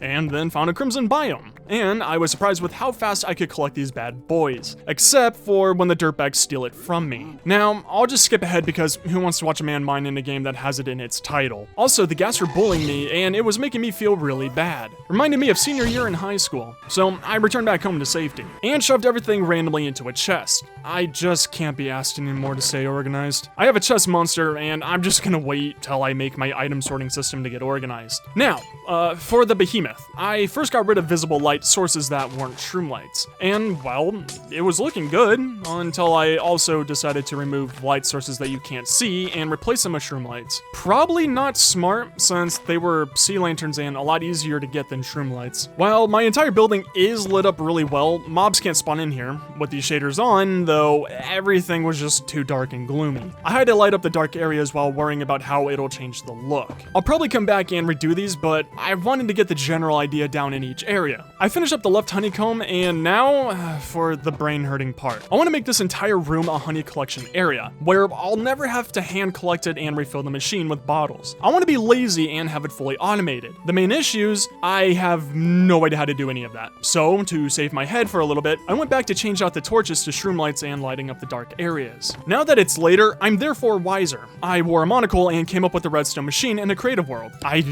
definitely didn't look up a YouTube tutorial or anything. I marked out the center of the beehive, which was an even number, so there's 2 centers. And I'm planning on making it look like there's a tube coming out of the beehive for collection. action. Make it look more factory-like. But for the machine, I need ice. And don't worry, I listened to your 5,000 comments this time. I know, I need to use packed ice that doesn't melt with light sources or heat. So I flew to the polar bear's biome and stole more of their home. They deserve it. I collected a number of shulkers that I can't count because counting is for nerds, and flew home. I was getting organized, but then wanted to get more ice, mainly because I wanted to farm some more polar bear tears. It made me feel good, and I wanted to gather a ton of ice for future item sorting system pathways, and because once all the ice melts, I can sell it back for a huge profit. Thinking of future capitalism. Once I tormented the polar bears enough and had a few bottles of their tears, I headed back home and found out that you can also craft packed ice. A very nice discovery. And now for the redstone part. First, I had to do the hoppers since that's the biggest part of it. I didn't want to put it too close to the edge since the outside is just 1 block away, and I know this is going to be a thick boy. I mainly just got the collection part done today, but I underestimated the location of this for the item sorting part. Well, not really an item sorter. I'm making a system that will check when a beehive is full of honey and then collect it, while another area will detect when a dispenser uses a glass bottle and then send 1 glass bottle to refill it, so I never have to come in here to refill the dispensers. I can just keep a chest at the entrance of the building full with glass bottles. It all sounds a lot more complicated than it really is. Trust me, it's really not that confusing. I just wanted to sound smart. A little side quest, my iron farm stopped working, so I went around and killed some iron golems. That usually fixes it for some reason. Also made more redstone items to finish up the nerdy part of the build and made the collection spinning spot. Everything was going smoothly, man. I had to make sure to cover up all the holes because bees are annoying and dumb, but we still love them. Now, since my item sorting system that isn't set up yet, there's no point in me connecting this to it. So I'm just making a little collection area for it. But now thinking about it, is it even wise to have this connected to it? Especially since this honey stuff will fill up incredibly fast. Or at least it did in the creative world. Within an hour, I think I had an entire line of honey bottles, but that's a future problem for future smart me. I was going to make everything look pretty, but it'd be better if I do all the redstone stuff first. And now,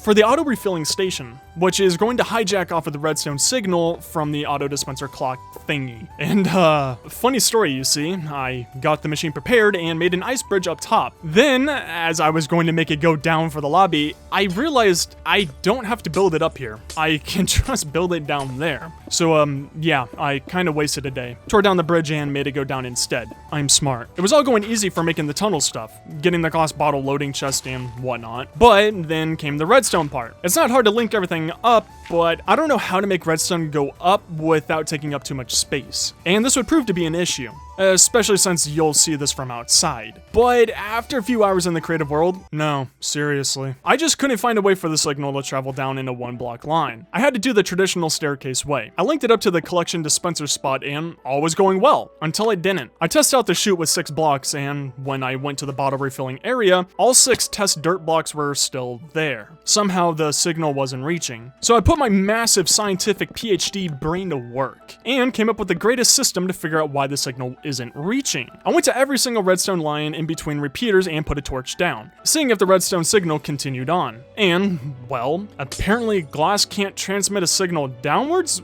but it can upwards. I guess that makes sense. So I went through and replaced all the glass parts that headed downwards with stone and tested out the machine again. And it worked perfectly. Next, I got to work on the water elevator part, and then the nightmare came to my attention. There's now one issue that I'm starting to realize. I think I have to load up all of these with glass bottles. Whenever one of these uses a glass bottle, the glass bottles on top will slide across all of these, like it'll go all the way across until it can go back into one of these. So I need to make 9 there, 5 there. So I have to make 14 per. So that's 14 times 14. My math was very off and I'm not going to let you hear it, but running it through a calculator, I came up with 57,000 glass bottles that I'd need. No, like seriously, I don't really know what to say. I chose this place as the project for this movie, and well, I grabbed 22 shulkers and flew out to the desert. It's going to take quite some time. I wonder if there's some kind of sand farm I can make. But regardless, it's time to get to work. Just to not bore you all I did was mine for about 4 days straight. I did get 7 shulkers filled with sand, and the desert was really showing signs of wear and tear, obviously.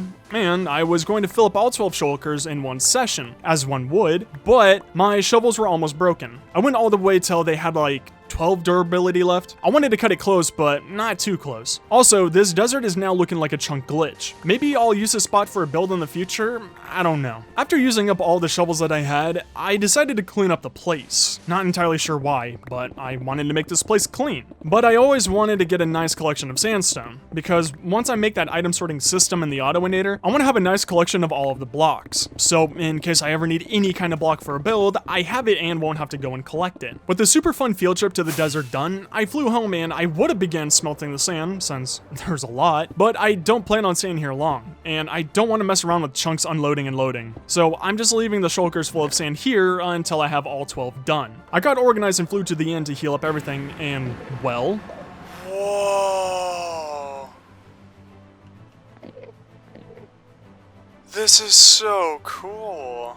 Yeah, this was my first time seeing the end with the complementary shaders on, and I loved it. I'm definitely going to make a Giga build in here someday. But before I go and finish mining out the desert in self-loathing, I want to do another raid. You know, add some spice and thrill to this movie again. Like, ooh, am I gonna die and lose my 1,000-day hardcore world? I don't know. And I don't know if the pillagers missed me, or if they want me to die to a raid fast. But I got to Bad Omen 5 today. I think this is the fastest I've ever gotten it. No time to waste. Stairs are for nerds.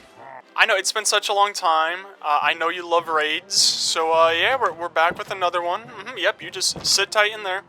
I still have absolutely no idea how the Vexes have not killed you yet, but hey, I'll take it. I mean, to be fair, I really don't know how No Namer is still alive. He has to be low. I might bring him some healing potions for him, but it's kind of incredible that Vexes haven't killed him yet. As for the raid, like usual, the beginning is slow and boring, and then I turned up the heat and had a patty cake war with the Ravager. I won, obviously, and then had a staring contest with this one. And, well, the raid was quite easy for the remainder. Nothing else happened. The bow made it a ton easier, and I was just working on my aim. Until at the end, I was trying to find the last pillager, and I thought this Vindicator destroyed the cobblestone door and killed No Namer. Until I realized it was a different house and he was safe. Then, I just returned home and got organized like I always do. The fun little break is over now. Back to the super fun sand mining. Just so some of you don't cry to me anymore, I went up to my mob spawner and flew off there. Gotta save that one rocket. All that's left is 5 more shulkers. And, I tried to keep on mining out the sandstone so that this place would look a bit nicer,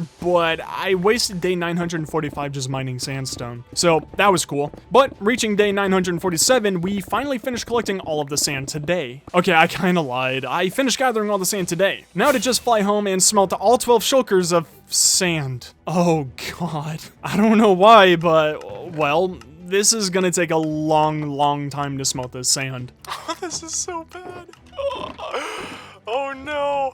Oh no, this is probably gonna take me the entire video of just putting sand in there. And on top of that, I only have a double chest of bamboo on backup, so fuel will also be a problem. While the sand is smelting, I'm just gonna work on decorating the beehive and making it look pretty. However, I need more wood. And being the main character in this world, also the center of the universe, I disregarded the needs of the forest and collected a couple stacks of dark oak. After getting a good amount of those, I went to the side of the behemoth and began to change out the glass to black stained glass. I have to make sure the glass is drippy, because you either drip in this world or the world drips you. What?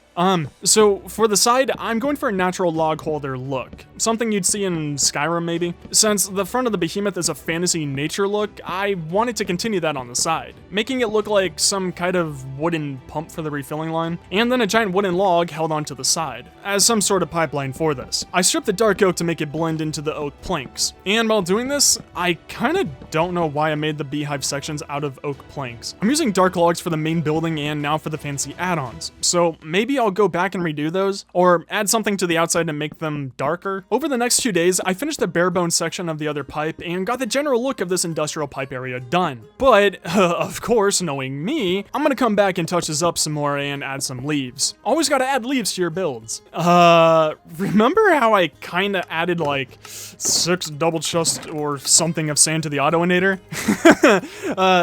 Yeah, funny thing, did you know that you have to remove the glass from the single double chest or else it'll overflow? Yeah, I forgot. I barely made it in time before it overflowed and just made bottles and added it to the beehive. Roughly 1/3 done with the glass bottles now. So I gotta keep an eye on those suckers, and got back to finishing up the side of the beehive. It's nearly done. Just needed those fine touches, like leaves, and added some stairs to smooth it out. I don't know if I'll come back to it, but for the most part, I think this is all done and good. I'm pretty happy with how it looks. I think I just need to add on to the beehive section. And speaking of destroying a desert ecosystem, all 12 of the shulkers are loaded into the autoinator. I added more glass bottles to the beehive and, something's wrong. I kind of forgot that 12 shulkers of sand kind of need fuel to smelt. It's really funny how nature be like that. And, this is bad. Even worse than the fuel, the sand is backed up. The furnaces were without fuel for too long. I had to bite the bullet and go and take all of my coal and charcoal. As this movie goes along, the poorer I get. This is terrible. But with me being so generous and kind and sacrificing my vast wealth, the fuel system seems to be okay for now. Hopefully this is enough for all of the sand. Now,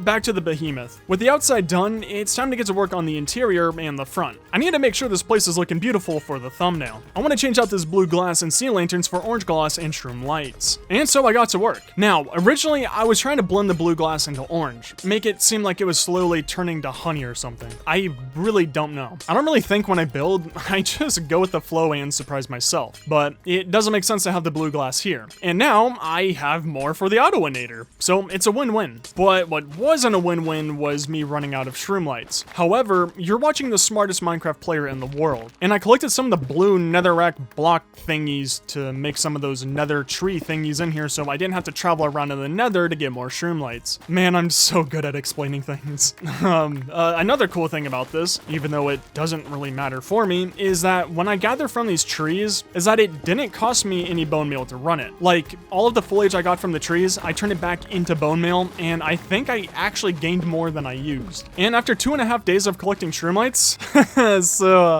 I think I haven't checked on my collection system part of the glass in like 5 days, but I'm sure it's fine. There's no way I'd walk into the room, pick up 3 stacks of glass sitting on the hopper because it's overflowing, and possibly lose a lot of glass. Well, that happened. I'm really good with time management, I swear. I think I collected too much glass though. All of the hoppers and dispensers are almost filled with the glass bottles, so I don't know why you guys didn't tell me that I don't need 57,000 blocks of sand. Anyways, I finished a majority of the outside honey splatter glass design, but I ran out of orange glass. And I don't feel like making more just yet. I'm super low on glass, as you can tell, so I thought to work on the inside now. But I need shroom lights for that, so I spent the remainder of the day getting more shroom lights. I should probably make this into an auto farm, but I don't want to be Etho's lab just yet. Now, I know I've been farming a whole ton this entire movie, so I wanted to make this the last day that I farm, or at least try to. I do need the shroom lights, so I'll try and use them wisely while building because I want to actually get stuff done. I just wish I could skip the farming part so I can show you all the building parts and adventures, which leads into those updates I want to talk about. First, just so this makes sense, I don't want to use any more wood or stone for the lobby. I want to make this look very nature-y and like you're still in the wilderness. It'll make more sense once I work on the rest of my compound and add a theme to it all. First, just so none of you get anxious or sad, the stuff I want to talk about is all good. I mean, the reason I need or want to isn't, but the outcome is really good for all of you.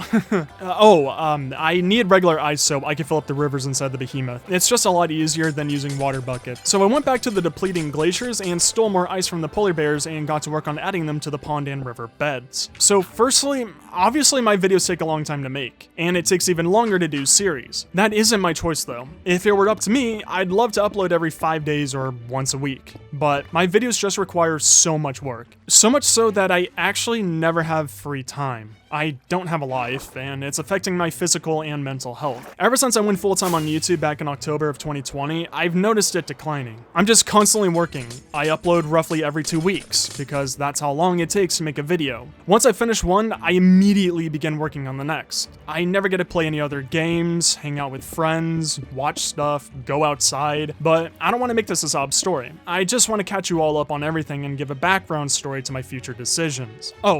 Sorry to cut this off again, again, but every 1,000 days, I want to make a map of my entire compound or wherever I am working on in this world. If I'm at some other spot, I'll make a map there. I just want to see the progress of my land change. I wish I made one back on day 0, but it's whatever. So anyways, when I began this channel, I didn't just want to do 100 days. I actually didn't plan on doing this at all, but my channel blew up from it, so I continued doing them. I want to do content that's more personal, more fun, stuff I can upload more rapidly. Have videos where I can skip farming items and blocks so I can just show you the fun stuff and show off buildings and adventures. And I'd like to think that you didn't subscribe to me just for 100 days content, but because you subscribed for me. Now, don't freak out, I'll still do 100 days content, mainly just the lore 100 days, you know, like the ocean world that all of you loved a ton, and I'll still do the series, but I'll make it every 1,000 days instead of every 100 days, so I can show off more. But I'm going to change this series into an episode series, like episode 1, 2, 3, etc. So I can cut out all of the boring grinding and farming, and then I can actually finish builds. The Autoinator alone will take 1,000 days, and I can't put myself through it to make 10 more 100-day videos on it. Also then, I can include all of you in it more. You can help me out with designs, what to build, naming animals or villagers, and then all of you can see this world a lot faster, instead of once every 2 months.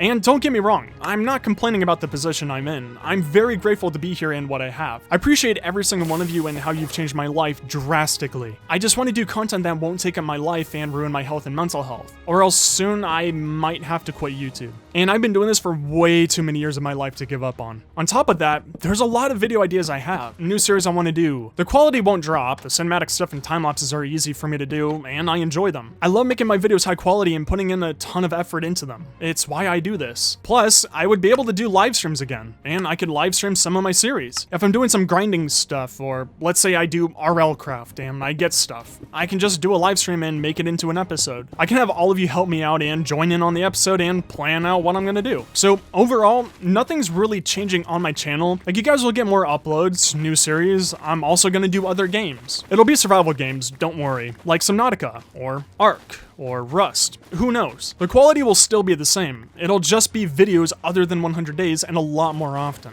I hope you're as excited as I am. So, with the updates done, it's back to the movie. I added a huge river to the lobby, a giant pond, and 3 bridges, just so I could run over the rivers easier. And it adds a really nice look in here, but I don't know how I feel about the bridge designs. Do you think they look okay, or should I change them? Before I run out of time, I want to work on the front of the behemoth. I still need a nice thumbnail after all, so I went out and gathered some dark oak, wood, and saplings. I thought a natural dark oak tree in the front would look good, but I don't like how much it covers the building. So instead, I figured maybe a little beast statue would look good, but it's too tiny to build, so that's also a no-no. So instead, a genius idea, which will be costly, I'll leave my netherite armor here. Every 1,000 days, I'm going to leave my armor someplace in my world, just so I can have nice collections in areas, and it'll be a nice showpiece. It's just something fun I thought of, and it would look really nice in front of the behemoth. With that planned out, I decided it's time. The glass bottles are all done. I made way too many, but now I have a ton of glass. And after like 400 days of being in a chest, some of the bees are free. They immediately got to work, so I'm in love. But while monitoring them, the refilling station wasn't working. I was noticing that some of the hoppers were missing glass bottles, so that's fun. I followed the redstone line, again, to see if maybe there was a signal issue, but once I got to the dispenser, everything was working, and it was still shooting out bottles. Then I went to the hopper line, and there's water bottles in here? I never put water bottles into the dispenser. Wait, I put down a dispenser instead of a dropper. So I went through and changed out that dispenser for a dropper. Fed bottles through the system, and would you look at that? It all actually works. So now, it all finally works perfectly. I don't have to tend to the beehive at all, and it works incredibly fast for honey. So now I can switch out the front orange glass blocks for honey blocks. Up next, to hide the light sources. I'll be doing this for my entire compound. I'm using green carpet. I would use moss carpet. I'd love to use that instead, actually, but I'm on 1.16.2, and I can't play on 1.17 for whatever reason. But the green carpet doesn't look bad at all. It adds a nice depth and covers the lights, so it makes it look a lot better. Also, I'm moving the light sources from the edges so it looks even better, and adding trapdoors to the bottom of the shroom lights for more depth and coverage. And I did the same thing today. Now the hard part, that I've been putting off, is lighting up the upstairs. Nothing will spawn in here luckily, it's so dark because of the shaders, and I really want to light it up, but if I add lights, it'll pop through the floor down below. Also, trying to add some other colors since it's just brown in here. And I think there should be more depth. But then I had the biggest brain blast ever. I built the lights up instead of down. I know, but hold the applause. I'm so unbelievably smart. No one has ever done this before. And on top of that, it adds depth to the top floor, and some more colors, as I add more brown trapdoors, but you get the point. That's all roughly done, but I keep jumping back and forth between the interior and the outside front. So, first off, I need to get a lot of dark oak logs, leaves, souls of my enemies. You know, all the important blocks make a nice, nature-y, fantasy outdoors look.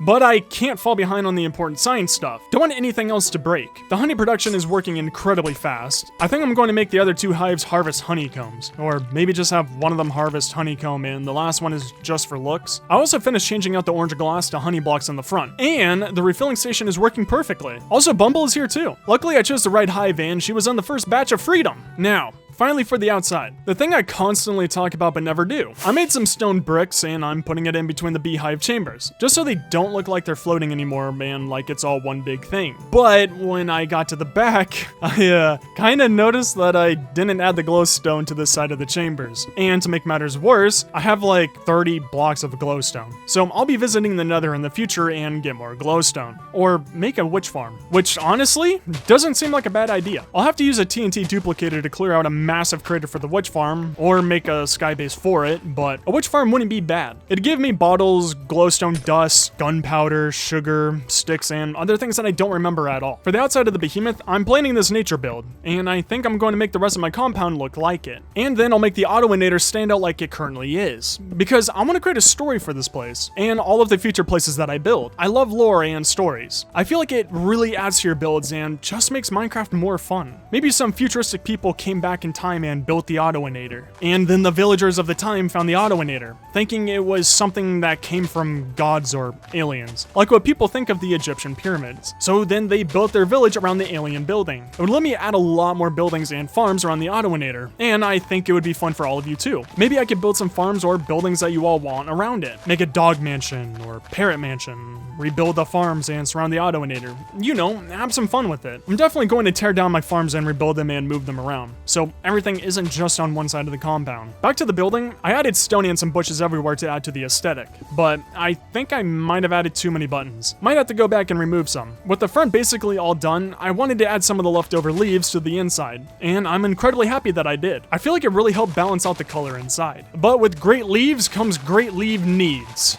What? I went to the dark oak forest again and gathered more leaves and logs and added them to the front. I just didn't feel like it was nature-y enough. Also for some more color and depth. I tilled the ground, making it look like there's some muddy parts to the ground. In the next episode or time I work on this, I'll probably add some ponds too. I added one last little tree to the front and yeah, I'm 100% going to redo the front. It's way too messy and ugly for my taste. I wasn't thinking when tilling the ground and adding those rocks, but the honey came flying in. I finished the front of the building with honey blocks and then I added the rest to the top floor. I didn't plan on doing this, but I think it made it look incredibly nice. Since I'm going to put my armor on that stand, I want to leave it at full health. Before I put it away, I wanted to get organized. I have shulkers and random chests all over my compound, and I want to spend the remaining days putting those away and just saying again that I hope you all understand my decision and where I'm coming from for a new series, and what I'm going to be uploading from now on. Again, I think you'll all love the new videos. I have some really fun ones planned out and 2-episode series coming out. One of them you guys have been asking for a while, so instead of a 100 days video on it, I'm going to do this instead. And I'm going to make this 100 days series into an episode series. So now we can really get work done, and you'll be able to see this world a whole lot more. Now, since I've just survived over 1,000 days in hardcore Minecraft, done some insane challenges, nearly died like 200 times, I've come to a conclusion. I don't need to see anymore. So I'm wearing this teal blindfold now. Clearly, I don't need to see danger anymore, or what I'm doing really. I also put my logo on the back of my new ninja garments. And so my skin isn't so bland, I added some color to it. You could say that I achieved the next level, and now I'm like a sensei. With my new outfit on, I went and placed my netherite armor on the armor stand. And I think it's a perfect touch to the building. Also, I found out I have diamond armor in this shulker, so I'm not completely weak, but we definitely have work to do. For the remainder of the day, I went around my compound, said hi to my bees, laughed at the villagers, and then made the track to my dojo room. I'd say I took a glance at the sunset, but yeah. Also, these shots of my new skin are really pretty. And then, like tradition, I'll watch the sunset to end off the 1,000 Days movie. If you enjoy this movie, I highly recommend watching my greatest work, 100 Days in an Ocean-Only World. It has lore. Or watch my first time ever surviving 100 days in hardcore Minecraft. You can watch the story of how this movie came to be. And if I find a way to get it, when I do it, I can live it and forget it. Cause I hate how much I love you, or I hate how you just put me in my feelings. I just wish you understood the gravity, but you got low sinners.